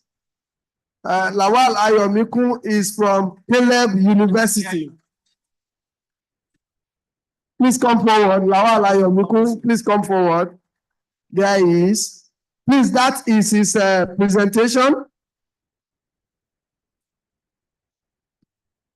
So Lawal, congratulations. I already know you are doing so well with the National Association of Architecture Students, and yet you could create time to participate in this competition and still come second. We are deeply proud of you. We are deeply proud of you. Partly hold it. Thanks. Yes. Congratulations. He's the General Secretary of the Nigerian National Association of Architecture Students, and yet he could create time to participate. That is exemplary. Congratulations. Keep it up. And finally, to go home with the star prize of 100,000 naira.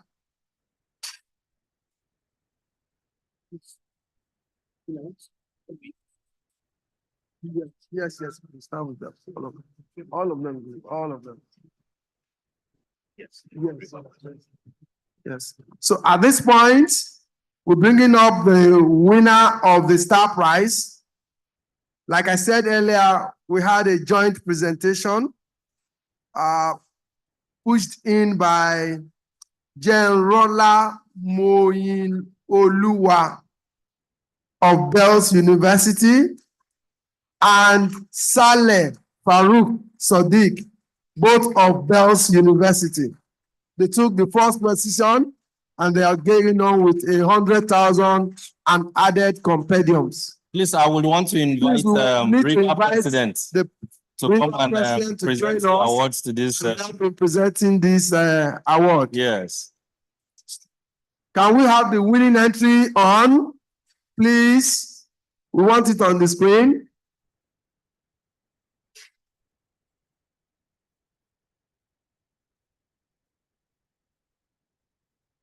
Yes.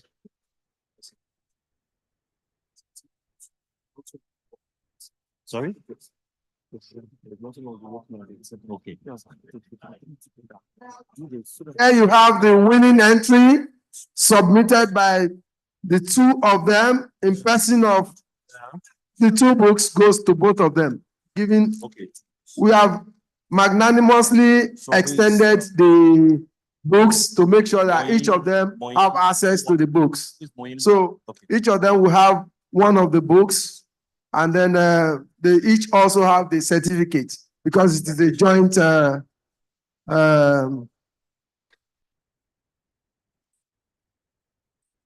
joint submission by both of them. All right. One more. Yes. Two people sing first. And then we do a picture with him? Yes, I'll do a picture with him. The certificate is here too. Okay. All right. There you go. So this buttresses the need for collaboration. There is nothing wrong with partnering to make a submission, whether as competition or in practice. Architects are known to partner, and when they partner, they do better. Please, let's put our hands together for them.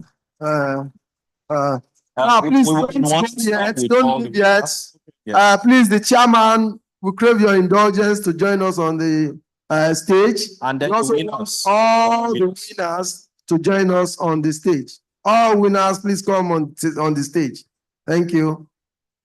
Once again, please appreciate Homework Design Consultant Limited for doing these wonders. Thank you.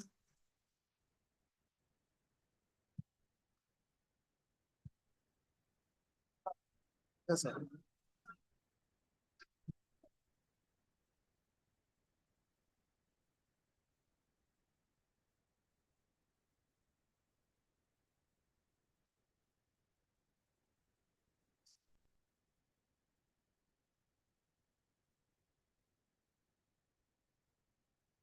The 50s, yeah?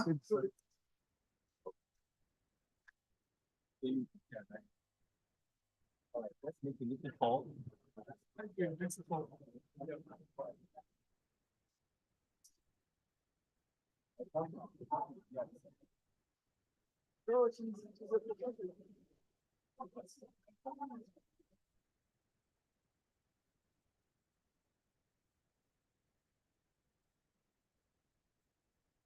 What about those days when you say cheese? Say peace. Peace. All right. Thank you, everyone. Thank you.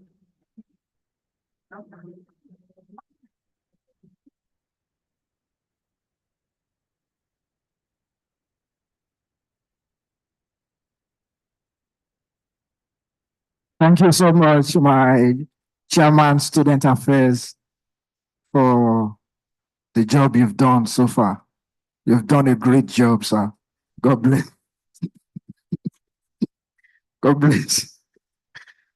Please, for the next competition, I'll be needing a partner for the next competition. All the students that want, please come and see the vice chairman for your money. You are receiving it before you leave this hall. Send your, no, when they see the VC will communicate that. Please, you need to forward your account details. That's why they will go and see him. So that they will not. Yes, see him, see him. If you are using OPay, no money for you. We are only accepting Access Bank. Access Bank. That's the bank we are accepting. If you are using Zenith, UBA, sorry, they will send it to my first bank. Architect Bosse, how are you? Are you good? You are here for the raffle draw. Very good. Yes, please, for the next competition, I'll be needing a partner. I'll be needing a young lady to be my partner because I want to participate in the next competition from Bears University because people are saying our Bears, now they are head, they ring bell, where is ringing. Now to the raffle draw, ladies and gentlemen, the reason why we are here, basically. Please bring the basket. And I would like to invite the chairman to give us the ground rules for this session because some people have written their name, their father's name, their mother's name, daughter's name, cousins and the likes. Please, they need to come and give us the ground rules. Since I'm the only one that is not entitled to this raffle draw. So the rule is this. When we pick your ticket, if you are not here, dropped. We pick the next one until we get the person that is here. So the star prize is the air condition. And we have 4 microwaves. Isn't it 4? 3 microwaves. So to pick the first for the microwave, come, shake it, shake it, shake it. LG said they want to. Oh, yeah, no, wait. Yeah, LG sponsors they gave us. So LG, come and talk, please. You see, I benefited so much from them that's why I've gone beyond this. I don't go to dry cleaners anymore. I happens to be at the launching of their new product some time ago. This was just a year ago. And they gave me this something that 2 years ago, yes, they gave me something that looks more like a refrigerator, not knowing that it's a dry cleaning. It's a new product then, not knowing that it's a dry cleaning machine. It doesn't have any rumble. It's just like a door. All I just do, as I got home now, I'll take off my jacket, put it in there, and in 2 hours, it's dry cleaned. The only thing that it consumes power. So So they need to work on the power. But oh yeah, I'm Bande actually. So LG, thank you very much. Have a word, please. Yeah, thank you, sir. We are very excited to be here, and as a little bit of token for our partnership with NIA Lagos State Chapter, this is from us. May the best man and woman win. Yes, thank you very much. So I'll call on our celebrity architect Mill to come and pick the first raffle ticket. Uncle Tio. Yes, microwave. microwave, I started with microwave. You know how much the air condition? Wait.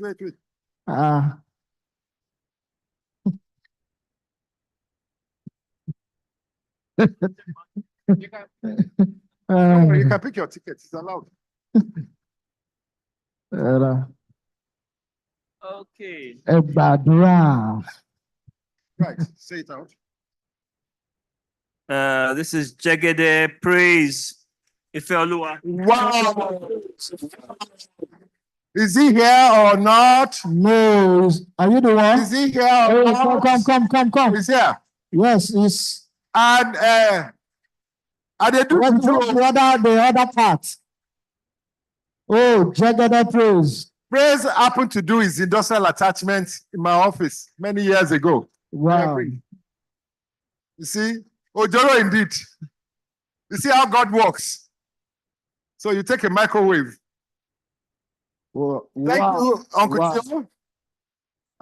From there. Wow. The next one is going to be picked by our guest from Kaduna. Mommy and daddy will be proud. Please. Come up to pick the next one. Manderebo Shataya Kata Bra. Yes, be prayerful. You can see the MC. Lau. Re ge. Where are my powers? Badra.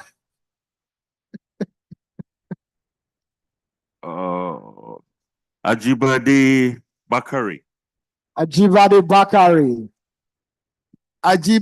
Bakari, are you here? Ajibade Bakari. Yes, going. Gone. Pick another one. It's a Bakari, love.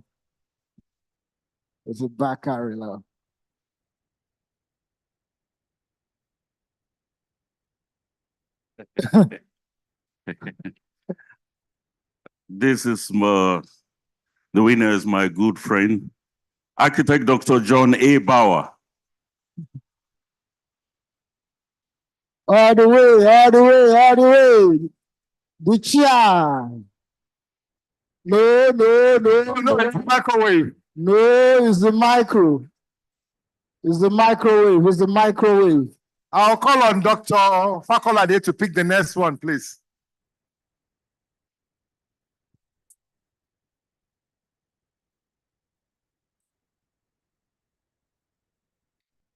I think I will put my own since I'm also.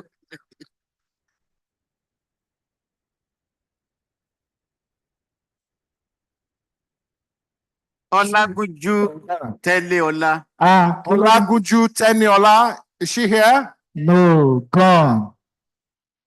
Olagunju Teniola. Otilo Tenisilie.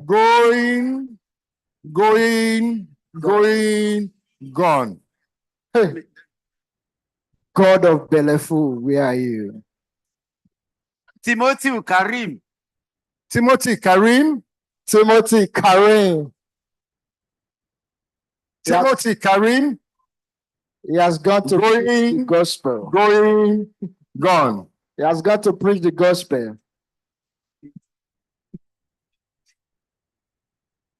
I am here. Dada Aminat Omotayo. Dada Aminat Omotayo. She has gone with the scriptures. Gone. Yeah. Maybe Dr. Fakolade will pick his own. Adeyinka Adeola. Adeyinka Adeola. Going, gone. They will not let you go unless you pick me, sir. You need to pick me. Until I pick my own. Ashe. Lawa Ayomiku. Where is he? Where is he? After winning 75,000, Round of applause for him, please. With a microwave. Brother, which soap you take bath? Come here. Which soap? Which soap you take bath? Come here, bro. Thank you, sir. Now for the star prize. For the star prize and hair conditioner. For the star prize of 1 horsepower air conditioner. For the star prize. Should I pick it? No, sir. Should I pick it? No, sir. Right. So I'll call on Muiwa to come and pick it. Muiwa, you have a ticket as well. You can pick your ticket, don't worry. We probably won't be able to pronounce the names there because my name is so strong. My name is strong. That's the more reason you can't pick your ticket.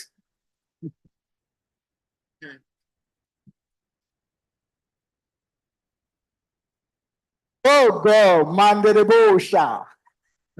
Lekete. Okay. Deborah Oluwasikemi. Deborah Oluwasikemi. She's not happy. She's not happy. Go. Or do you need the microwave? Round of applause. Let's see the ticket. Here. She's not happy. Yeah. She's Caleb not happy. University. You see the way God works. She wants the microwave. Overrule that it cannot be given as a student prize for their competition. But see the way God works. Student and architect won the.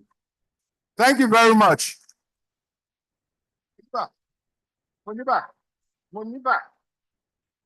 Thank you so much.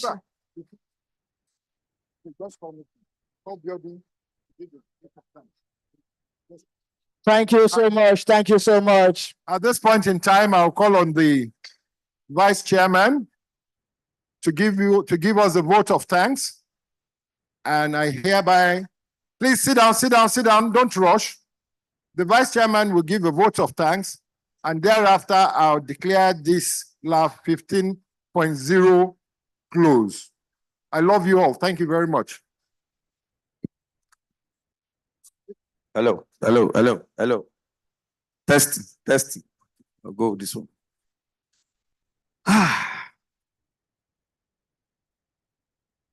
Distinguished architects, I think we've had a very fruitful and successful event. Good evening once again, ladies and gentlemen. On behalf of the Nigerian Institute of Architects,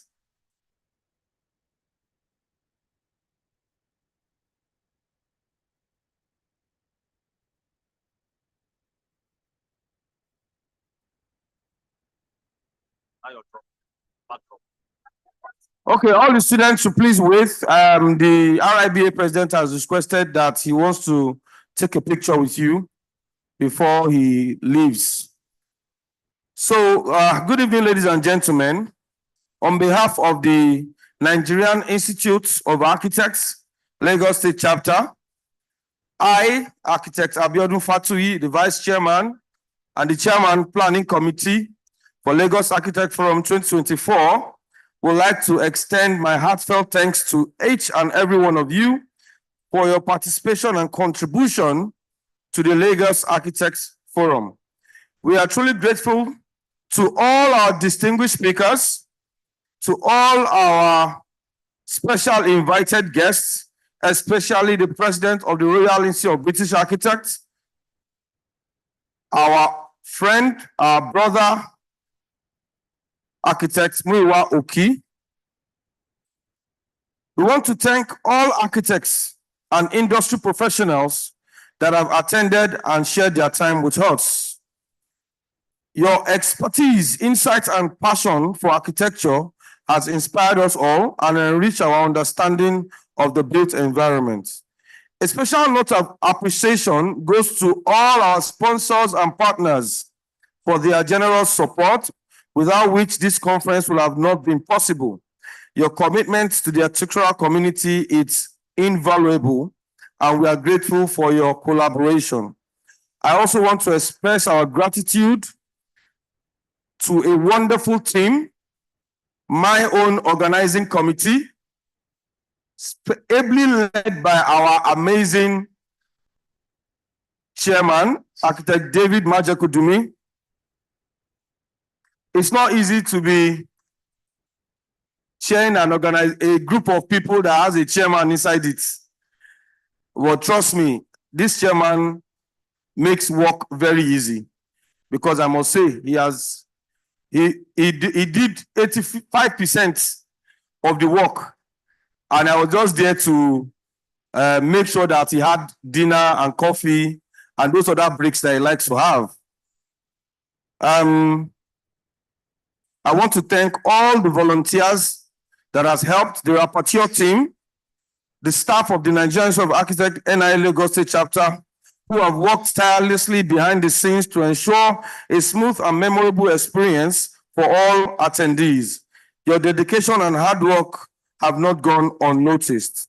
Last but not the least, I would like to thank each and every one of you here, all the lecturers that arranged and organized the students from Caleb, from Anchor, from Yabatech University of Lagos, from Lagos State University, LASUSTEC, and Bells. I want to appreciate each and every one of you, especially you, our participants, for your active engagement, thought-provoking discussions, and enthusiasm throughout the conference. Your presence has made this event a truly enriching and rewarding experience for all. As we celebrate the end of Lagos Architects Forum 2024, let us carry this knowledge and ideas and connections that we have gained here to continue to shape the future of architecture and design in Lagos. Together, we can create spaces that inspire, innovate, and enrich the lives of people around us here in Lagos and environs. Thank you once again for being part of this remarkable forum. We look forward to seeing you again next year. Safe travels and best wishes in all your future endeavors. God bless you.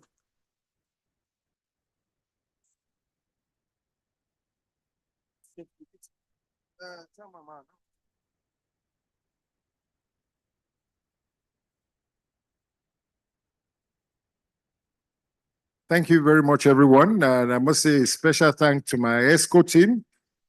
You guys have been wonderful. For those of you who have had sleepless nights in organizing this, may God reward you bountifully. For those of you who have supported us financially, may God bless you bountifully. And for those of you who have supported us physically, leaving your work, leaving your source of earning, and to be here for those 3 days, may God bless you bountifully. The next year laugh will be on the May 7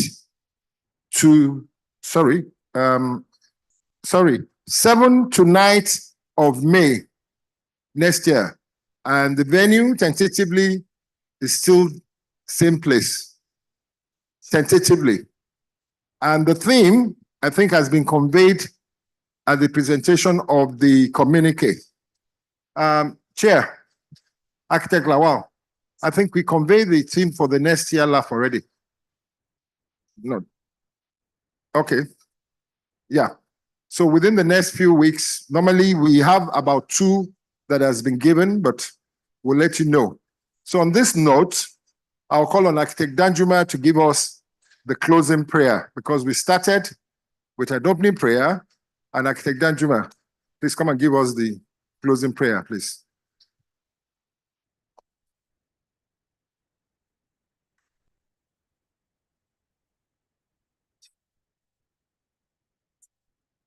All ESCO come upstairs, please. All the executive members of the chapter, please come upstairs. Give us the closing prayer. Can we please honor God by standing up on our feet?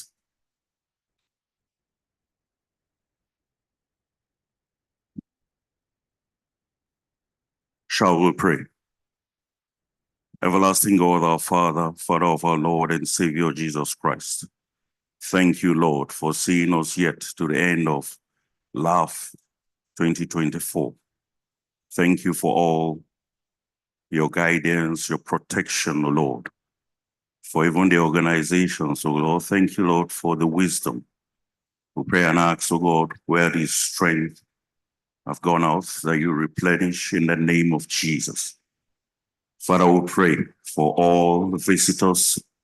But as we'll be heading back to our various destinations, we pray and ask that you take us back safely in the name of Jesus. Thank you. We pray and ask, oh God, the Lagos State chapter of the NIA will continue to grow from strength to strength. That you bring us back next year, even for Laf 16.0, in the mighty name of Jesus. See us through, guide and protect us, receive all the glory. For in Jesus' mighty name we pray. Amen. Thank you very much. All the students, can you join them downstairs? Muiwa, can you join us with the ESCO to have a group photograph first? And then you have with the,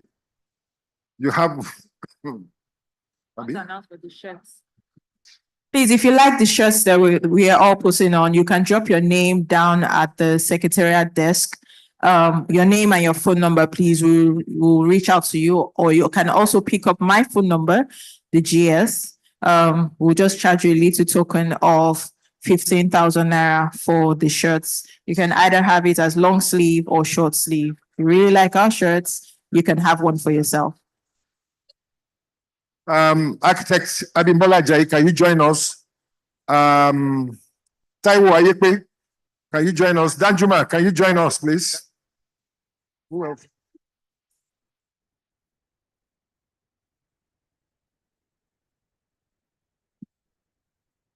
I can't see.